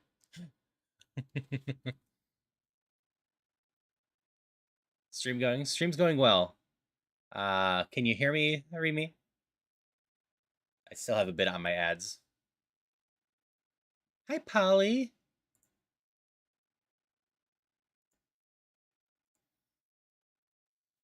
So, Remy's someone I've been getting to know recently. She's fun to hang out with. We've played a little bit on stream and talked a little bit on stream now. Been doing Battlefield recently. And just is a swell person to hang out with. So do go check out Remy. For how my stream's going, it's going pretty well so far. Been working on dating a lot of new people, meeting some new datables, some that are a lot, some that are kind of cool to hang out with. I hope you're doing well, Polly, as well.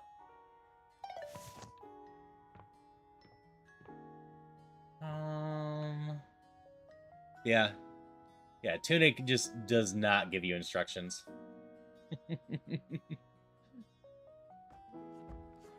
So I've been asked that a lot. So some of the ones that come to mind are Mac. Actually, I could do this. The data dex has a status setting.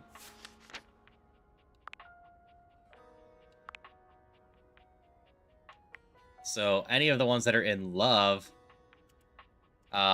would fit in there. I did enjoy the Eddie and Volt storyline, and like Eddie's a fun guy.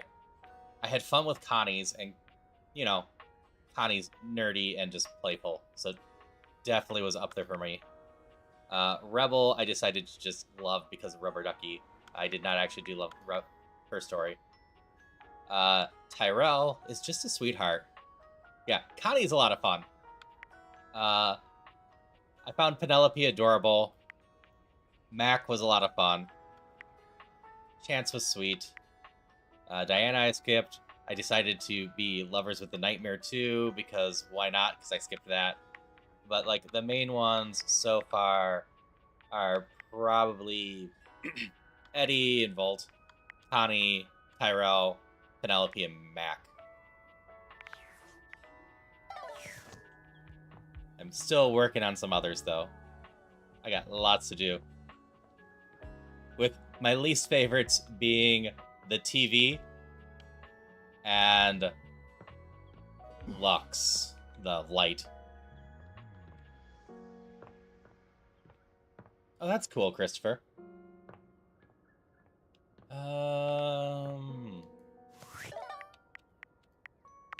trying to find some of the new ones. Under the couch lives a pine lady. Top the washer. Let's find some new people.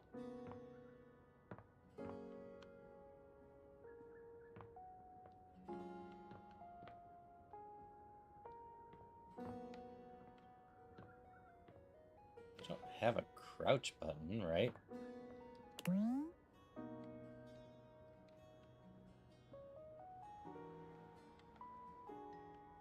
Have I even met the couch?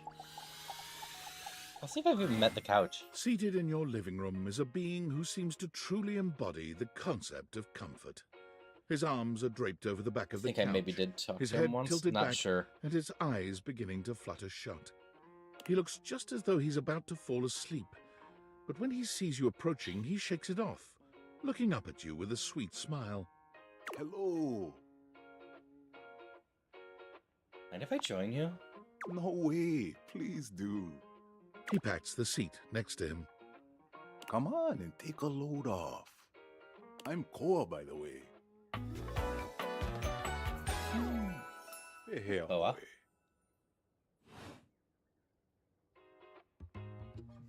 Nice to meet you.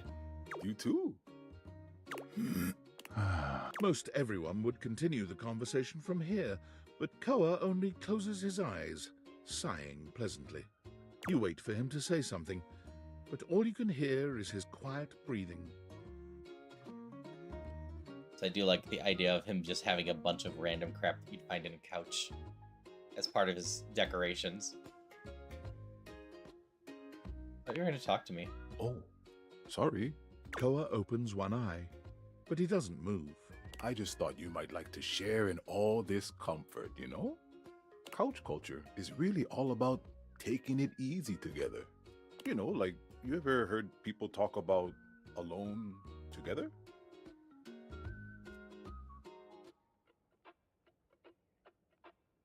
Yeah, love that. Right on, right on. You get it then. I wish more people understood the beauty of alone together. It means you can be at peace with another being without even saying a word. It means not forcing a conversation or an activity between the two of you. It means just enjoying the moment without any expectations. Polly, since you're here and you're one of the people that does my outfits a lot, did you see I have an entire catalog of them now? He sighs pleasantly, closing his eyes. Guess I'll give it a shot then. Beautiful. You'll see. Koa breathes in deep, sighing pleasantly. When he relaxes, the entire room seems to relax with him. You find yourself growing sleepier alongside him. You're not sure how much time passes as the two of you sit side by side in companionable silence, but it's certainly a good while. Thanks for keeping it chill, buddy. This was real nice. If you look at my redeems, Polly, my outfit redeems have been replaced with a single redeem, and within that redeem is a link to a document that has every single one of the outfits you can choose. Got something I want to give you. Whoa, free money! It's not free, it's your money. You know, in couch culture, we're not big on expressing ourselves verbally. We prefer to let our actions speak for us. And a gift like this, it's just a way of honoring our friendship.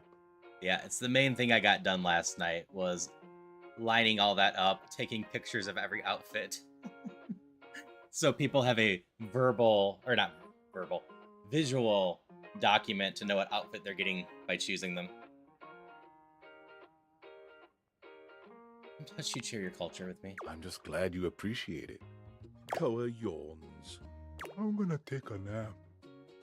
Feel free to stick around as long as you want, alright? I'm just so comfy.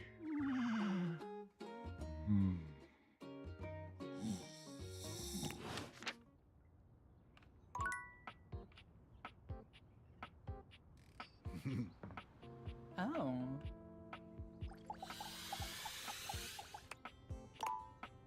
don't want to talk to him. I see, Pally. I'm playing this via Steam on PC. Most games I play are on Steam with a on PC with a subsection of them being on my Switch. I do have a PS5, but I don't have my capture card set up to it, so I haven't played anything on the PS5 yet. Though logically, some of the higher end games I should probably play on that instead of my PC. My PC tends to get really hot with my avatar and whatnot going on. Oh, hi. Welcome to the Tipsy Tumbler. What can I get for you? I'm actually here for delivery. Delivery? Oh, you must be talking about the branded rocks glasses I asked Daisuke to get me.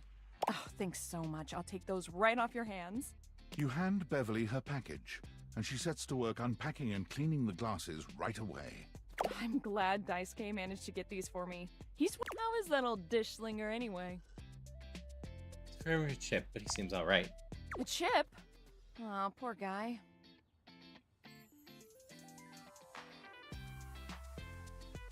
Oh yeah, she's got a lot of fun design That's going the on. last thing he needs.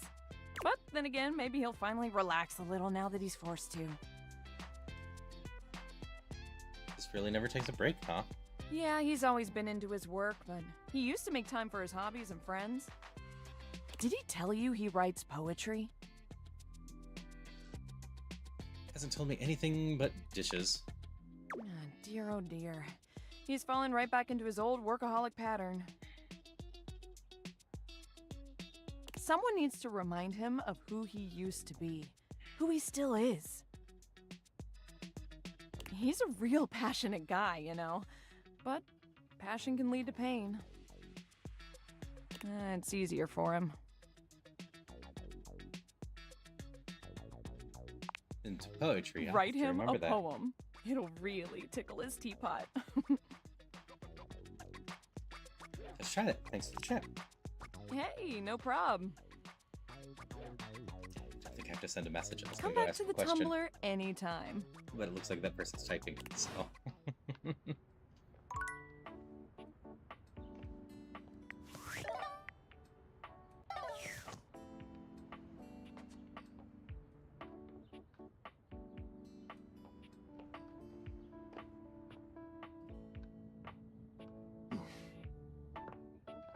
So I skipped the duck. Can I actually get the tattoo?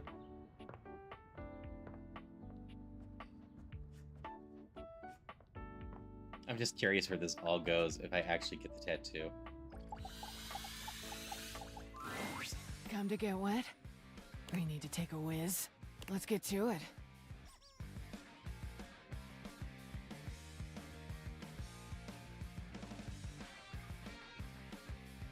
How's the whole being friends with everyone going, I guess? Honestly, not bad. I've been able to double my stats just by being kinder. Stats? Like sex stats. Gotta keep your stats up. Okay, there was no tattoo talk there.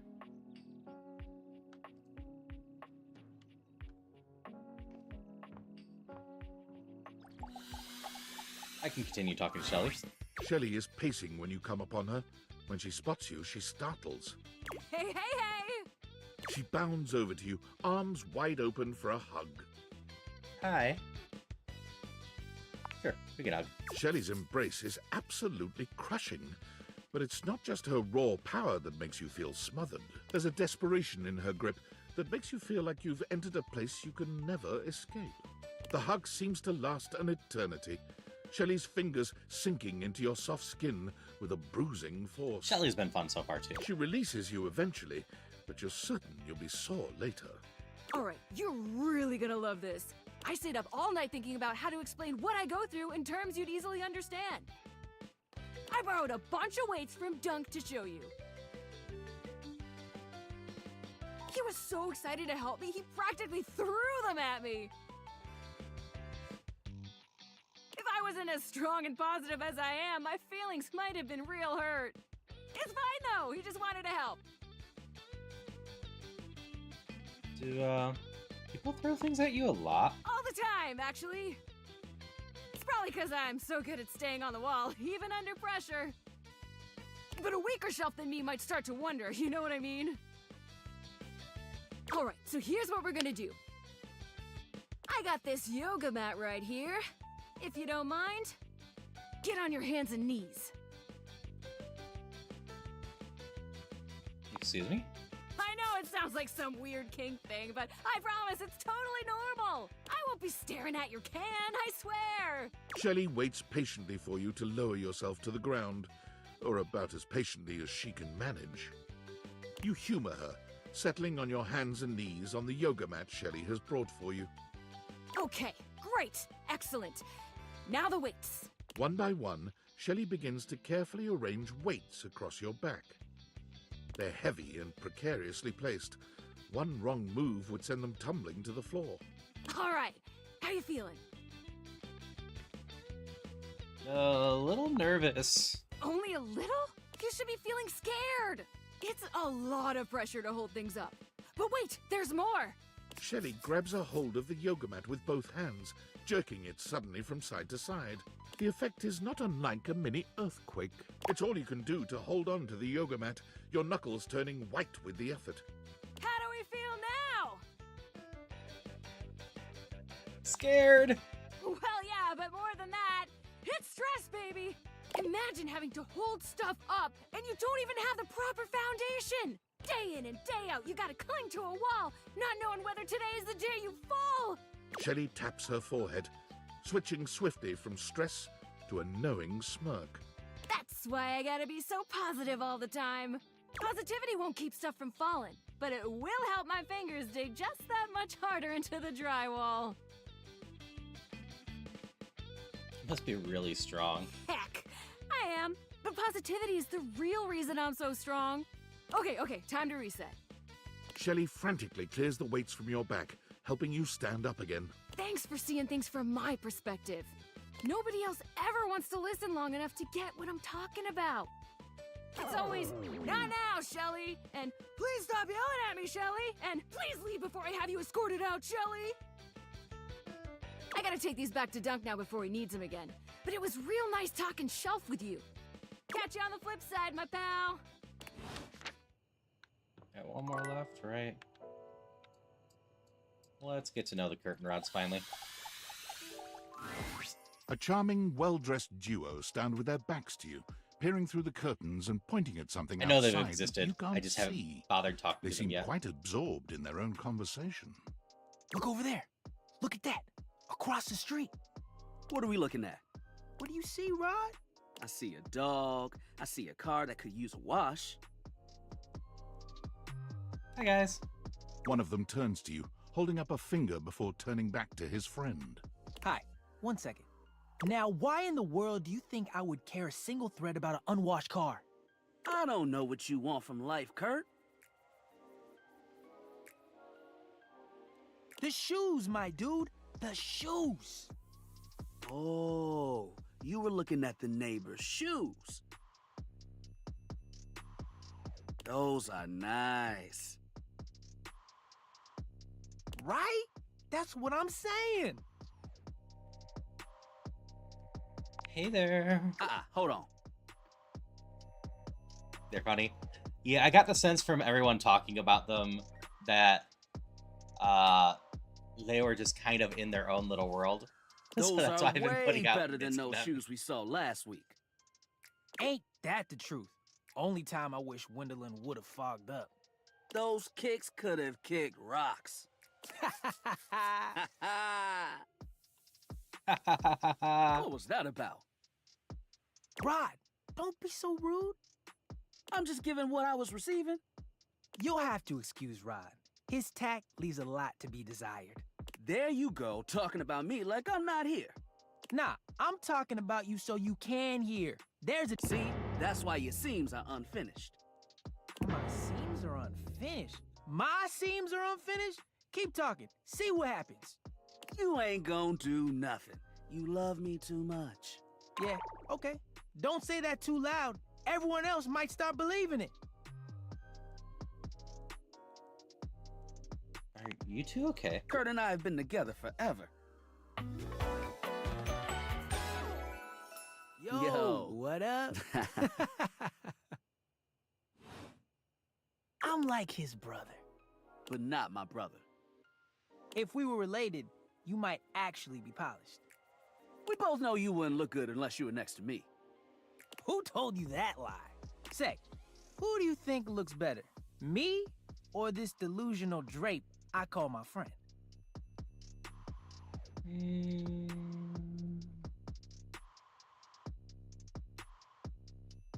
know what? I think the answer is you both look good. Lame. I know it's me. That's fine. It'll be our little secret. Don't even try to make them lie. They're just trying to make you feel good. I'm the fly one. You're both fly. You don't have to be so mean. One thing you gotta realize is that we aren't mean to each other. Nah, this is my homie. For life. We're just a little shady. Yay, pun. I don't... What? Being shady isn't always a bad thing. Oh, to the contrary. I'm shady all the time to Kurt. Why? Because I love him. So this is like your love language? I guess you could say that. Yeah. But we have rules. Oh yeah. You must throw shade appropriately. What do you mean rules? There are 5 rules to throwing shade. First off, you have to know the person. Sure, you can be shady to folks you don't know, but that is just me. Wait, we made fun of the new mail carrier just the other day. That's because they were wearing that uniform with open-toed sandals. With socks. Oh yeah, they asked for that one. This rule is one of those, do as we say, not as we do things. Unless we ask you to do it with us, at which point you better come correct. Which brings us to rule number 2. If the roast ain't hot, you're toast. The shade is all about the laugh at the end. Maybe even a strong guffaw. A guffaw?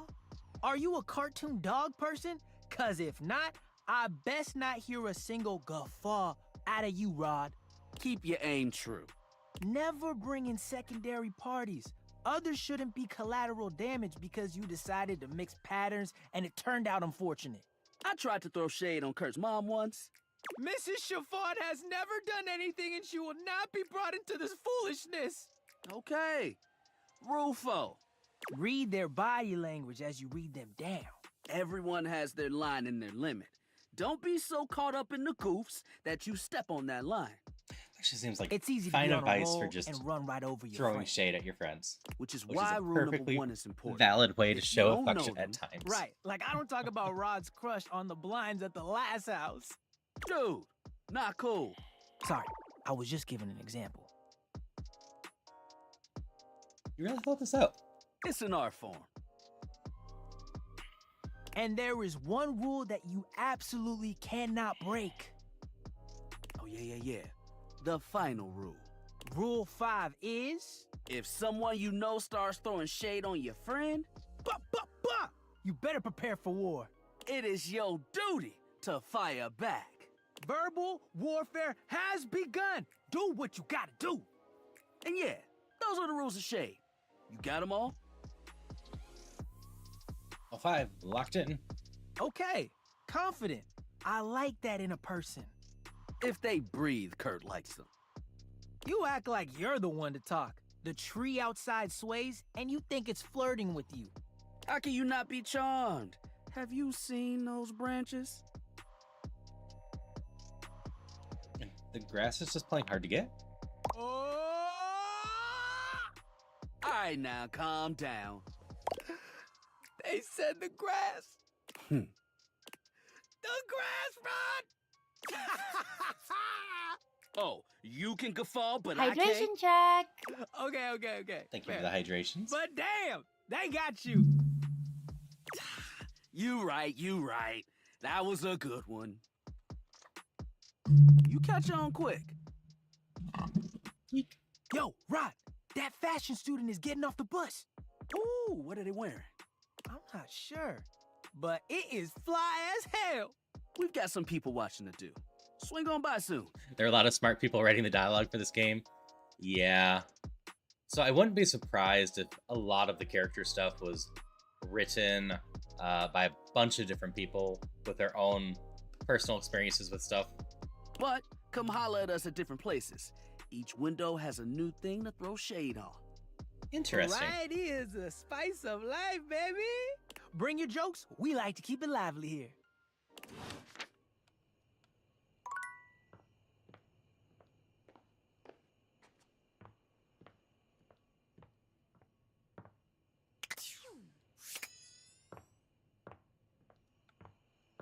You are here. Hey, you came back! I'm so happy you came back. Being up here in the attic, it feels like people only come up for little bits of time and then... Rod and Kurt, your favorite so far? Oh yeah.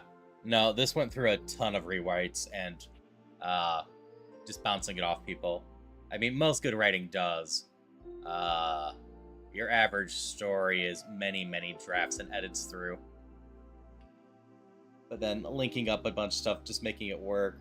There's a lot of good writers on this, and a lot of great voice actors on this. Try to leave as soon as they can, because, I don't know, for some reason, a lot of people think attics are scary. I've never felt that way. For me, it's like a playground up here. Yeah, a lot of people are afraid of things in attics. Like what? Like spiders. Huh. Yeah, I guess that makes sense. I do wish people would stay longer, though. Even if they can't see me, it would be nice just to watch them. Like human TV. Jeez, I wish I had a TV. Hey, now that I'm thinking about it, how can you see me? I was wondering when you put that together. Yeah, I mean, I used to watch you move boxes around and search for that same amazing Christmas sweater every year. Though you have stopped coming by lately. But you've never even looked at me before. Like, through me, which is cool, but never at me. I have these cool glasses called Datavaders. Whoa, awesome! Tell me everything.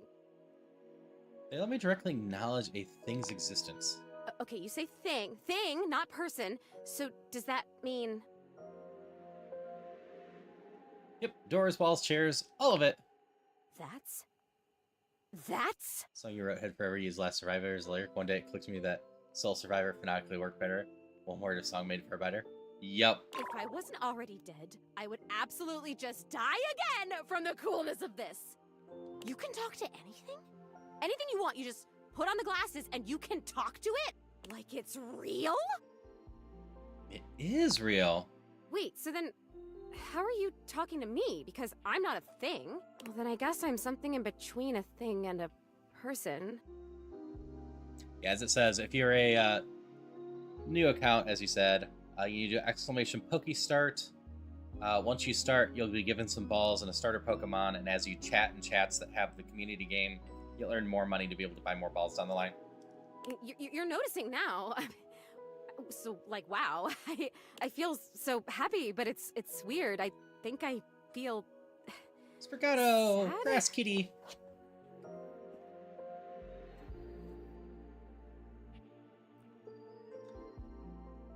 Necromancer is the person that actually raises the dead. So, giving her life, because as far as I can tell, when we realize things, we give it life. I would argue we are instead like a cleric to Zoe. Unless she comes back as a zombie, then we are a necromancer. Why do you feel sad? No, it's okay. I don't feel sad, though. I felt sad a lot when I was alive, but since I died, I've just been mostly happy all the time, and I haven't had to think about the stuff that used to make me so sad. I think there's something about being a ghost that makes things harder to feel. Like, sadness can feel so heavy sometimes, and if I can't even lift the latch on the attic window, how am I gonna lift something as heavy as sadness, right? It would just fall right through me. That's kind of funny. I guess that's funny. That is funny. Good to hear. But your glasses, this idea that you can talk to anything, to anybody, like, does it feel like you have friends? What does it feel like to have friends?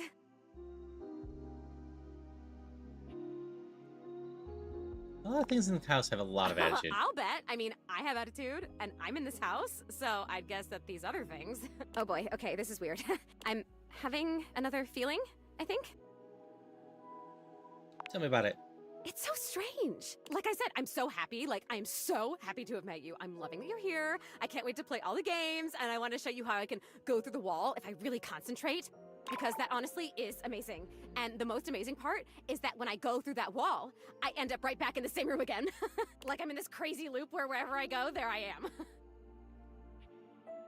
Oh, so you can't leave this room? Nope. But I want it. What's it? I want what you have. I want the glasses. Okay, here you go. Really? You won't be able to wear them, so it doesn't matter. I can't take them. But I really thank you for trying. Maybe I want to talk with these others around me. Maybe I want what you have. I want to have friends too. Are you saying that you're lonely? Oh my god, that's it! I am lonely! And if I could have all these friends, why did I not even know they were all here? You know? They can't see me because no one can see me because dead. And I can't see them because I don't have the glasses or because, again, dead. And I'm lonely. It's tough stuff.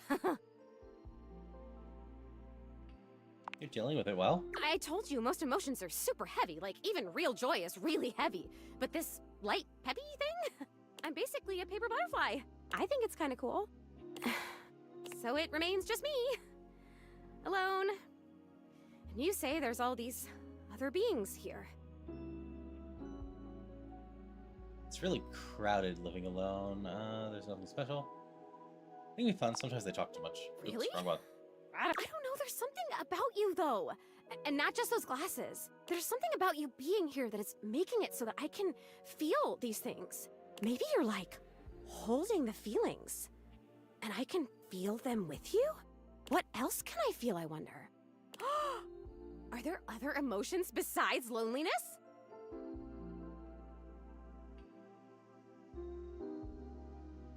Hell yeah, there are. We can make a list and feel every single one of them. That sounds like a great idea! I have mastered loneliness already, so that's good. Oh wait, this is terrible. Help me. Please help me. So why are you crying? I am so... Oh, maybe I haven't mastered this one. I didn't even think a non-corporeal being could cry. Have you ever seen anything this crazy? I feel crazy. I'm so lonely. Oh, it's happening again. I'm gonna disappear. Oh, I wonder if I'm still gonna be crying when I come back. You're gonna come back, right? I still want to feel the feelings. Once again, Zoe is fading before your very eyes, but it doesn't stop her trying to speak to you. Yeah, we were told about violence, but And I have so much to show you. this is sad. I can turn somersaults in midair.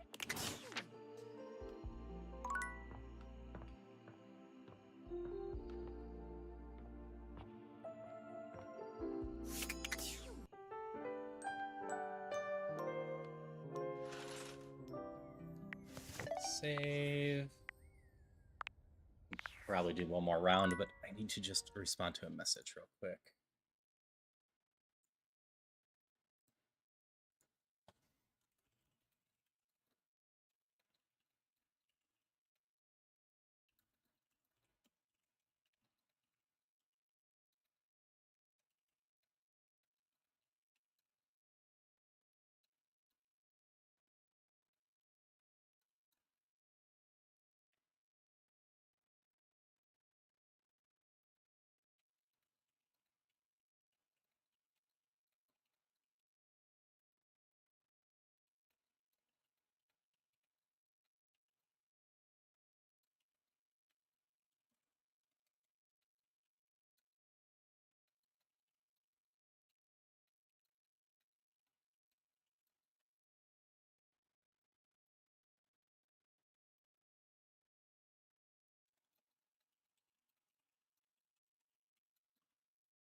Okay. Answered real quick. Who do we want to talk to? Let's do it Bye. Go away.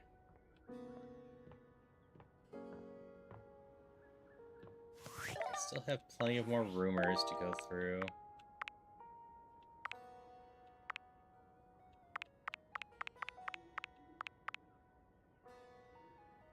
Haven't talked to the washer yet, huh? Or the sink. Oh, the sink was a lot.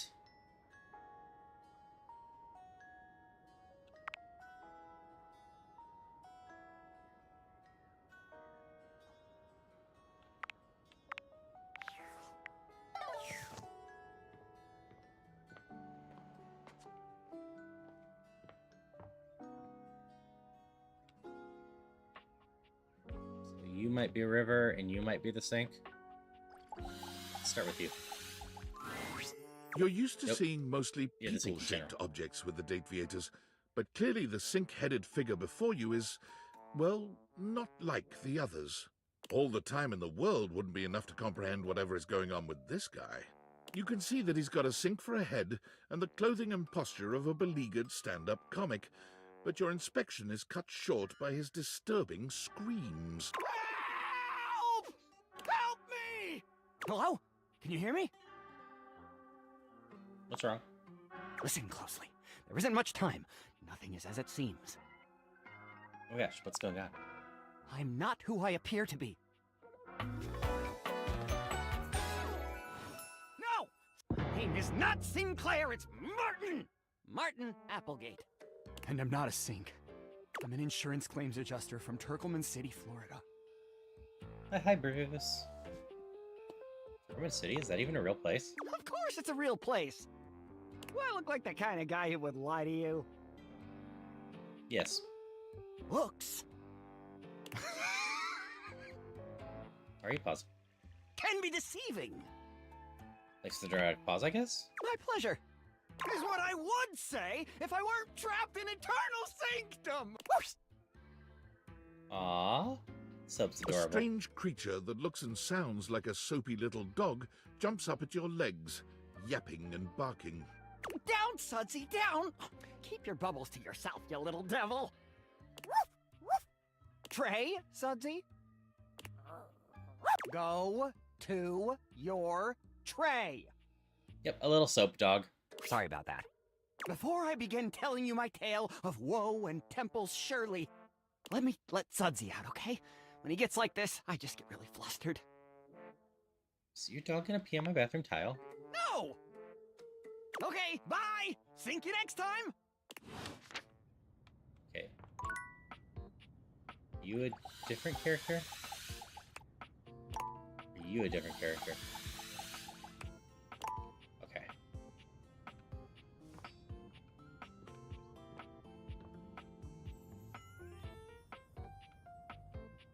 What are you? Before you see them, you can feel them. An overwhelming air of cool, of rebellion and edge given form. Leather and metal, and the best hair and eyebrows you've I ever don't think I have any seen. complaints about this design. This rogue is impossibly cool. And looking at you like you owe them money. There's like an up dog setup. What's soap dog? You got a problem, punk? I don't know who you are. How could I? Oh, damn, that was rude of me, wasn't it? My name's Bobby. Bobby Pin. Perfectly fine pun for this one. Mm-hmm. And you might not have heard of me yet, but trust me, the name Bobby Pin's gonna be known all over the house real soon. How's this strike you? The Pin Crime Syndicate. Oh, wait, no. The Pin Criminal Empire. What about the pin gang? It's kind of old-timey, but it does have that kind of Talk Capone feel to it. Al Capone? You know, the famous powdery gangster from Chicago? Talcum Powder Talc Capone? Whatever you say. Anyway, that guy. It's reminiscent, baby. But I'm gonna blow even him right out of the water. I've been locked up in Hoop's bag for years, and I'm finally free! Can't believe who did that. I mean, it wasn't his fault, you know? I had a lot of time to think while I was in there. You know, about who I was gonna be when I got out. Getting bent all out of shape, it does something to a pin, I've you know? enjoyed most of the puns for the names, Christopher. I've, at times, taken a guess or trying to figure out the pun beforehand. Makes you reevaluate your priorities in life. Makes you think long and hard about who you truly are. You don't normally look like this? Oh yeah. I used to be pinned straight, if you can believe it. Getting sucked up into Hoob's bag was a real revelation. I never really felt quite like myself before. Would have liked it better if I didn't have to be locked away for a while first, but I feel like for the first time in my life, who I am and who I've always been are one and the same, baby. You, look amazing. Thanks. I mean, I know it, but it's real affirming to hear it from somebody else, too. I've been locked up, but I'm here now, baby. I'm ready to take what's mine. The real question at this point is just where to begin. Where do I situate my burgeoning criminal enterprise? After all, you know the first rule of business. Location, location, location. What about the second rule of business? A-B-M-M. Always be making money. Can't really argue on that one. Of course you can't, because I'm right, as always. Tell you what. Let's make a game out of this. I gotta scout some locations for Pin HQ. If you can find me, I'll let you be a small part of this little venture. What do you say? I'll play along. Boo! I'm gonna sign you up anyway. You can work on accepting it later. Just to make sure you don't miss this opportunity of a lifetime, I'm gonna give you a hint about where I'll be.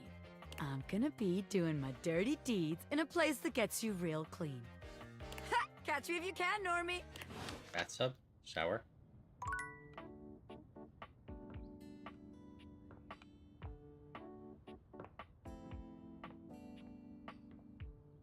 I see. She got so far.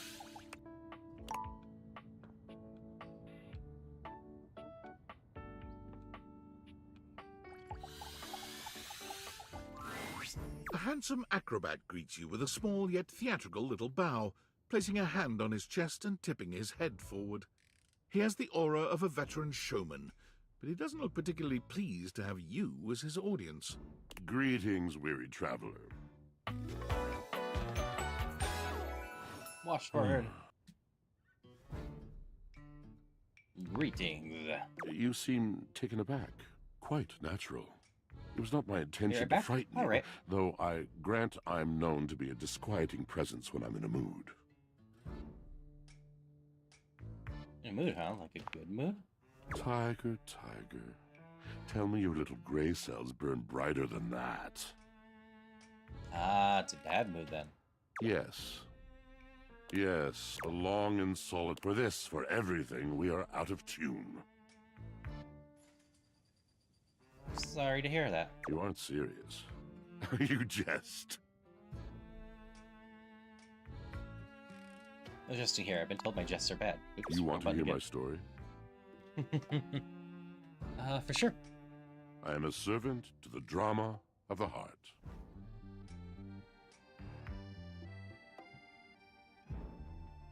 This should be good.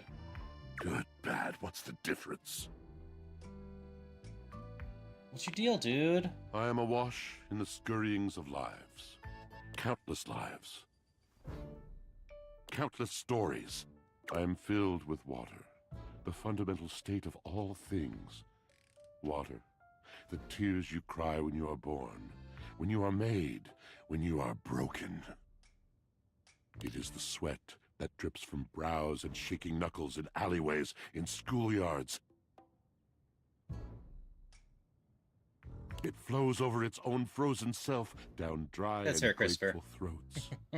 It drops from noses in blazing sunshine onto lemon-printed bathing suits. Alan Tudyk would be fitting for a lot It of is the characters in here. wellspring of ancient secrets, held in rough clay bowls. I am surrounded by it. Never thought this much about my washing machine. That's just it. No one does. But not only that, not only do I hold the limitless, the unfathomably simple, I hold the dirt of life. The blood stuck in denim from skin knees comes to me. The stains of earth from a weekend spent burrowing into trees and the slimy, crawly things. The makeup smeared onto shirt collars and cuffs, streaked mascara, and embers of a lipstick that blazed once. All of this comes to me to be absolved. It may be dissolved, but it does not disappear. It cannot. Nothing does.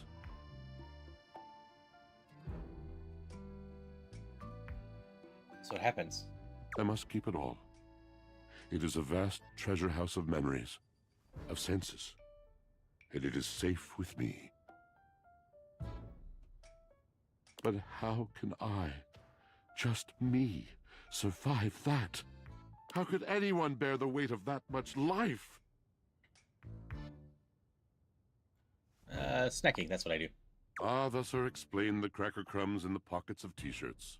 It is the words. It is language. To be able to communicate. To share the burden. It is poetry that keeps me afloat in my own sea. I'd really love to hear the story you have to tell me. You mean it? Then this at last is the dawn? Such bewilderment comes with the sight of the room, I cannot tell. A deep breath. I have lost my only friend. First eyebrows. Sympathetic. He gazes off into the distance, something clearly weighing on him. His eyes narrow for a few moments, and then he sighs. Oh. Did you mean to do something just then? Yes, my God, haven't I done enough? Need a little bit more detail here. Drysdale. He was a phantom of delight when first he gleamed upon my sight. But we are quite forsaken. Is that the dryer? Washford rolls his eyes. His name is Drysdale. If you must parse down his fullness, yes, he's the dryer. He gestures to himself. I'm Washford. He gestures to your dryer. He's Drysdale. Nitwit. We were a duo. An acrobatic team rivaled by none on Earth. We were swift, smooth, and strong. I wish you could have seen him fly. To the vault of paved heaven. Our performances were legend. They came from many rooms away to watch us, to applaud us. And joy filled me, as wine in a glass overflowed. Sounds like you guys had a really amazing connection. Past tense, but the physical connection between him and me, it is like nothing I have ever known before or since. So what's the problem? He does not need poetry like I do. When he talks, it is a breeze to my tempest. And to him my tempest seems but a suggestion, a rumor of rain in another man's country.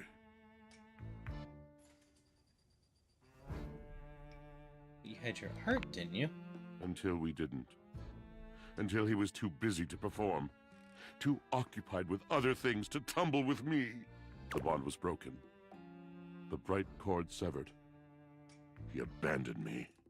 And when he was finally ready again, I was unreachable. Locked in my own Sheol. Trying to claw my way back to a friend who could not hear me. The wall between us has been impenetrable ever since. I'm starting to see why you two haven't talked in such a long time. Yes, it's been years. As I said, traveler, a long and solitary bad mood. All moving things come to an end. A knotted willow.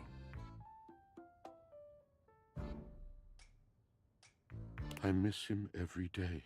Though you have been a rather dismissive and flippant creature, I find I am still charmed. I didn't know I could still feel that way. Don't worry, these things have a way of working out. You're asking me to have faith. I would be hard-pressed to acquiesce if not for, well, I've tried everything else. Thank you, sincerely, for listening. It has been so long since anyone has stopped, has heard me. Alright, need to respond to something again really quick.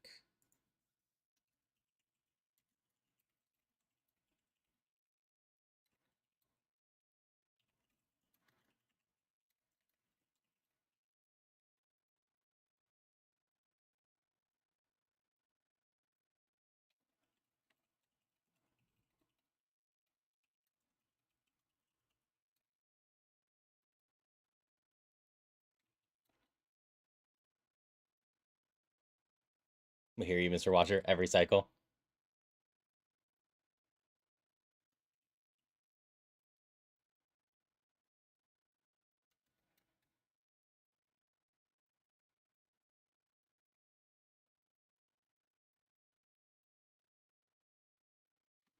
Okay.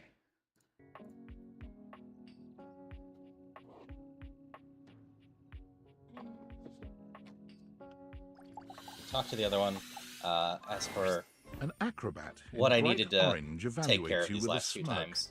His hair is streaked with grey, and there's a Sounds twinkle like I in his will eyes that not be tells you playing this guy Avionic is Factor tonight. definitely going to keep Just you on your toes. hoping the others can get some good rest. Well, hello there, new face.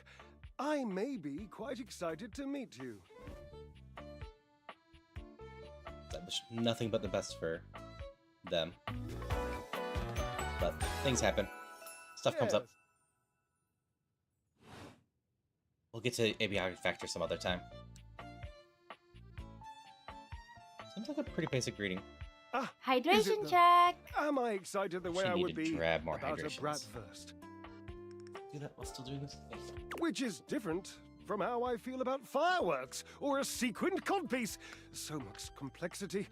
So when I say may, I have a voluptuous suspicion that may be the emotion I'm experiencing. Yes. You know whether or not you're excited to meet me? Well, how can I know for sure? You might turn out to be fabulously interesting. Echo? In which case, yes, I am thrilled. Pass the champagne. Or you Anyone might else having an in echo? reality be a dud. A wet Haven't blanket. changed any settings. A bore. And if that happens, and I've already committed to excitement, I'd look like a bit of a moron now, wouldn't I? Sure, I guess that makes sense. Of course it makes sense. I always make sense. I'm a sparkling conversationalist. Morning, Danny. Hope you're doing well. Hope you got some good sleep. So, tell me. Hope you had a lot of fun with Am I 428. excited? Or am I... And keep in mind, when I'm disappointed, my finely toned trapezii tend to flare unexpectedly. I need to get more stats for a lot of these. Quite toned. Excited person, I think. Let's go with those kite toned. Naturally, as an energetic equilibrist, I must keep my body in tip-top shape. I am doing well, Danny. I am having fun meeting a lot of characters and I just can interacting see with that, them. You do not make that a priority. Yep, I sure don't. I hate working out. You hate the tireless pursuit of physical excellence? Yeah, it's just so boring. When I come across a new diversion, the first question I ask myself is, would a boring person do this? If the answer is yes, I avoid that thing like cheap shoes. Expensive shoes can be just as good. Inexpensive is not what I mean. I mean cheaply dreamt of, cheaply designed, cheaply made. You wouldn't understand. You have no delicate sense of the physical world. This is why you hate the gym, because you're too desensitized to truly appreciate subtle physical experiences. See, that's why I don't love the categories of, date, friends, or hate. Because these two they're not in the hate category, but I also have absolutely zero desire to even be friends with them. Just exercise. What's the big deal? What's the big deal? The body is the big deal, you clod. If your body, your temple, your cherished home on this little bauble of a blue planet is not worth ultimate focus, then what is? Of course, naturally, if you don't like going to the gym, you couldn't possibly enjoy spending any more time than necessary around an appliance as athletic as myself. And laundry, my. I can almost see you rushing away even now. How boring we must seem to you. Believe me, I truly do understand your position.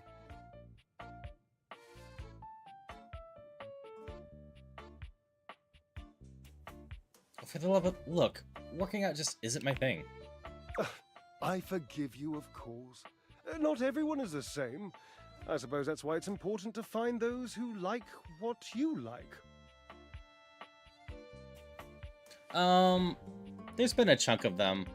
I enjoyed spending time with my computer, the console, the office supplies. I'm not sure. I can look it up after this. Community is vital indeed, yes. The towels are actually pretty sweet, and I've been enjoying spending time with the blanket as well. It was, but what a one. I think if you ever have one like him, you wouldn't think of it as just working out anymore. You would understand that it's a kind of... You know, the D20 is not a no, Christopher. One Chance was does get fun. lonely without that connection to the divine.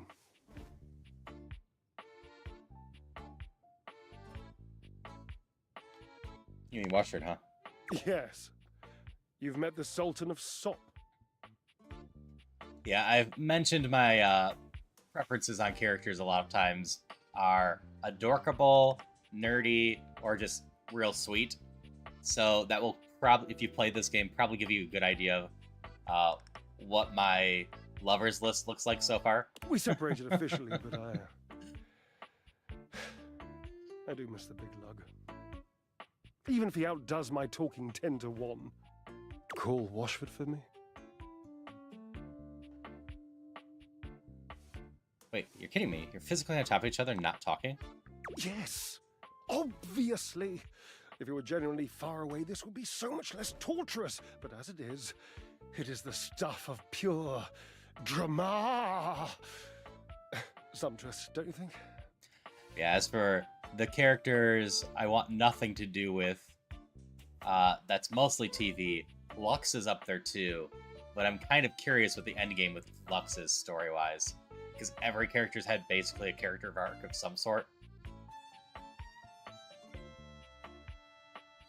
Can't believe that they're doing this. Washford. Just wait a moment.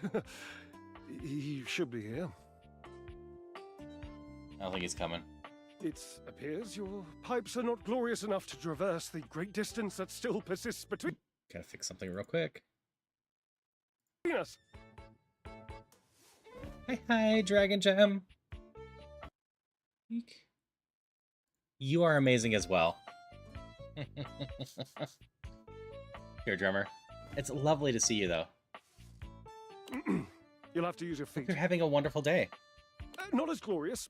Slightly floppy, really, but hopefully effective. Have at it!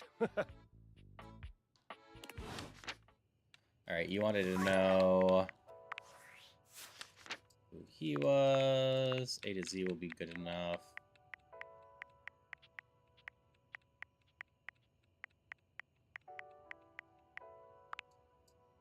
Neil Newbon. I do not recognize that name off the top of my head.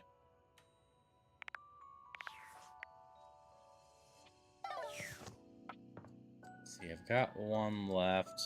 I'm gonna go talk to the blanket and see if I've managed to do it. Starium from Baldur's Gate 3? Ah, okay. I am having the unfortunate side effect in Baldur's Gate 3 of, since I'm playing it with 3 other players, I am barely interacting with the story characters. So I really don't have much of a connection with them at all. Sinclair paces back and forth, nervous and talking to himself. Why are you here? Yeah, I've been debating about putting on mods to let us put the story characters in our party as well, so we could, actually spend some time with them. With just the multiplayer characters, it kind of just works out that we get to do a chunk of the story character quests, but it is basically literally we meet some other characters out in the world that know them. We pop in and they act like we've been having super bonds with them forever and just ask big favors of us or whatnot without any real context of any knowing them at all. Oh, come on. It shouldn't be taking this long. Oh. You see Mateo? I've seen several shoes, if that's what you're asking. And none of them are the slightest bit amenable to ordinary conversation. Oh no, we're going into ads.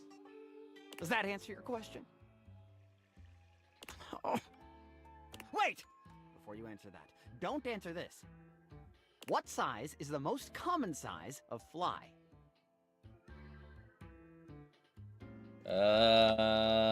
7. 7 is the correct answer, but 7 what?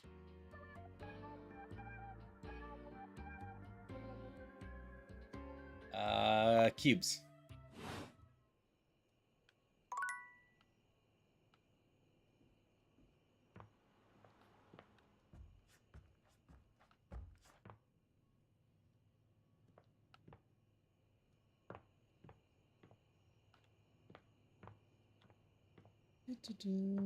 You're over here.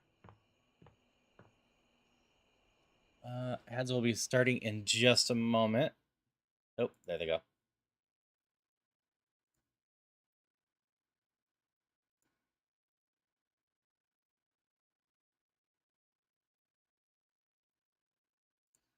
I don't even know what that's talking about.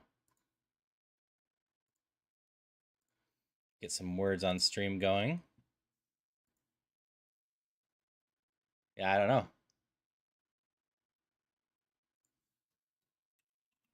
No, Dragon Gem beat me there.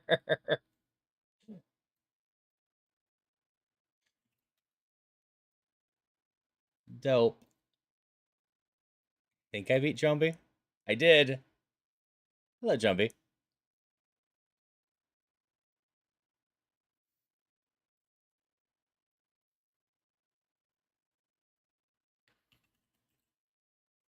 Pull.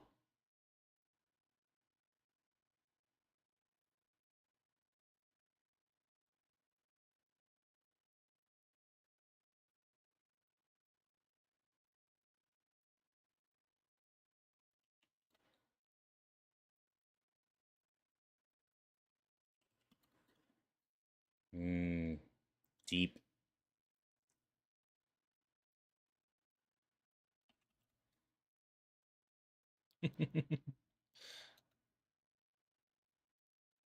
Dull?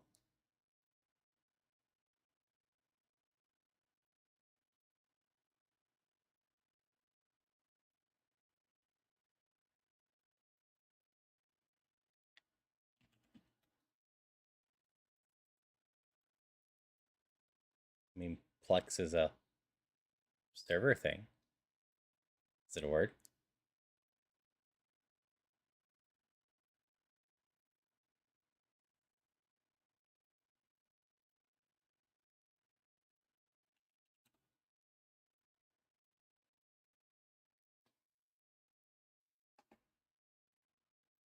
We actually passed around.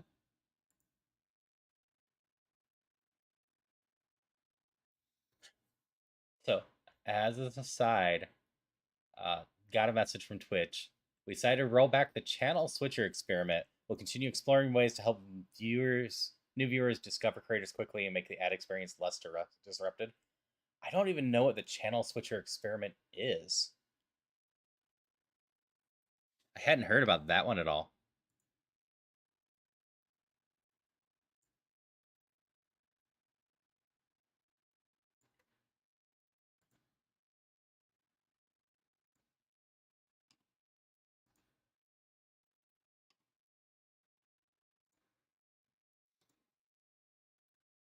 Not a thing. It's Twitch themselves sending this to me. No clue what that is.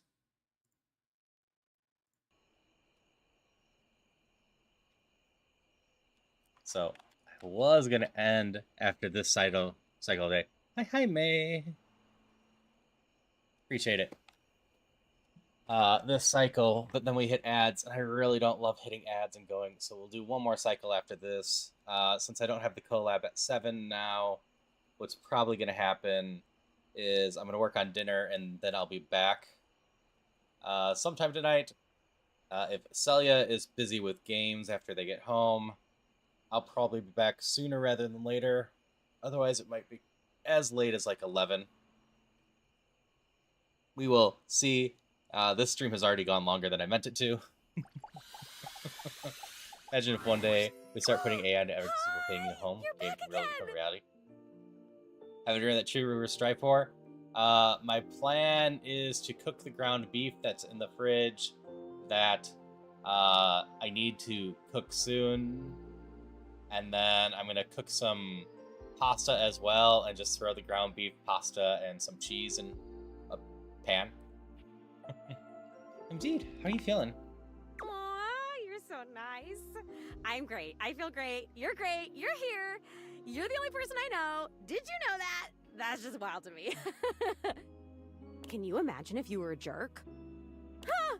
What if the only person I knew in the whole world was a jerk? That would suck. It would suck if you're the only person you know and I'm not a jerk. Oh, because I've known jerks. Like back when I was alive, I knew one. Ooh, he was a bad one. Like if you took a normal jerk and then you put him on stilts and you put him in a sumo suit, so he was like 3 times the size of a normal jerk, that was this jerk. But you didn't have any memories of your life. Whoa. Oh my god, I remember someone. It's you. It's you being here. You're helping me remember and feel all this new stuff. It's overwhelming. Oh my god. How awesome! I'm overwhelmed! Whoa, this is crazy. It's like there's a roller coaster in my chest. I can feel my chest. Is that normal? For ghosts, I don't know. Yeah, I guess I'd be the authority there. Well, I can authoritatively tell you that no, it is not normal. I'm starting to feel not just feelings, but body stuff. If I had a way to tie you to a chair to keep you from leaving, I would totally do it. I'll stay if you just ask honestly. Yeah, I know. I wouldn't really tie you to a chair. That would be weird. I think. I don't really know what's weird. I only know what I like and don't like. And I definitely like you. So, like, if you could hang out, that would be cool. See, this isn't even red flags yet, Joby, compared to my hamper. And if you want me to tie you to a chair, I totally can. We can talk about that later. Fudge! No, I can't. I can't lift the rope. There's no rope at all. Ugh, it's so annoying. Have fun. I'm annoyed. This is great. Okay, if you want to get tied to a chair, you'll have to do the tying, and then I'll float, like, nearby somewhere and make comments like I'm tying you. Like, maybe I could pretend to be threatening you or whatever. And then you could tell me what it feels like to tie yourself to a chair.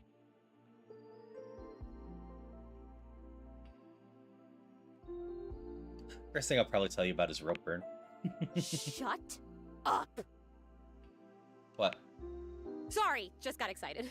Okay. Calm. Yes, she absolutely believes in consent, which is important. I'm not sure if my hamper does.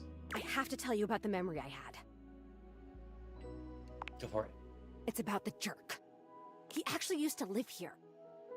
His name was Rudy, and when I knew him, I don't remember exactly. He used to wear this really long vest. It was like dark green or light brown. He was older than me, I know. I think, at least. How old do I seem to you? I guess early 20s sounds about right. Thank you. Still, I am pretty sure he was older than me. Oh, and he was super into witchery and stuff. He was always coming home with crazy books and bags full of crystals and oils and herbs. Sometimes I would walk by this house at night, and I'd see the whole attic window just lit up with candlelight flickering. I don't remember ever seeing other people in here, though, so... Was he alone? Was he just up here chanting to himself about stuff? I guess it would have been right here. He would have been doing these ceremonies and whatever, right where we're standing. Well, you're standing, I'm floating. So we were warned there's some Vines depictions in here. I wonder if she was a ritual sacrifice. I only ever saw him out of the house when he was going shopping for more witch stuff. And he always had on that weird vest, and had these super deep pockets. He always had his hands in his pockets.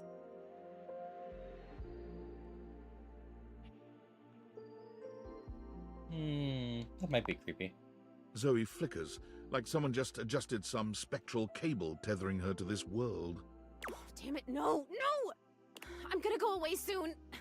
This stupid disappearing thing has never bothered me before now, but I want to be here. I want to talk to you. I'm onto something.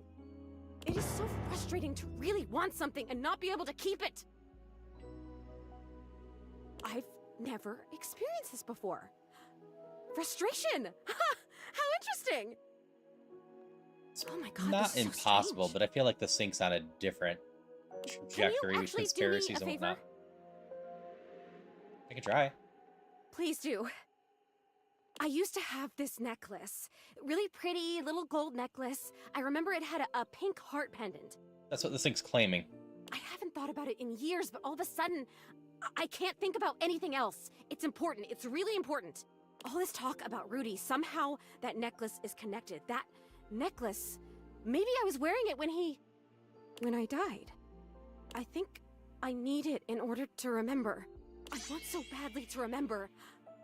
I can't go back to just floating around up here and not remembering anything about my life or who I was, to feeling so alone now that I can feel. I need you to find that necklace for me. Have you seen it? Should have got a time capsule in the basement. Could that be where your stuff is? A time capsule, that sounds perfect! And you met it? Like, you talked to it because it was like a person Yes, to you? Sync was Martin. That's still the most amazing thing I've ever heard. You meet objects. Ah! Okay, can you go back and talk to... Who is the time capsule? Bodhi, apparently. Wow. Okay, can you go back and talk to Bodhi and ask him if he's seen my necklace? Sure. I love I cool can't go stuff. talk to him right now. I don't have the energy. I mean, I think I do. Why wouldn't I? Cool stuff rocks! Come back with it and I'll tell you everything I remember. Okay. So like I said, we'll do one more cycle because the ads happened. And then I will leave for a while to make dinner. Oops. But we can talk to the bobby pin again. We can talk to the time capsule. And then figure out 3 other ones to do before we talk to the ghost.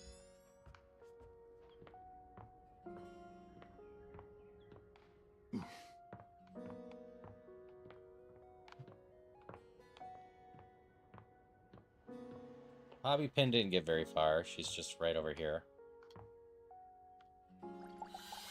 Try to continue Mateo as well. Boo! You and Bobby stare at each other in a silence so intense and overwhelming. I finally made a skill Bobby check. doesn't even seem certain if you heard them. Boo! I heard you the first time. Oh, okay, I see. Fellow Stone Cold Gangster, I got you. Welcome, recruit, to the future location of the heart of the Pin Crime Yeah, Syndicate. I'm enjoying Bobby so far. Bobby gestures expansively to the laundry room. Just look at all the opportunities here. Tell me more, boss. Oh yeah, I like the sound of that, boss. So check it out. I call this one Sud Scam. You go out around the house, spilling stuff all over the place. You know, by accident. Wink, wink, wonk. They wink at you 4 times in a row, huge and exaggerated, just to be sure you're both on the same page. When they're like, oh man, what do I do? My clothes are ruined.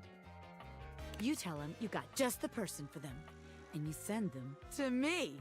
You wash their clothes, and while that's going on, I go through their pockets. Next thing you know, we're rolling in the dough. They have anything in their pockets? Oh my god, it's the dumbest thing I've heard. What if they don't have anything in their pockets? Yeah. I guess we aren't all mega rich gangsters like myself walking around with fat stacks in our pockets. So maybe there is just one tiny flaw. All right. Let's see how this one strikes you. I call this one the old switcheroo. People bring us their laundry. We take that laundry and sell it online. Then we replace it with cheaper pieces that fell off the back of the truck. When they say, hey, that's not my clothes, we're like, yeah, it is. I look at you and I'm like, that's what you brought me, right? And you go, yeah, boss, that was it. And we just stare at the customer until they leave. How about it? I didn't think you have a worse idea, but I'm not sure we're gonna get much money from anything in clothes in the house. Seems that was worse, and we need to be able to repeat it. Let's go with that one. Damn it, recruit. When you're right. A scam's gotta be self-sustaining. Otherwise, there ain't no point. Okay, so maybe that one wouldn't work. But there's gotta be something good here with stealing clothes. After all, that's where people keep their valuables. A red-haired laundry hamper explodes into your midst, all rage and indignation.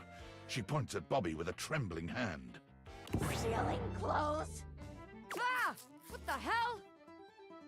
Yep, she's the actual scary one, Bobby. I won't let you take anyone else! Never again, you hear me? Never again. Calm down, you harebrained harpy. I'm just spitballing ideas here. She points at you now.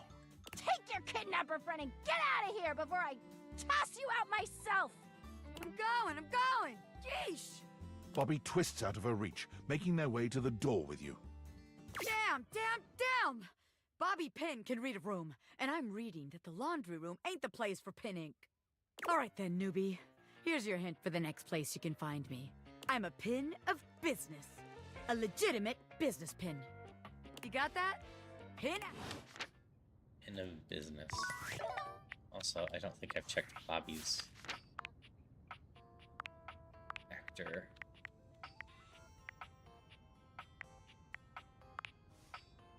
Nope, I don't recognize that name.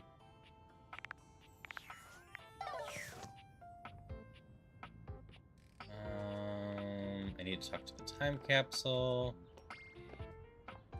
Business would probably be our office.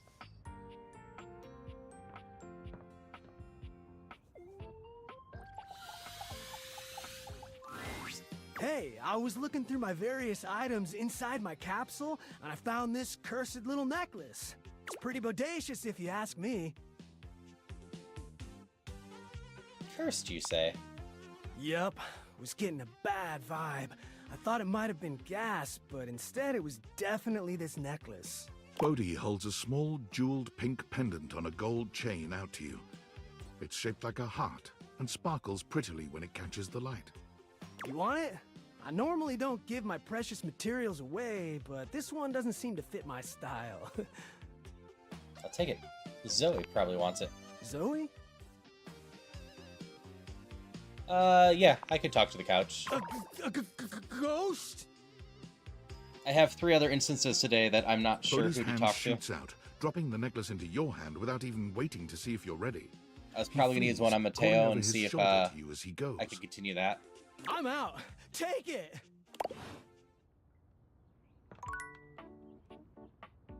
Couch is right here. Koa gives you a friendly wave, patting the couch next to him. Hey, buddy. Come over.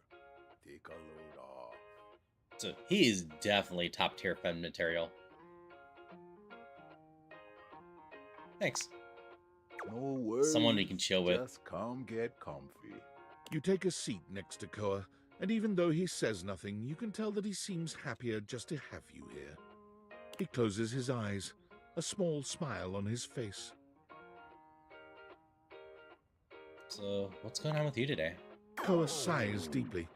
It seems like you're really hushing his comfortable vibes. Well, you know, just been doing my best to keep my mind clear. You get to talking too much and it just brings up all the worst kinds of things. Talking's good for you, though. Please, just respect that I don't want to get into it. Yeah, I shouldn't force you. Right? This is fine.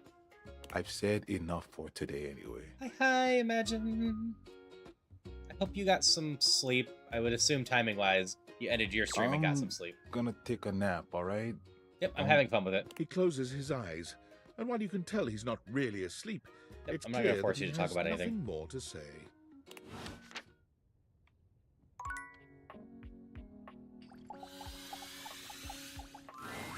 Hey, you're back! That was fast. Any news on Davy? Were you able to check out that lead from Hoof?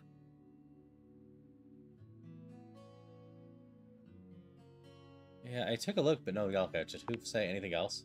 Not much. Oh, you're gonna go sleep just now? That he saw Alright, I hope you Davy get some sniffing around amazing Harper's sleep. corner in the laundry room.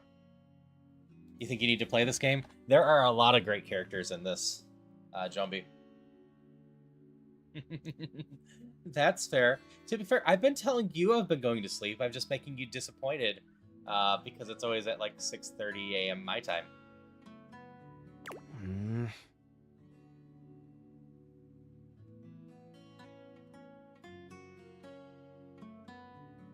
They just continue doing the same thing. Not much. Just that he saw Davy.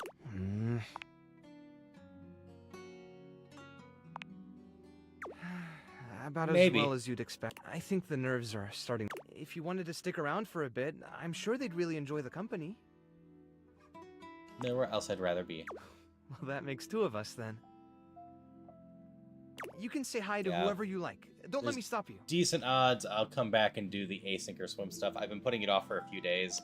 I should have a decent number of checks. The corner with Harper. She wanted nothing to do with me. But I guess there's also the Hanks over there. I could try them.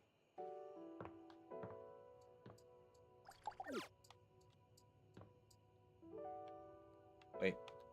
I don't know what you are. We'll just do you instead. Oh, I talked to that object already. What is that object, Ben? I talked to Bobby, talked to the time capsule, talked to the couch, talked to Mateo. This has to be the Mateo thing, then. Nothing else really makes sense there. Zoe will be right after this. Zoe actually doesn't take any of my data invaders things. Let's talk to Hoove and see if I can get a even more clear cut thing about it. Hey, nice to see you again. Hoove holds one finger up to you, his chest rising and falling with panted breaths. He bends over, both hands on his knees.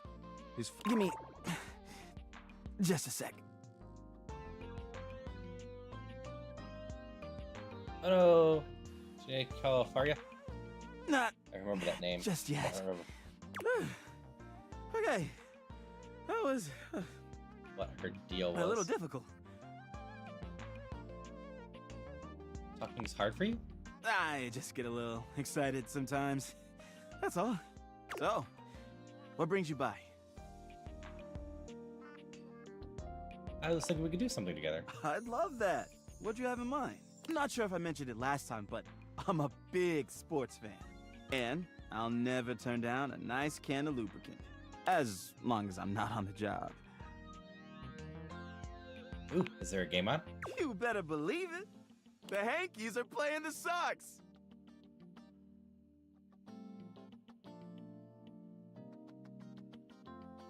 I mean, I don't really like the Hankies or the Sox. I'm familiar with... Oop, wrong What? button. You must be crazy. They stink. At least no one blows their nose on the Sox. I love a little trash talk. Well, let's go see who comes home with the dub. Come on, it's almost. We don't want to miss it. Hoove takes you to Valdivia Arena, where the two of you witness an athletic event on par with the greatest games the human world could ever offer. You cheer your hearts out side by side. Sports ball, sports ball, sports Is your ball. heart pounding from the thrill of the game? Or is it Hoove's presence so close to you? The only thing you know for sure is that you'll never witness another matchup this exciting. Wow, what a game!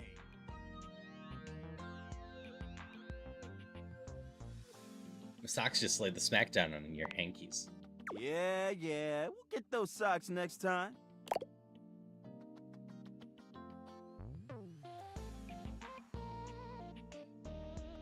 Feel like grabbing a drink? You read my mind. Let's crack a can. Thanks, Boris. Yeah. Groove hands you a martini glass filled with a suspiciously dark liquid.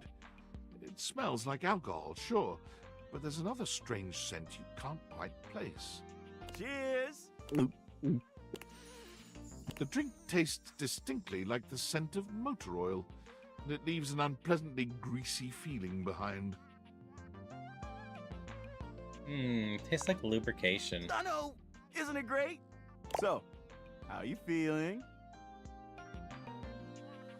I'd like to know more about you. Sure. I'm an open book. I mean, lyrics like actually an open book?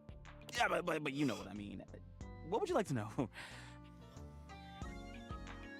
Something weighing you down recently? I mean, I guess I've been feeling a little overwhelmed. My suction's not the same as it once was. And I'm struggling to get up in the morning. Lately, I just feel like I've got no space in my life. But I'm not sure why. I've got amazing friends, and I love my job. Every day I get to go around the house, and I encounter so many amazing things. I collect them in my bag. I've got everything you can think of. You'd be amazed at the stuff I find. Might be carrying around too much baggage? That's just it. I mean, I can clean your bag and filter. But I don't know what to do about it. What if you emptied your bag? Emptied it? Oh.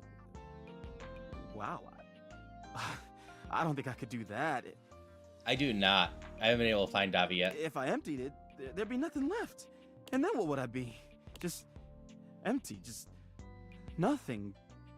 Just, no. No, I can't do that. We've just started with one or two things. Oh. I don't know. Davi is the missing yarn puppy thing. All that stuff is kind of private.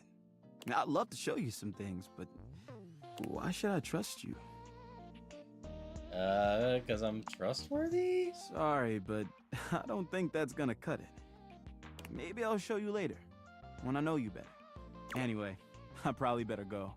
Thanks for hanging out. Alright. We're gonna go talk to Zoe, and I have a feeling this is gonna hit the stuff that the content warning was telling us about.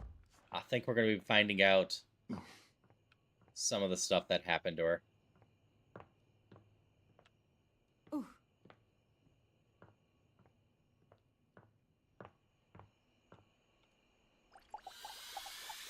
So just given warning in case it might make Is that- people uncomfortable.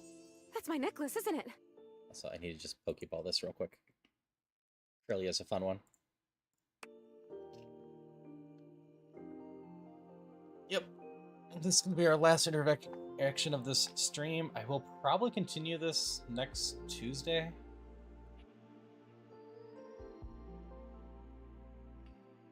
Yep. Bodhi had it. Yes, like you said. I've been thinking, and it's harder when you're not here, but now you found that necklace, and I can see it again for real.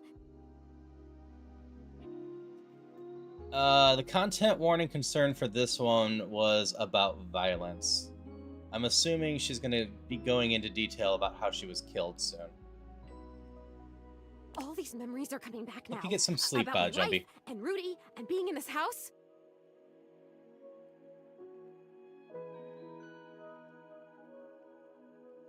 I don't know if I hear this. It sounds like there's a lot of trauma here for you. Please, let me tell you. The trauma I can handle. I don't have anyone else to talk to, and all these memories and feelings are just everywhere now, and I don't know what to do with all of it. You're the only person who can see me. Is it okay that I talk to you? I need to, but I'll stop if it's too much for you. I'm actually really sorry. I can just go. I mean, I'll go as soon as the disappearing thing happens. Like I said, I don't have control over that, but I can just wait in the corner until it happens if I'm bothering you. Right. So it's okay. I want to hear about it. Let's see where this Ooh. goes. Where the content warnings have been covering. Sorry, I guess I've always been pretty excitable, but lately That's fair. But, yeah, the game's had various content warnings. I've skipped most of them, but because she was really upbeat and they just warned of violence, I'm like, we can probably do this one, but I'm giving the warning for people just in case. I cried again, you know. Last night I was looking out the window at the sunset, hoping I'd see you again, and I've totally seen a sunset before. Just because I'm a ghost doesn't mean I don't notice things. I notice a lot of things, actually. Be surprised if you're just in one room for like a million years. I know these floorboards so well. But the sunset, it was so beautiful. It was purple. I didn't know the sun could do that. And I cried again, and I wanted to tell you. Okay, I'm glad you did, Zoe. Now, what do you remember? Rudy. He was about 37 when I met him. I was 19. I was in college in town. I think I was studying aerospace engineering.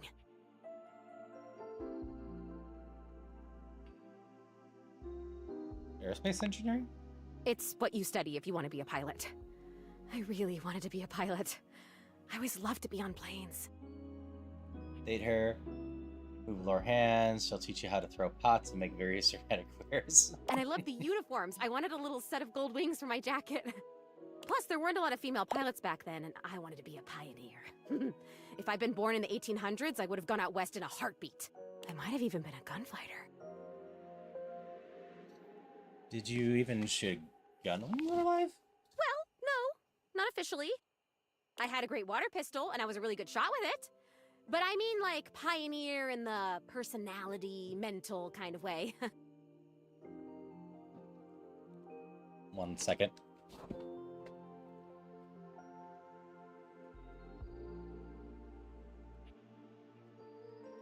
Never mind. Celia's going around. They just got home. I don't think they realized I was still streaming. I would have been a gunfighter in my mind. Tell you is not what you study to be a pilot. It's what you study to design air spacecrafts. Yeah, that's fair.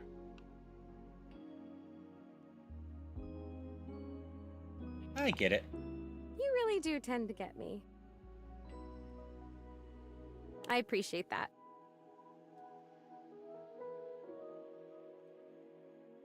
But Rudy, he was pretty good looking, actually. His hair was going gray, which I always thought was kind of hot. I had a crush on Charles Binberg when I was a kid because his pictures were all in black and white and he had blonde hair, so in the pictures, to me, it looked gray. And he was a pilot. I wanted to be a pilot. I had a crush on Charles Binberg, and I always wanted to be Amelia Earhart. Anyway, he used to be kind of a hippie. The house was almost a commune kind of place, according to my parents. Oh my god, I had parents. I haven't... That's a fun line. Oh my god, I had parents. I haven't thought about them in so long. I didn't even remember them. I think they loved me. Oh, wow, that's such an amazing memory. You're coming on fast. Okay, must stay focused. So yeah, by the time I met him, that had all ended and he was kind of a loner. I would wave to him whenever I saw him, but it took him like months to wave back to me. Even to wave. I think I turned 20 by the time we finally said hi to each other. Must seem really interesting to you. For sure, I was fascinated by him. I mean, a witch? A hot older guy witch living right in my neighborhood? What's not to love, right? Sign me up. So you guys started talking regularly then? I made it a point to be walking by when I knew he'd be outside. He'd be gathering herbs. He used to have a little garden in the front yard out there. Oh man, did it smell good when it rained. Smell. I can remember smells. Oh my god, do you know what fried chicken smells like? Or roses? Or freshly mown grass? Deliciousness, and allergies. In that order.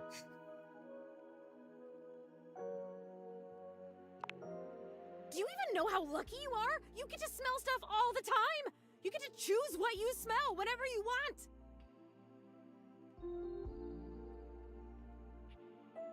You used to do that too, walking by Rudy's garden. You're right. I did. Wow. I guess I was lucky too. I guess I'm even luckier now because now I can remember it all and I can savor it. Oh, this is so cool. Thank you for coming back. Thank you for helping me remember. Yeah, sometimes I wish I could choose what I could smell, Luke. My pleasure. So what happened next? I started coming up to the house to do, I guess you'd call them seances? It would be just him and me up here trying to make contact with ghosts. Were you in here with him by yourself? Yeah. Why? Is that weird? Nothing ever happened. I don't think. Like nothing bad. At this point, I'm sure I'd remember that. He actually taught me a lot of stuff. I'm still leaning with he ritually sacrificed her, and she just does not remember that I yet. learned about mixing the herbs, and about how to write a spell, and how to speak an incantation, and all about these occult symbols and what they mean. It's kind of a bummer that we drew everything in chalk, or you'd still be able to see it.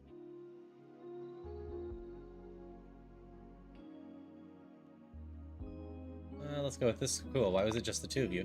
He would always say that it was important for the energy in a seance to be just right. There's something about my energy that he thought was really special, that I was gonna help him finally be able to talk to the other side. I'm not sure. She seems like someone that might have learned pottery, though. Apparently that's part of what he was looking for with all those parties he used to have. He was looking for the right combination of people and just never found it, but I was different. I'm just off from the empathy to be able to say, so what a predator might say to a mark. I'm sure you are. Not everyone becomes a ghost. Oh, that's true. There must be something different about me because I'm still here, and most of the time when people die, they just, die. I wonder where they even go. I wonder if I'll ever get to see that. That must be a totally different adventure.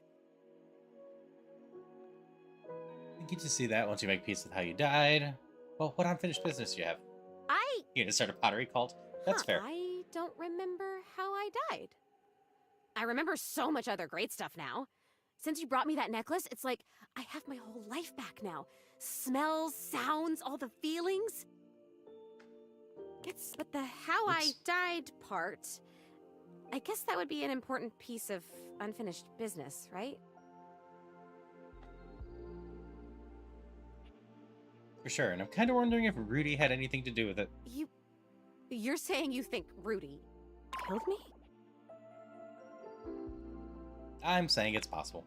Oh, come on, please. That can't be. He would never do that. We had so much fun up here, and he was really nice. Plus, I'd remember that. I would remember that, right? I'd remember everything else. Why wouldn't I? But I can't. I'm over here saying that I would remember if I'd been murdered. Oh, I don't like that word. It's so hard to say. Why is that? But I can't remember if I wasn't, so what does that say? Oh god, there it is again. That fear feeling. I know I don't have skin like other people, but I can still feel it. I don't like this. Why are you making me talk about this? What if I don't want to remember? I'm not making you.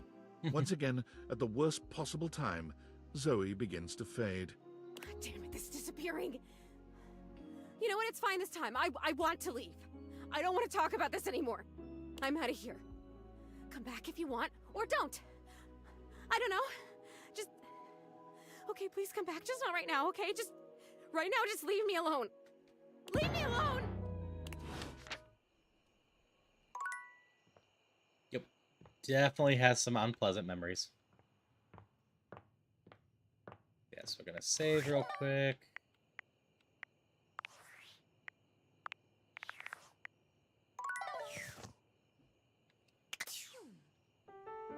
I don't think this will trigger any story stuffs. Okay.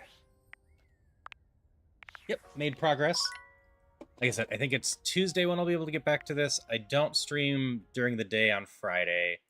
And I don't stream during the day on Saturday or Sunday. Monday, I need to do Questmaster again. And then Tuesday I could get back to this. Let's see who all is on.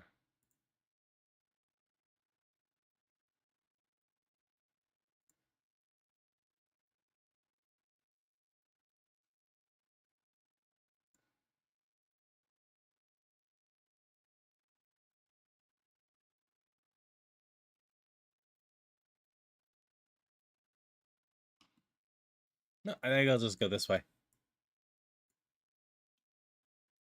Beavers is just a bit into his stream. Beavers is doing async or swim. You're gonna home with Wickedly? I'm assuming that's Wackerly. That's fair. Yeah, I'm gonna go offline for a bit. I need to talk to Celia, see if they're playing games. But at some point tonight, I'm probably coming back with my async for swim stuff. Because I need to do some of that again. So we're gonna send you over to Beavers, who is doing async or swim right now. And thank you, Danny. I'll probably see you tonight too if you're around, which you usually are one of the channels at the very least that I'm gonna go visit. But then I will probably be joining Beavers in async or swim and voice call later tonight. On my Discord is where I always post when the heck I'm doing stuff if I figure it out.